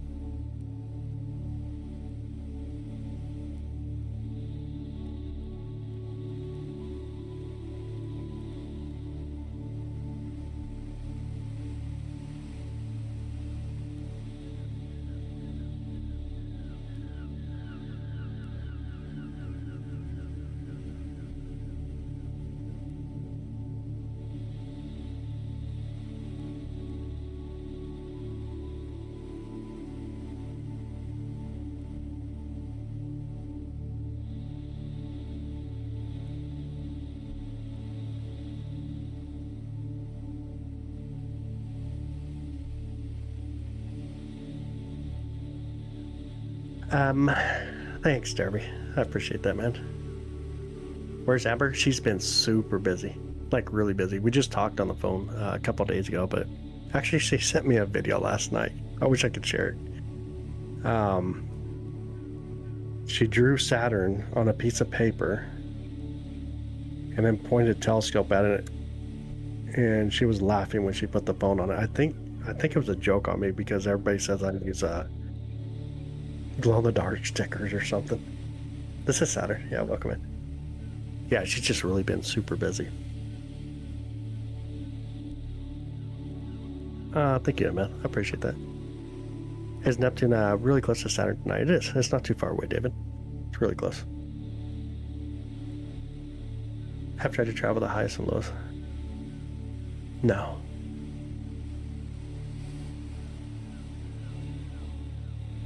That makes sense, AZ. Live in Florida, I saw a lot of fireballs. Didn't see them much up north, though. See more closer you get to the equator. No, it just depends, man. It just depends on the which meteor showers or which meteor debris we're going through. They documented what the systems pick up and where. Oh, that's so cool. That's really cool. That's really cool. Yep, we got Saturn, and we got some moons around Saturn as well. If we turn up the brightness, obviously, we start to make out some of the moons out here. So we can get quite a bit of the moons come through. You can take pictures of the galaxy with an iPhone. That's really cool. Absolutely. Just watch the fastest satellite. Never have ever seen in my life. No way, man. That's crazy cool. Yo, Gobbler. Yo, thank you so much for becoming a member, and thanks for supporting what we do here. Let's see this, guys. I really appreciate you, and I'm sure the community does as well. But thanks for helping out and helping us keep up doing what we're doing so we can continue to look up. You wonder why I slammed into Saturn? So it didn't slam into Saturn, just got a little too close, right? But probably either a moon or it's either a moon or a comet. Moon might be the most likely.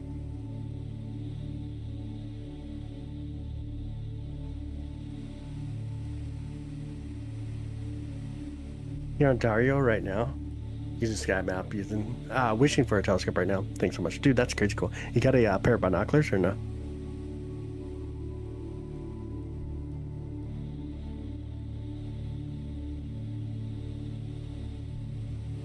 Doppler, thank you so much, buddy. I appreciate you, dude.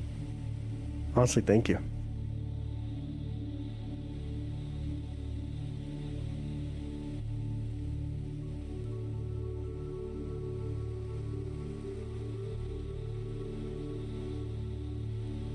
Yeah, I got the brightness turned up so we can see some of the moons here.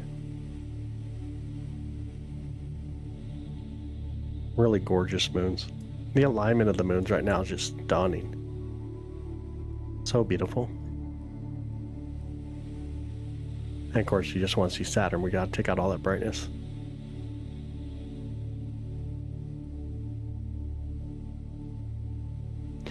But we are getting close to a tree over here, so we're going to lose a view of Saturn here quickly. The moons do look so beautiful. They really do. My phone's saving for my telescope. Ah, okay. It's so dark, brother. I got you, man. That's super awesome. I hope you get a telescope really soon.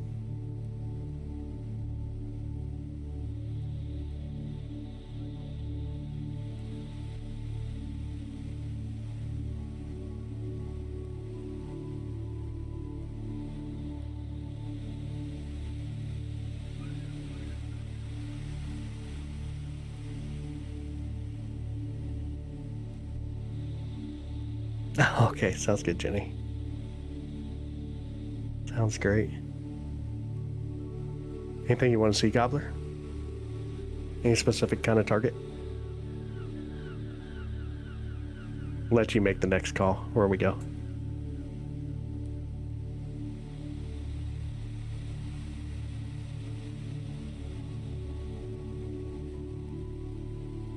Oh, the sun will puff out its atmosphere. It'll go nova. It won't go supernova. It'll just go nova. Okay, sounds good. 1016. I wish, man. I wish. It's not observable. Energy don't leave black holes. We just don't see them. We can see the effects, but we don't see the black hole itself. And of course, looking for the effect takes a whole long period of time. It's mind-blowing, yeah, for sure.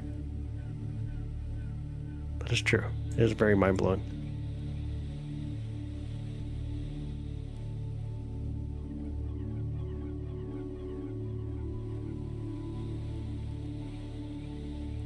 You want me to pick one for you?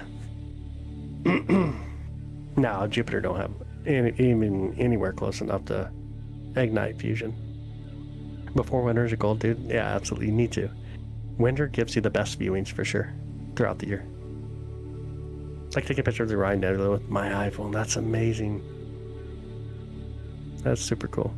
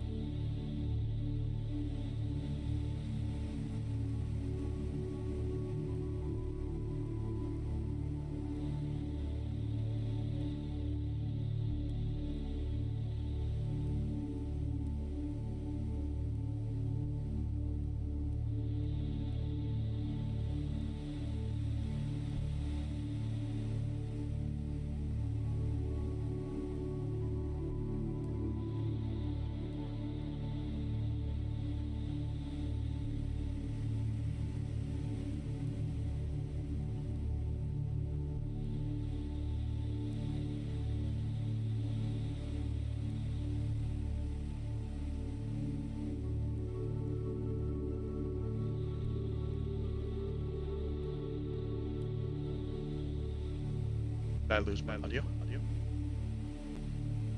Test.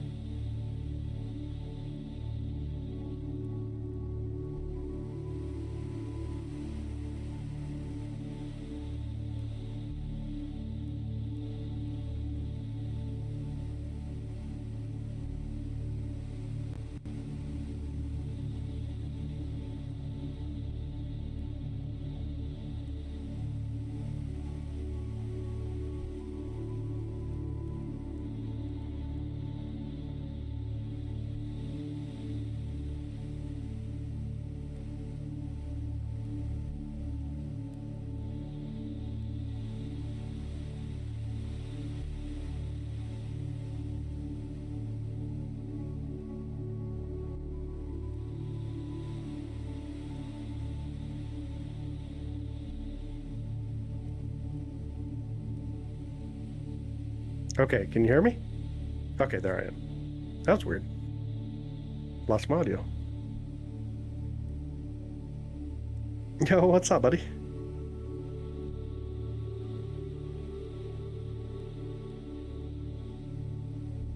Let me look for it.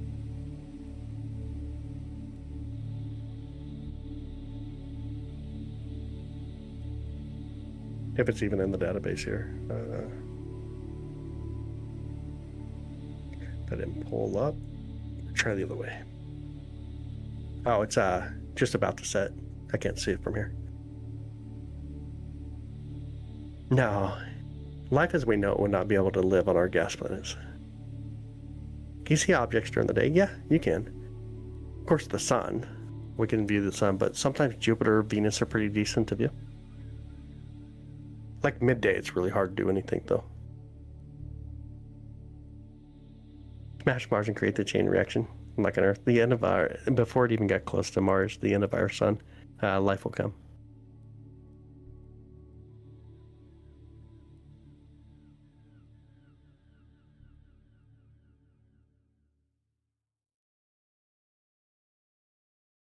All right, let me take us to a really cool place here. Here we go. 3, 2, 1. Oh, wait. Let's do this too. I don't know how loud this is out there. Where's my audio? Right here.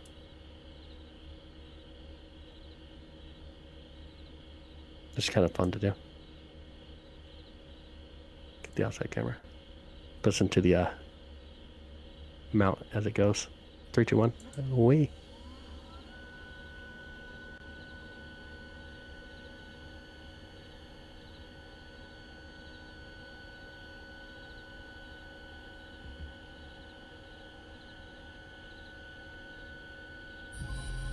Yo, dude, thank you so much.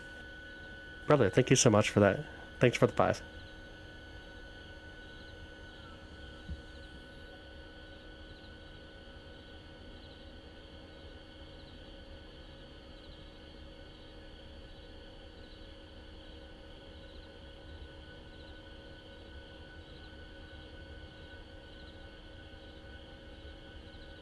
Yeah, thank you so much, dude.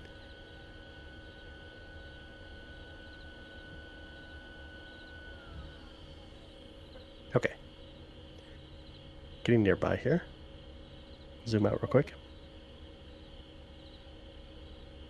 We're at the Great Orion right now. And we're going to move over just a bit.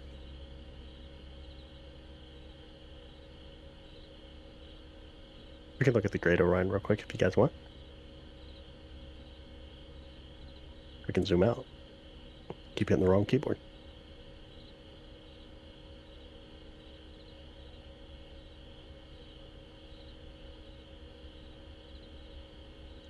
But the target's not too far from here that we'll go to. Let's grab a real quick photo here.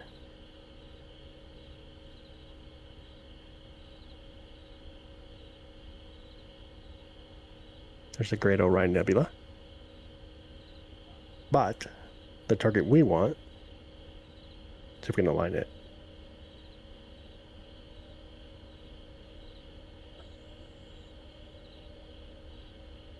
Right here. Slew. Let's go.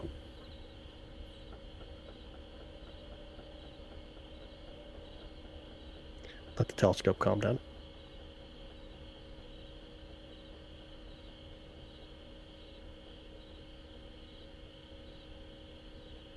All right, let's take a photo. 30 seconds. We should get a good view here.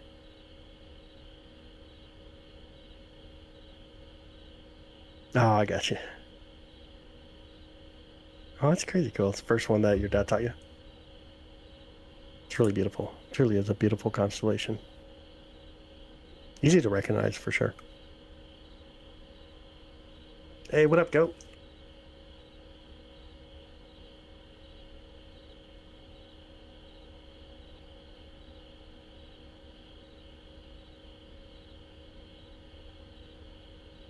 You guys make out what we're looking at yet?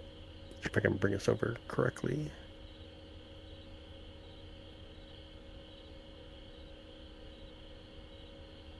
Wow, I should have lined us up a little better. Let me do that. Let's align it real quick so we're centered up. Here. Here. There. Yes. All right, so I'll move the telescope so it's centered up a little better for us. The Horsehead. Horsehead Nebula. Just gotta get moved over.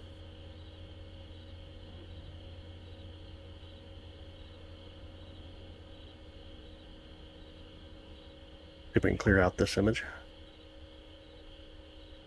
The next one's going to have really cool star trails in it.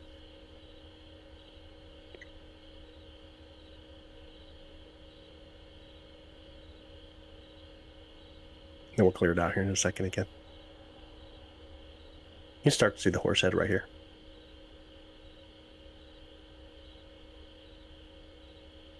Oh, yeah. A lot of people have a hard time even seeing stars nowadays.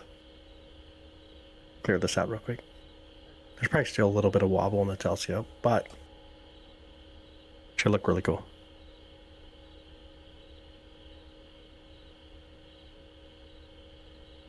I can start to see the horse head. Grab music back in.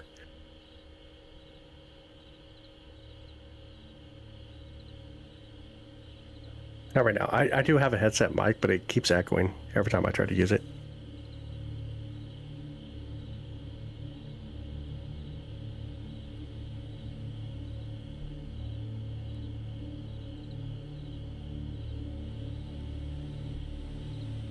He sent me only the Triangulum Galaxy. Oh, Fortune Horse. Just subscribe to the channel. We're looking at the Horsehead Nebula. What a perfect time. We can see Pluto. It's just behind trees right now. It looks fake. I mean, sorry. Live view through a telescope right now. We're taking 30-second photos though.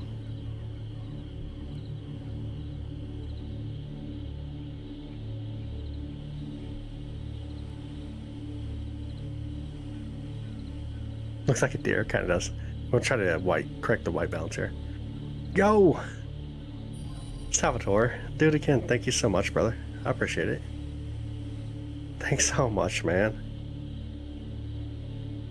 Thank you so much for the love and support. Honestly, thank you.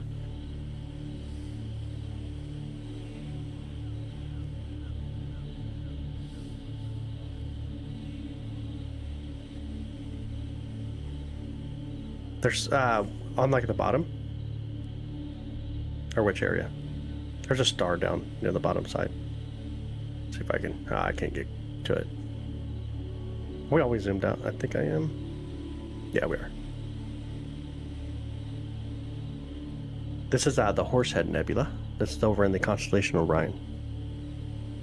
We have amazing viewers for sure. Really awesome community. Really awesome community. Alright, let's go to the live view here real quick. Let me speed up the camera. Let's go to another target really close to where we're at. See if we can get there properly.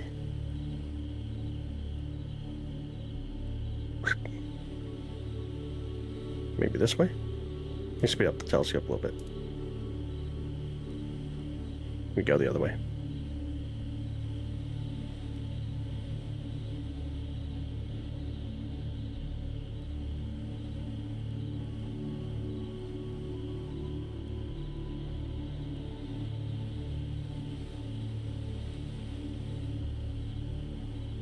Gotta get myself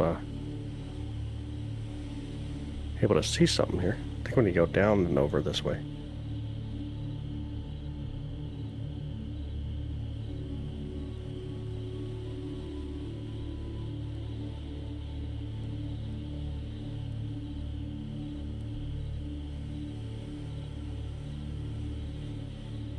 Alright, we're almost there.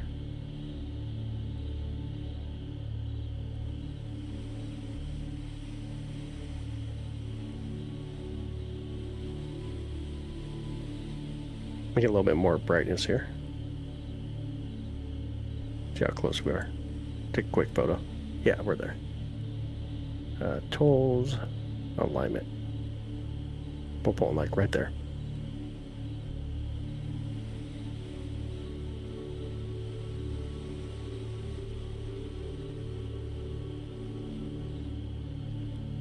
Let it calm down for a second. Drop down some of the brightness and we'll take a photo. That's going to be the Flame Nebula, which is really close to the Orion's belt. Yep, Flame. Go for the flame.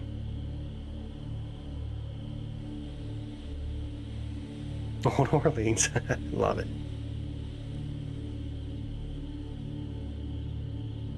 Why can't you see stars tonight? It's probably too much light pollution. Light pollution is the worst. 2 a.m. there in California. Should be asleep. 3:47 here in Kansas City area. Kev, relax, man. I think you need to relax, buddy. Here we go. It's trying to come through.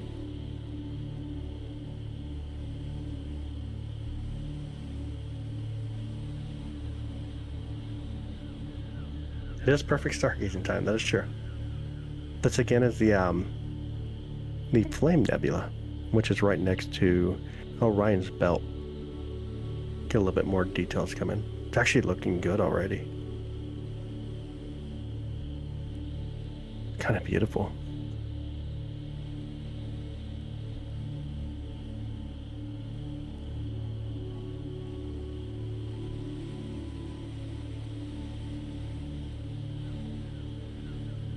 $249 in Montana. Got that mountain time.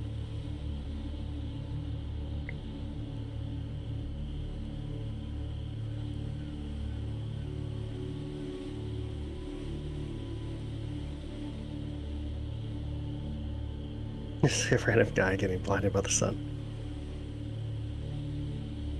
Cav, man, honestly, just chill, bro. Chill, enjoy the views, man. You don't have to be going into the negative views, man. We're looking up, not looking down.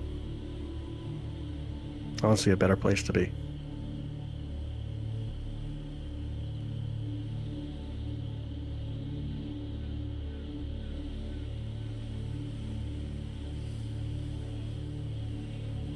I think it's going to be a comet. Get in the fog? No! Don't want to know that fog.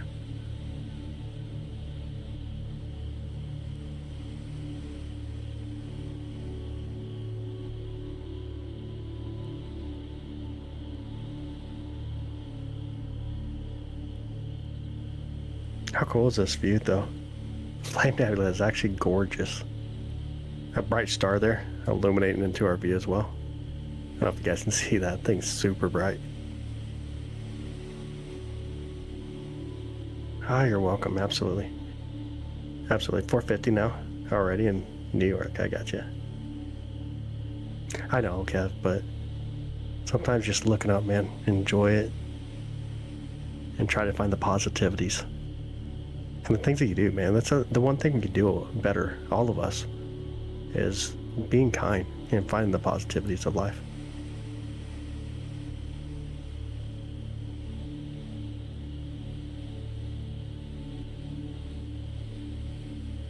Let's see if we can see Jupiter yet.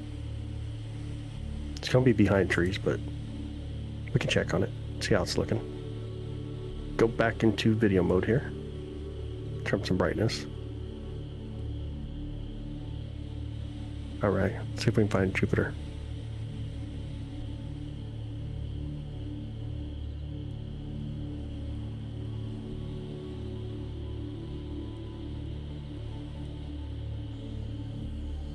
On our way.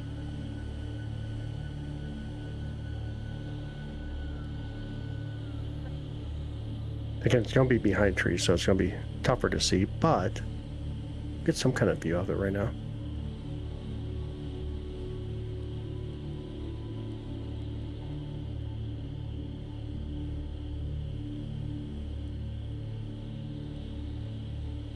Try to zoom in a little bit.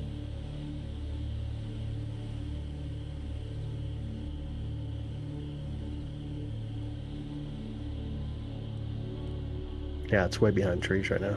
Gonna be really hard to see. Almost make out a few of the Galilean moons over there. Stepping up here in Michigan, no light pollution, you can see the galactic plane. Dude, that's amazing, dude. That's really awesome. That is really awesome.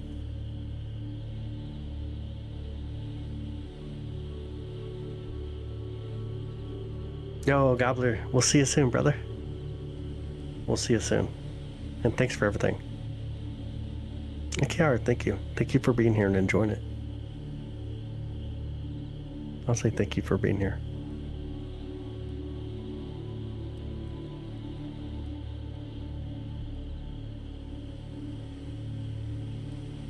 Let's go to, let's see. Let's go over here real quick. Oh, you're sticking around. I got you. It's hard to see the moons because of the tree branches. That was Jupiter. Tree branches blocking us. Right now we're going to swing over to another location. Let the telescope kind of calm down here.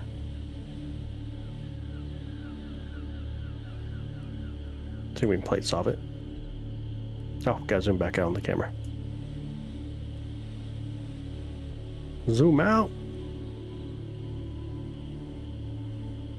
I think you KR. Honestly, thank you, man.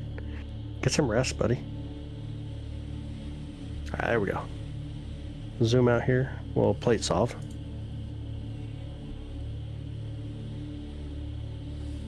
For a tree cutting service, that's funny. Oh, you're in Long Island? I got you. Alright, we'll let it calm down here for a second. We'll take a photo. 30-second photo.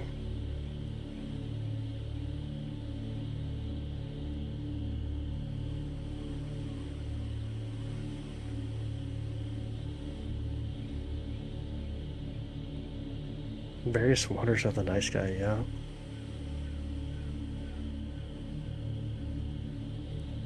Alright, man. Sounds good, Sean. Be safe, brother. Thanks for everything, man. Truly appreciate you, dude. Thanks for everything. Alright, plan out. Good night, bud. Alright, here comes. See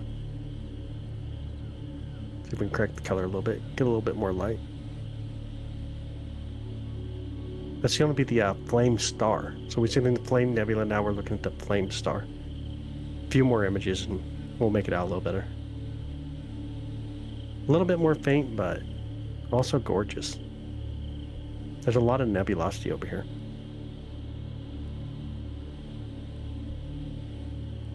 Get rid of that tree, eh? Wash those feet, Jenny. Oh my goodness.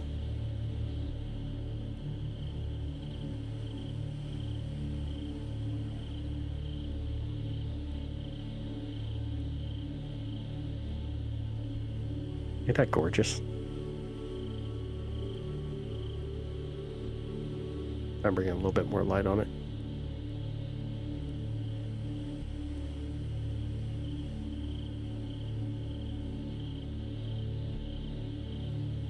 See some of the cool details.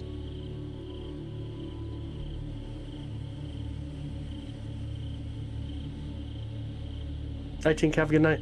Thanks for hanging out, bud.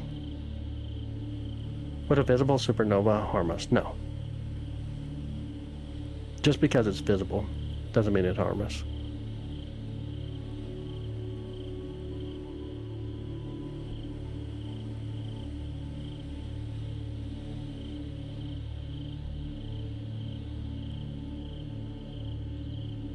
Alright, let me speed up the camera real quick.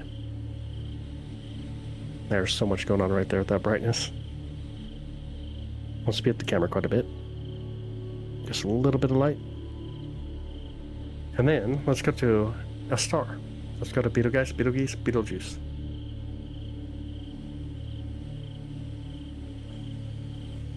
On our way.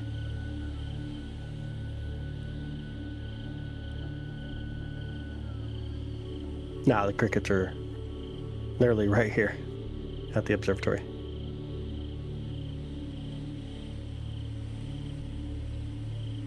See if we can zoom in a little better here.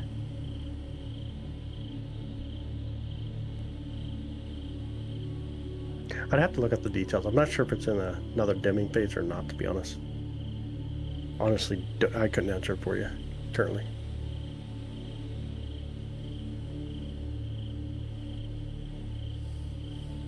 Just don't say it 3 times, right?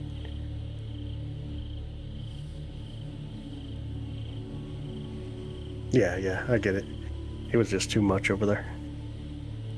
Definitely too much.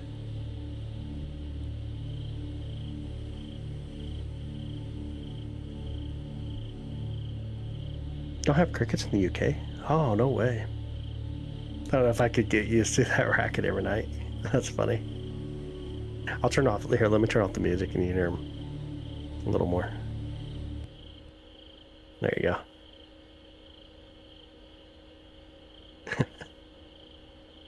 Yeah. I think she did, Ben Kevin. He was pretty crazy over there. This is the Betelgeuse, the star Betelgeuse.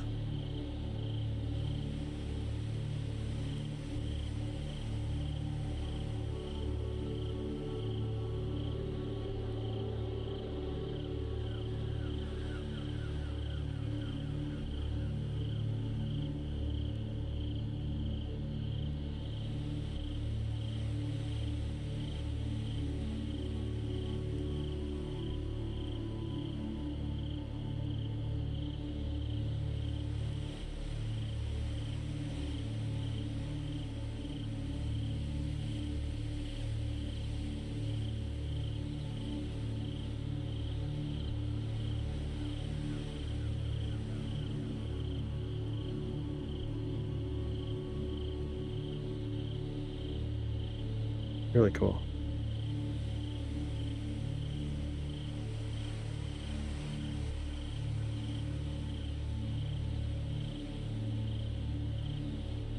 Ain't that stunning? Yeah, it is a double star system. Binary star if you want to go that route.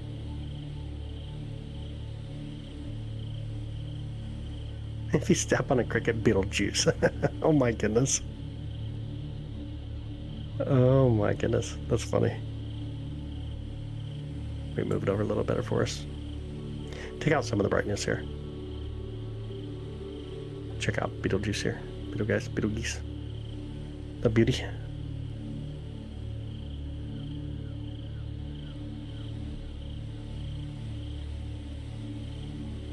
A lot of beautiful refraction spikes coming through. Twinkling next year, yeah. How long ago we look at Betelgeuse is like 650 years ago. The light that we see is roughly 650 years ago. Hey, what up, D-Vids? What's up, brother?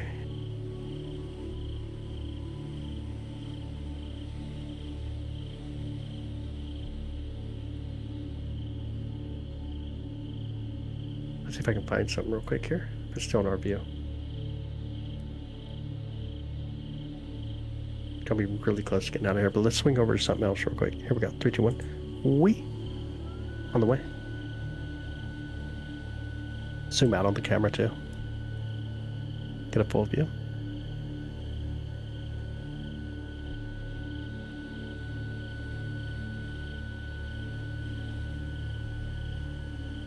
Get some more light to come through.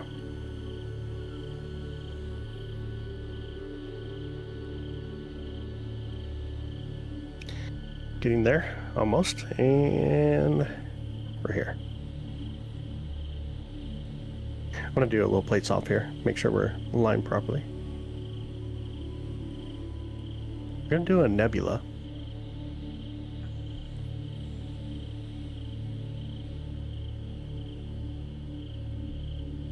Ah, sounds good.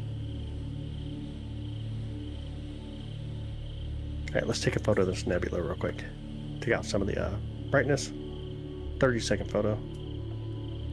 That's gonna be called the Bubble Nebula. D-Vince, dude, thank you so much, brother. Dude, thank you so much. Appreciate that.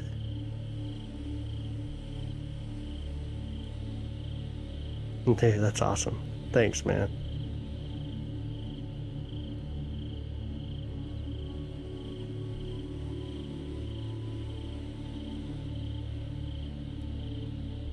All right, here we go. 4 seconds. You get to pick how long to expose for a picture. We do. And here is the Bubble Nebula. Bring out some of the brightness here. I'll zoom in just a bit here too. Align the white channel balance. There we go. We'll zoom in, then we'll bring in some more brightness.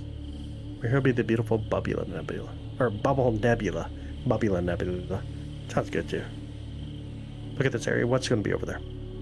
9 hours, 55 minutes, 3 seconds, and 69 degrees, 40 and 46.7.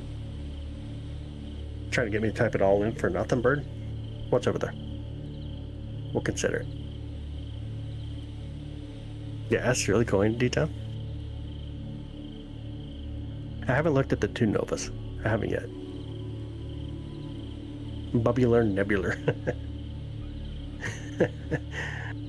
Will be its name from now on. Bubula Nebula. There we go. Bubba Nebula. Got it. Also major. Oh, okay. Which one is it though? You got a name or no? It's hard to start just typing in a bunch of declination and right ascension. Easier if you have a name and I can just pull it up that way.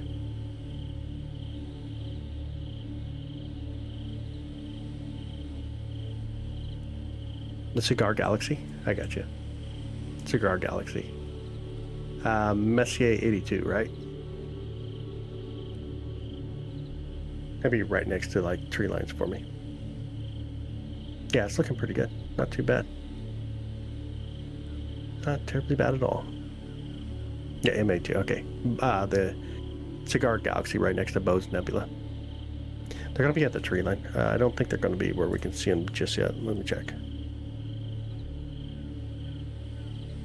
Speed the camera back up. Go back to odds to be an astronomer. Oh my goodness. Don't blame me though. The Great Bear, that was the second constellation my dad taught me. Very nice.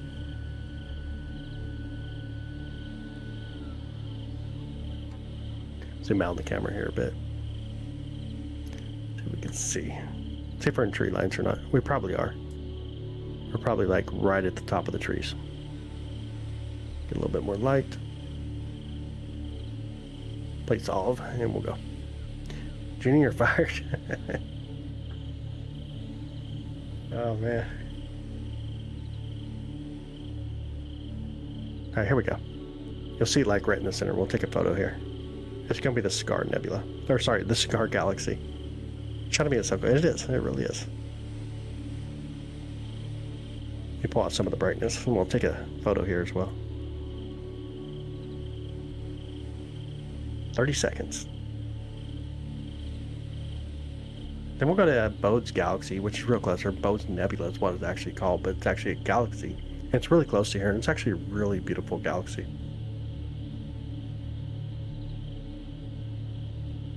And fired. I don't know what happened. Somehow you got fired. Yo, what's up, Michael? How's it going, man? How's your night?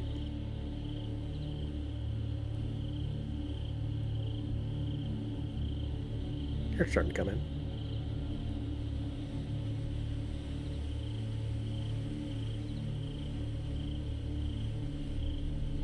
I wonder if the chat box can see both chats or just the one from the other side. It's so weird that the bot's not seeing the two streams for some reason. Up too late again? It happens, man. It definitely happens again. Oh, yeah, it shows both chats. That's super weird. Alright, what was I doing? Oh, yes. Correct the colors. Fix the brightness. And then check out Bode's, or sorry, the Cigar Galaxy.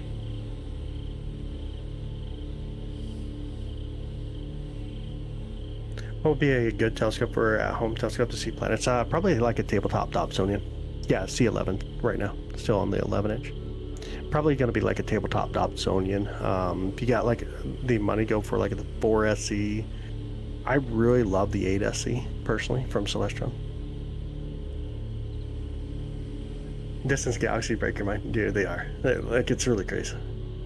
Really crazy when you start putting distance with.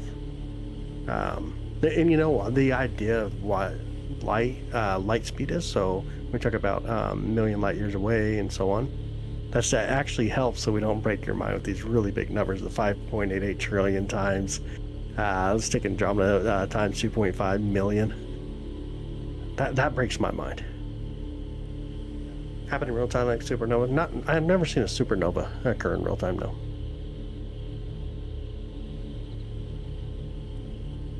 Can you zoom in and just find your channel? I mean, a little bit.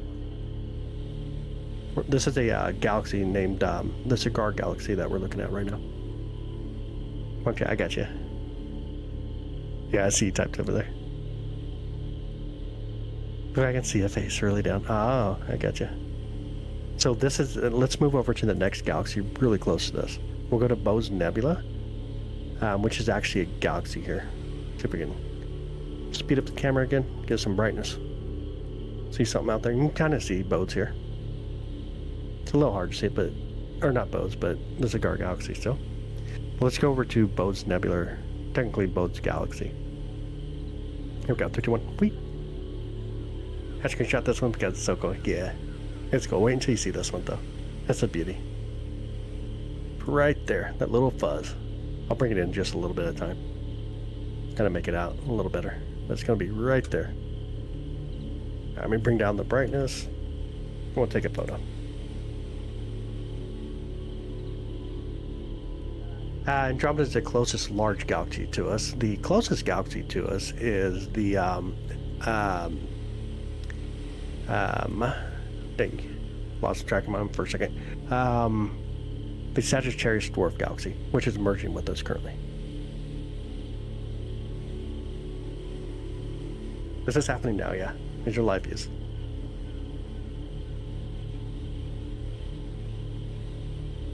Andromeda is M31.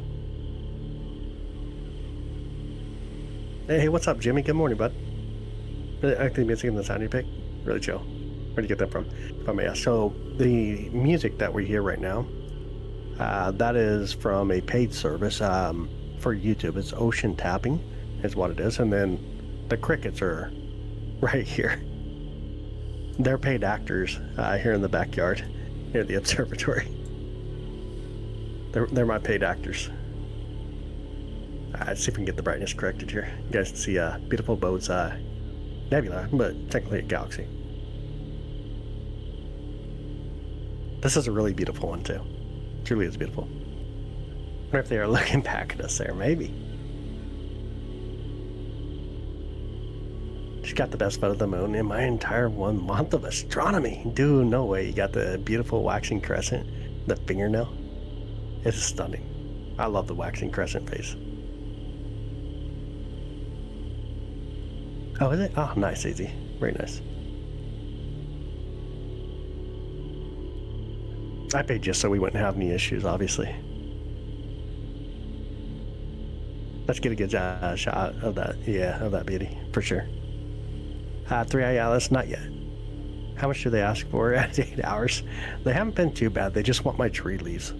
Tree leaves and grass. I'm waiting for them to unionize, or cricket ice. They're gonna go on a cricket ice.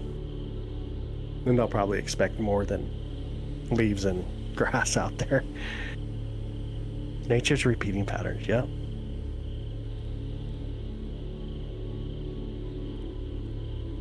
Isn't it gorgeous?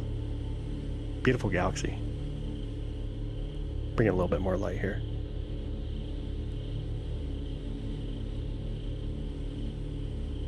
There you go.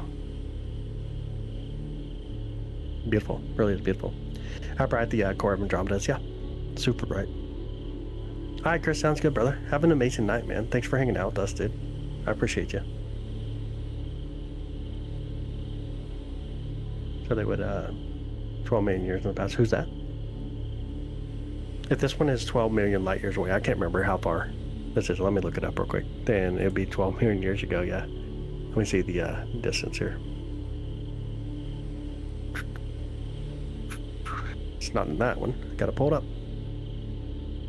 Bose Nebula. M81. 51, let's know. Messier 81. Yeah. So 11.74 million light years away. So yeah, they're seeing light from us about 12 million years ago. Same as what we're seeing here. The light that left Bose would be about 12 million years ago.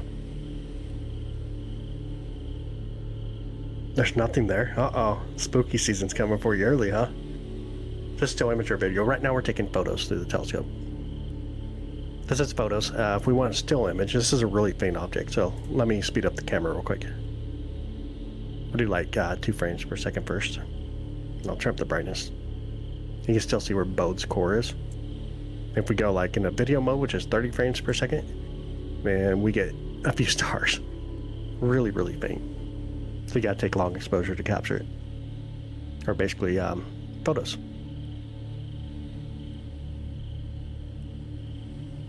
Seven Sisters, we could. Let me see how high it is right now. Still low enough. Yeah, we can go to it. There we go. 3, 2, 1. Wee! On our way.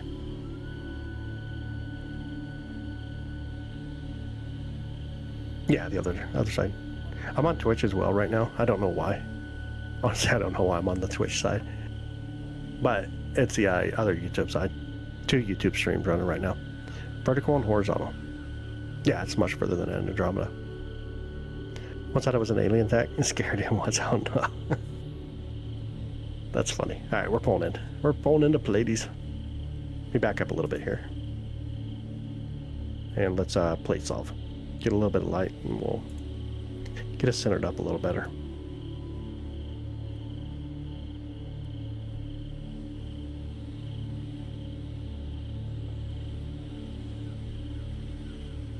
Hey, Natalie.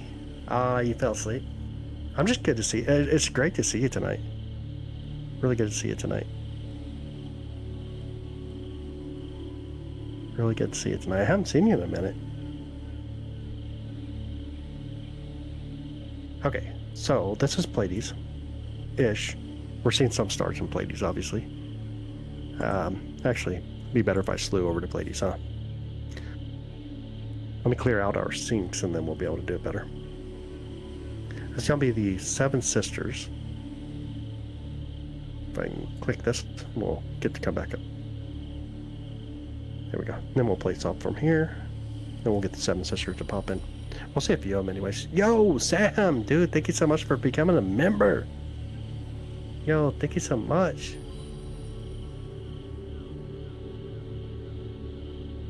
Dude, thank you so much. Oh my goodness, there it goes right there. Holy moly. All of Sean's gifts are finally coming through. Wow. When he sent those gifts earlier, they're just now coming through. That is crazy. We gotta wait for them all to come through. Now we know who got them. B got it? Alright. I see Blue got one. Ella got one. Nice.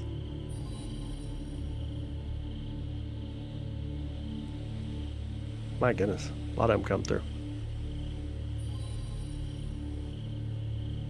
Yeah, he rocks for sure. There's so many coming through right now.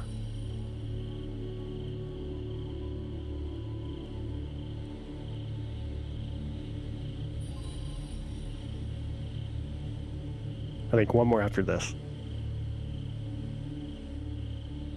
These are, this is going to be Jake's, I believe, right here. His gifted sub. There we go. He is. Really awesome. There we go. Wow. Yeah, it's for people to become like a member of the channel or send, what they call it on this side. On the YouTube side, a super chat, I think. Is that the name? Anyways, we're looking into Pleiades at this point. Let's see if we can take a quick photo. We need a quick photo. Yeah, really good dude. Super awesome of them. And so we're going to be looking at one of the stars in Pleiades at this point. How crazy cool is that? Let's see if we can do this real quick. I want to move us down just a bit. Go the star over here on this edge. Bring it into our view. Let it kind of calm down for a second.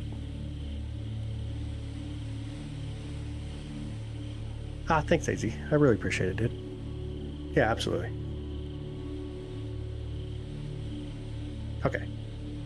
Now it's kind of calm. We're going to take out some of this brightness first. And we'll take a photo here.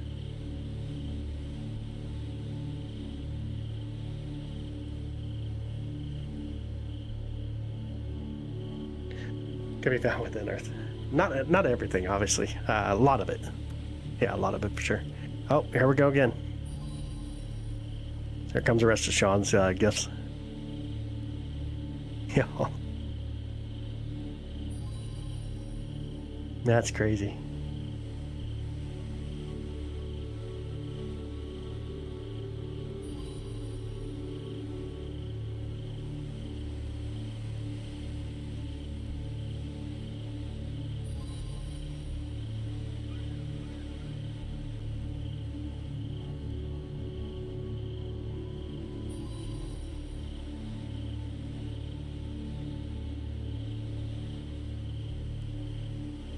Yeah, a few more. What are we at? That might have been it right there. There we go. But here's some of the stars out in Pleiades. Beautiful Pleiades, Seven Sister region. Cool area. All right, let's see. Let's go to this target over here. Let me speed up the camera. Get some brightness. See some stuff. There we go. So bright and full of life, yeah. It is, ain't it, Natalie? Here we go. 3, 2, 1. Gotta click the right one. And we on our way. Hey, what's up, Karen? How you doing? Welcome in. This will be gorgeous. This is always the wow view for sure. See if we can move it down a little bit. It's a little high right now. We can place all it here.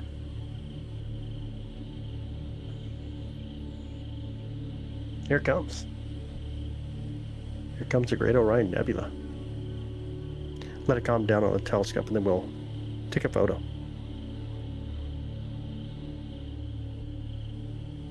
Alright, let's go for it. Actually, you know what? We probably need to make sure it's lined up properly. That'll be alright. That's not too bad. Here we go. We for the stack. Here comes some more. David's got a gifted membership. No way. Joe AJ.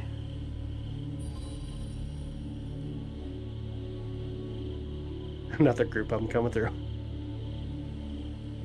While we're waiting on the photo to come through, which is going to be about 2 seconds from now. Hopefully it's not going to be too bright. I'm going to put out some of the brightness. There we go. Line the colors, bring in some of the brightness. Check out the Great Orion Nebula here for a second. If we can see some of the beautiful details in this beautiful nebula. It's gorgeous. There's a lot going on in this region. You guys see what almost looks like a face? It really stands out right now. Here's what made that noise in your room there, Jenny. Oh, nice, dude. Welcome back. Let me zoom back out a little bit.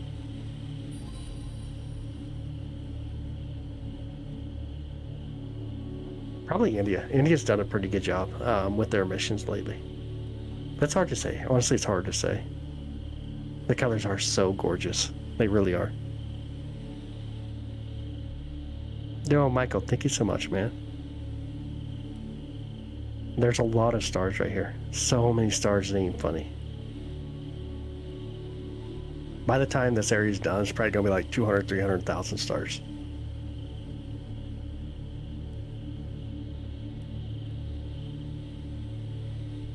Saturn's already behind trees for us right now. Can't get to Saturn anymore tonight. Tomorrow night, though. We'll get to it tomorrow night. What's Betelgeuse look like today? A star. We'll go to it in a minute. We'll get to it.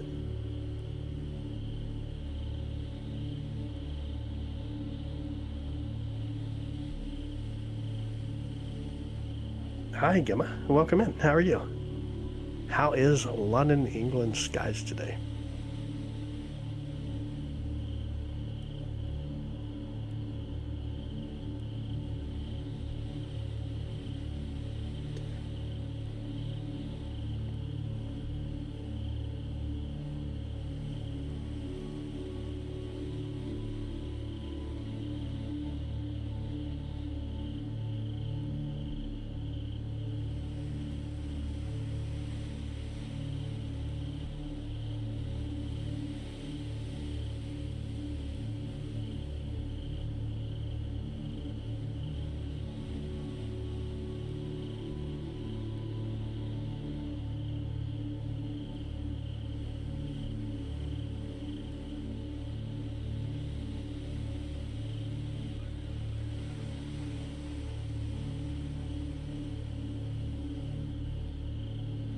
Gives me almost anxiety of how clear it is and magnitude stars visible.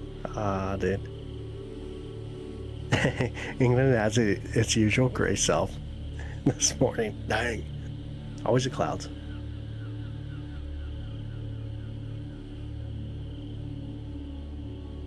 Always the clouds.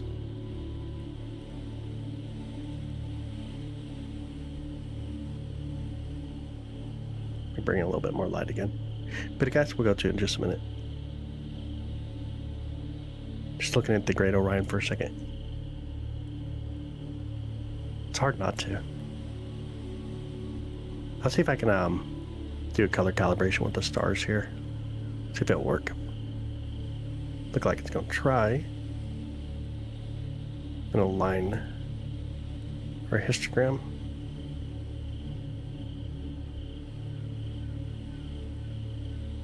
Probably that's not too terribly bright. But check out how much is going on here. Actually, that's a nice brightness because you can see what all is going on here. Ah, dude, that'd be awesome, bird. Mine's a roll-off roof observatory. So the roof itself slides over the room where I'm actually sitting at currently.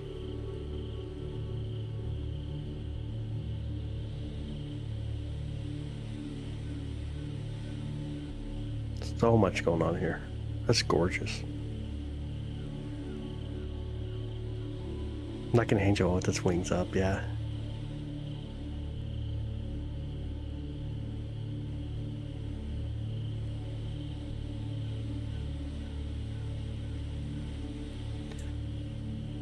So much detail in there.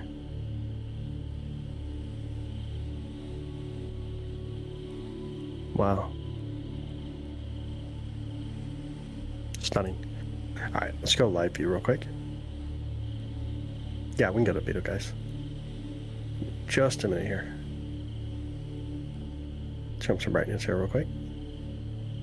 See the Great Orion there? Let's do it. Go spot it here real quick, and then we'll swing over to it.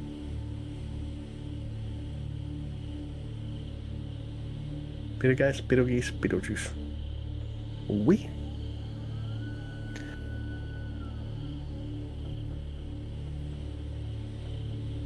We can zoom into Beetle guys here.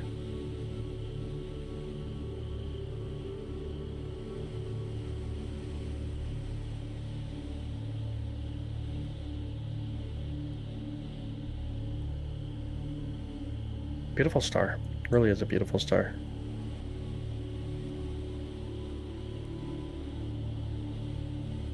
We built a part of the O2 scrubber for the ISS had a lever rotation observatory in his backyard. Used to love going out with him at night and just pointing the telescope places. That's amazing, dude. That's really amazing. It's not going supernova now. No. Camera's dropping frames currently for some reason. Oh, there it goes. Yeah, I'm sure that was absolutely awesome. No matter how many times you see it, it just keeps getting to you, yeah. It really does. It really does.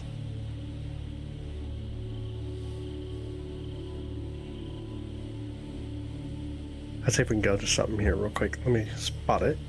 There we go. 3, 2, 1. Oh, we.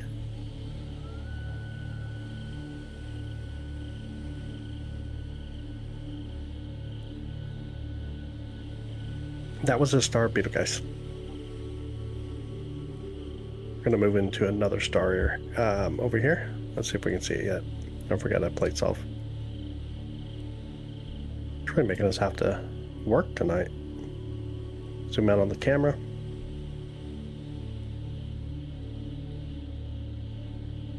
Get enough light to be able to get us to place off here. Get a lot of stars come through anyways.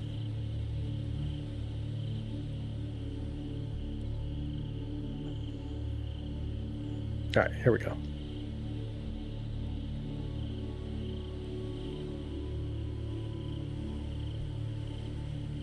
It's going to be the star Capella. We can zoom in on it. It's another binary star.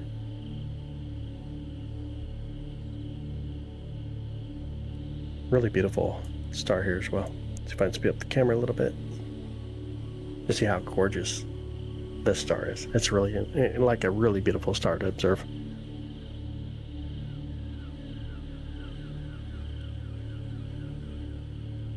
Yeah, going all over the place tonight. We've been to more places than the USS Enterprise this morning. That's funny, dude. That's really funny. From the star, noble gas and nuclear fusion, or is that the reflection of the sun? This is from the star, that star that we're looking at. It's from its fusion, the energy from its fusion. One was white and the other was green. It was 2 weeks ago. Some people see many. Most never see them at all. That's true. We'll be live streaming them here. So get excited for that. It's a lot of fun when we do it. We got several different cameras, including like this one. If we turn off the light inside the observatory, we're looking at the telescope there, but we turn off the light inside the observatory, then it actually looks really good. The light that illuminates where the telescope is, so you guys can see it, kind of makes it a little tough. But let me kind of spin this around a little bit, get past trees. This is a fun camera. That's a fun one for sure to look at meteors, and then we can use the all sky camera as well. So there are two different methods to be able to watch them. No, definitely not worried about it. The all sky camera, which right now is doing long exposure to the sky, of course, looks like this. I have to fix it on the other view here. Let me see if I can do that. If I can, let me just select it. There we go. Transform, rotate. There we go. That's the all sky camera. Now it's upside down, of course. Can you spin a few more times? There you go. If you're on the opposite screen. But yeah. Go back to the star here.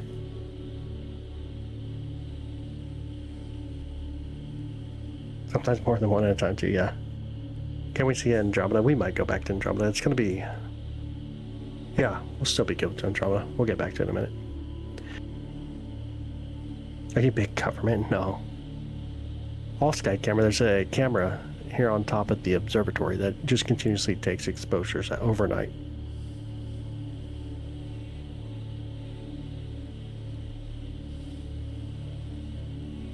That's funny. You can actually see it on my website at skieslive.com.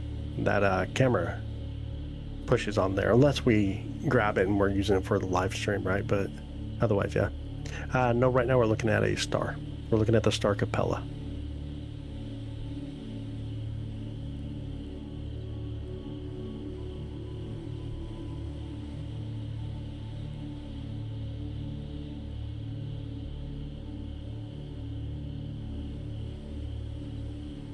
Oh, thanks.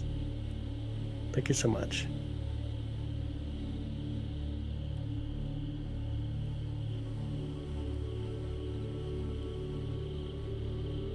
Saturn's behind trees for me. I can't get to it anymore tonight. Tomorrow night, though, we'll start out with Saturn again. Saturn and Neptune. At the beginning of the week, we'll be able to get back to the moon. Be able to enjoy our moon. 2 yellow stars, 2 dwarf stars, orbiting them. Ain't that crazy cool? Kansas City, Missouri, in the USA. Hi, Bird. Appreciate it, man. I appreciate you, bud.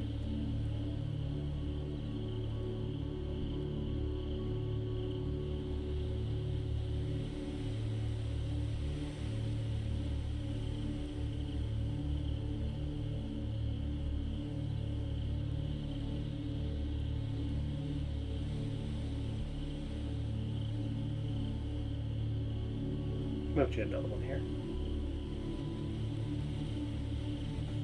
Here we go, on our way. No, it hasn't gone supernova yet, from our vision. You can zoom into Ohio if it was a real place. Oh my goodness. That's funny. I've done triangulum just a bit ago. So we can get the star in our view a little better. There we go.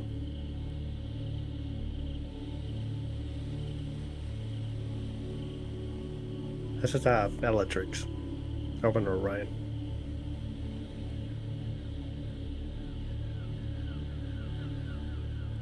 Roughly 252 light years away. This is my observatory here. Jupiter we can. It's still behind trees though. Still behind the tree lines for us.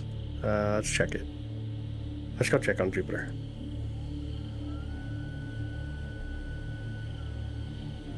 Thanks, Samantha. Glad to have you here.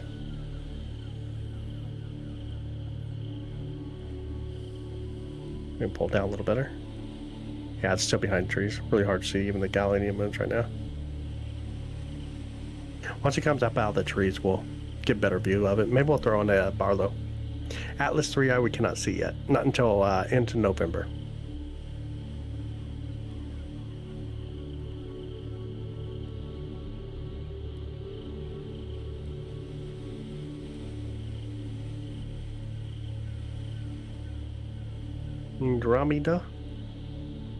Andromeda.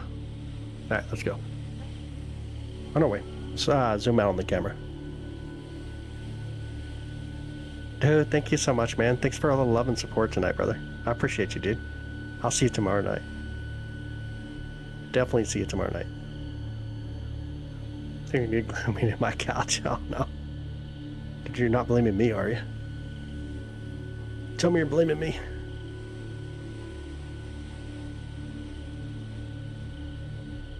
Get enough light. Let me see what we get here. Alright, just me. Sounds good. Have a good night. Let the telescope calm down for just a second. We'll play it off. Riveted. Nice. I'm blaming nature, yeah. And gravity. Gravity's a good one to blame. Music man, I appreciate the sub, brother. On this side, they call it membership. Though when they join, it's a member. They become a member of the channel. What telescope are you using? Right now, C11. Using the C11.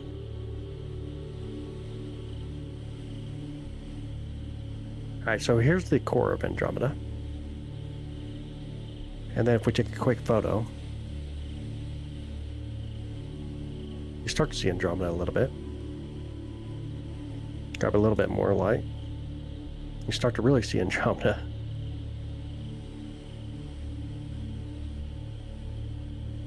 Same band, watch this slide, that's funny. And you're starting to really see Andromeda. So let's take down some of the noise, the gain.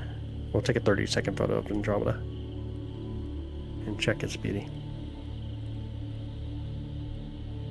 Yeah, man, see you tomorrow night, brother. I know, it's so confusing, ain't Jenny? It's so confusing. If anybody wants to become a member of the See the Skies community, hey, I'd appreciate it. It's my first night to actually be able to offer that here. Alright, Michael, have an amazing night, brother. Tonight we can't, Brenda. Saturn's behind trees. Saturn is back behind trees for us. Let's see here. Get some a little bit more brightness going on. Correct the colors. Start checking out Andromeda Galaxy.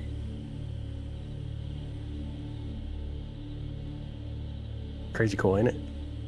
Let me zoom out. This is the full view that the camera can capture it in. It's how massive Andromeda is in the sky. Good night, D-Vids. Maybe. We got a 50-50 chance of a collision with Andromeda. Roughly a 50-50 chance.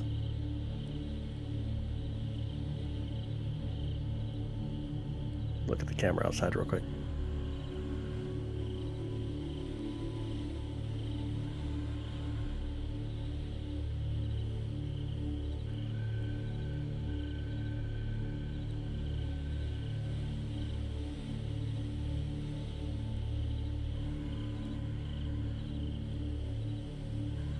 I don't know if you guys can see Jupiter right there. Alright. Yeah, more time, you'll get more details out of it.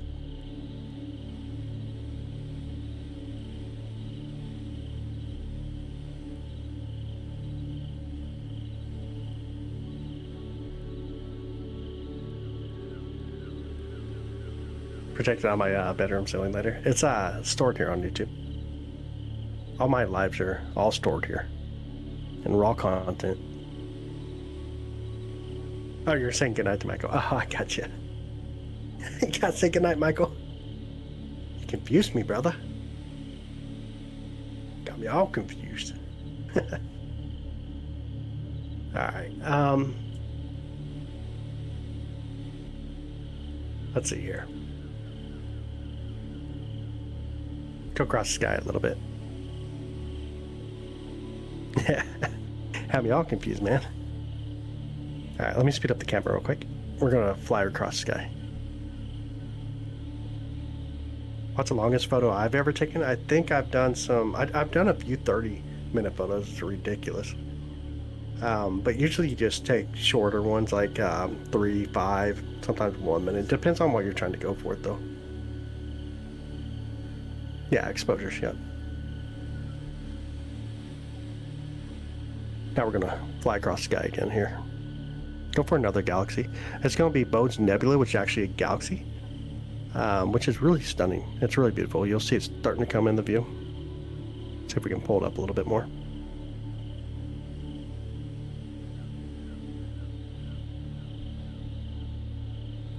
Pull it over a little bit. Go a little bit faster, actually. Move the speed up a little bit here. Put in the center. Probably right there. That should work. I'm gonna take out some of the brightness, and then we'll take another photo here with the Bode's Galaxy. 30 seconds measured for my photos. Nice. Did the North American Nebula. He did about 40 hours of exposures. Made a mosaic. That's crazy. That is amazing, though. Is that the photo that he just took? You asked me that earlier. I haven't seen one besides the Triangle Galaxy that he sent.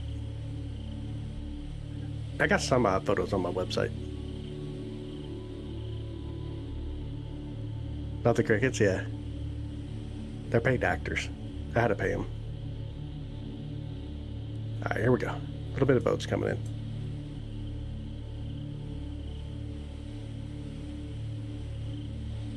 You can see those on my website, skieslive.com.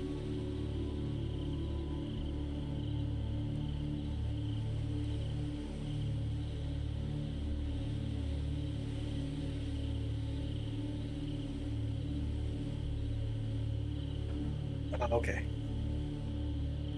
Oh, okay. That makes sense. I got you.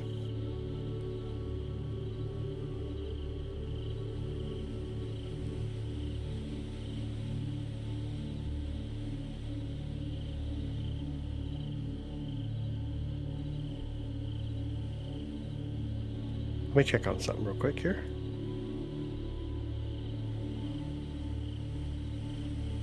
We got just a bit longer. We'll start to see a comment to make sure. That's insane. This is boats. Right now we're looking at boats. Easier targets other than Messier. Easier targets other than M33. So this is boats. This is Messier 81. So you can do 81 and then do 82. They're really close to each other. Really beautiful targets. You got the Bode's Nebula, and then you'll have the Cigar Galaxy really close to it. Can we see more beautiful skies? Yeah. I mean, women see like much more vibrant colors than even men do.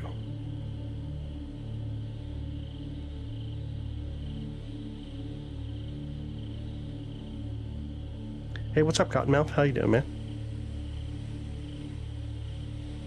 That's true, Defense. That's true. You can look up what the ice cubes are doing that are trying to map our galaxy. Ice cubes is a really cool research.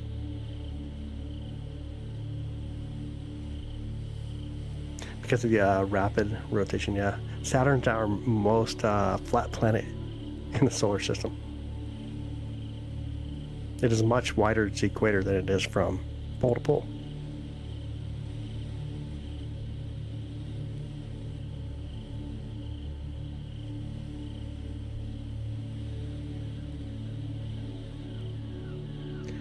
You gotta say it right. We are a grand barred spiral galaxy.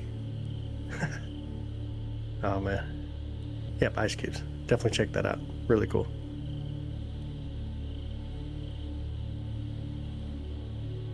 My bad. I don't know why we called it grand. Honestly, it's just funny. More funny than anything, I guess. All right, let's do it. Let's move over just a bit. Let's go to Scar Galaxy, which we're really close to here. Let me speed up the camera. Dang, we were still getting a lot of brightness there. Oh no, the histogram's on. That's why. That makes more sense. All right, here we go. Move over just a bit here. Yeah, because we grand out here. That's funny. We got a little bit of light here. See if we can see it right in the center, or if we need to move over just a bit. Ah, it's just over a little bit. Let's see if we can move it over. We want that target.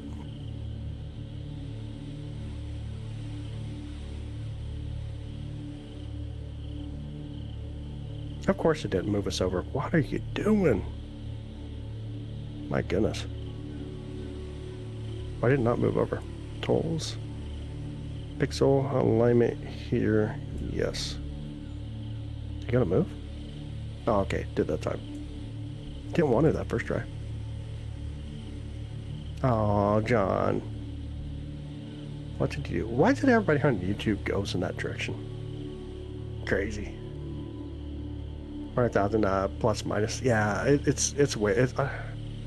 I don't know if 100,000's right though. That don't sound right. But I can't remember off the top of my head. 100,000 don't sound right. I have to look that one up. All right, let's do it. Let's grab this galaxy real quick. 30-second photo again, and again, and again, and again, and again. I need someone that can control everything in here. Yo, what's up, buddy? It's going well. How's your night?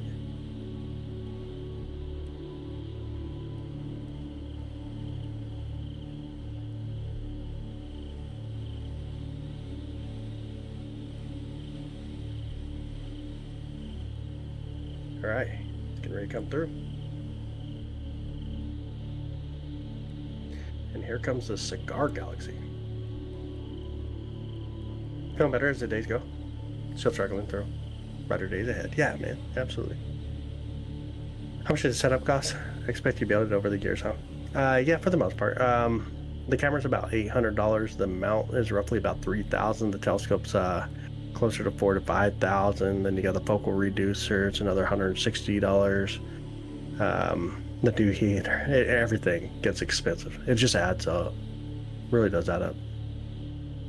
Then you got the observatory.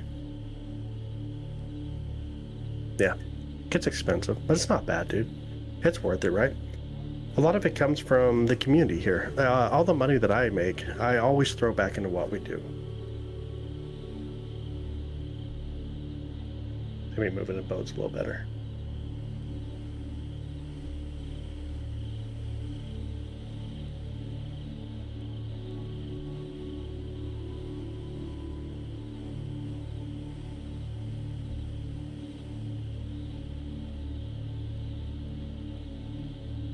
Has a beautiful galaxy in it.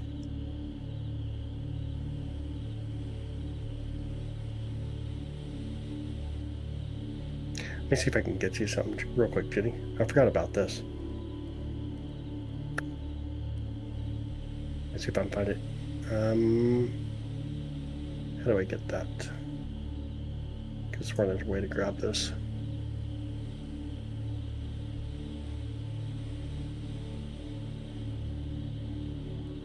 Or is there not? Probably not.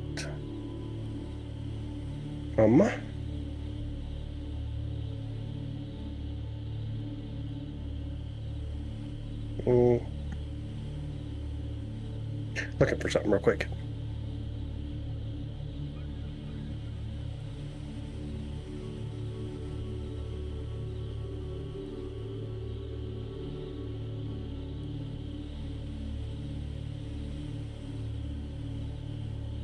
Okay, I think I found it. I'll send it to you real quick, Jenny. I think this will get to where you can see all the chats all together if you want. Maybe. Might work.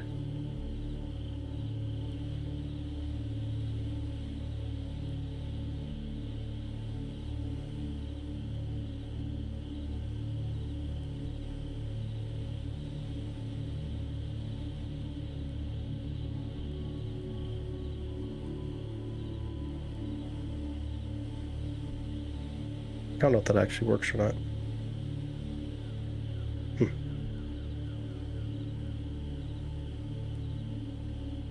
Yep, M82.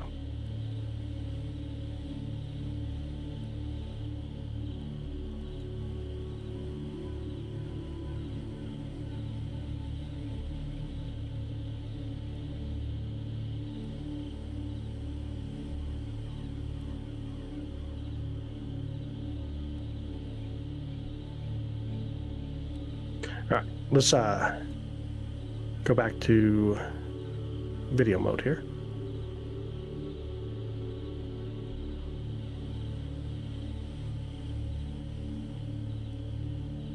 Speed up the camera a little bit. I want to check on something. I don't think we'll be able to see it just yet, but I want to check on it. Slow over here just a minute. You like the eyeball nebula? Man, that's a tough one, dude. Orion obviously is really awesome. The Whirlpool Galaxy is really stunning. I want to take a photo right here real quick. See if we can see this.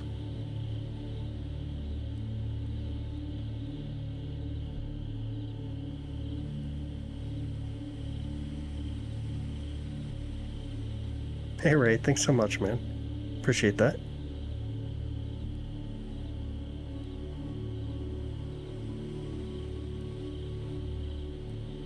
Dude, thank you so much, okay? I appreciate it. Glad to have you here. Definitely glad to have you here. Alright, what I was trying to do was grab a comet, but the trees appear to be blocking us. You can see. Can't see the comet just yet.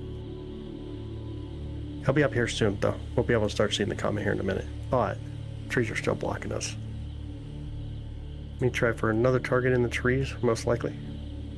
We're getting really close to the top of the trees as well.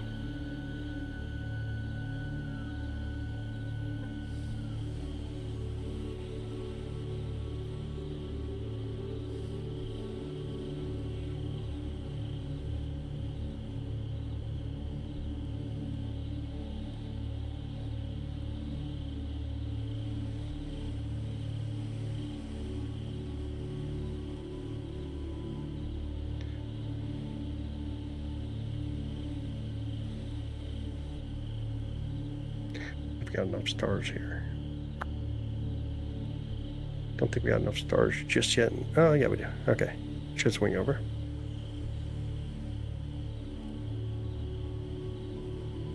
Let's move up real quick and then help me get realigned here. Slew.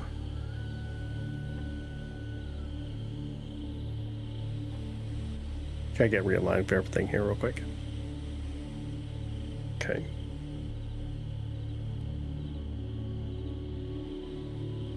Plates off real quick.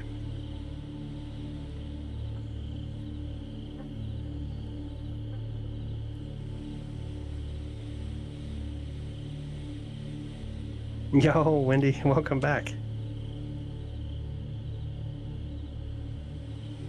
You alright? Why not? Alright, so here's a star. Let's see if we can fly over here real quick.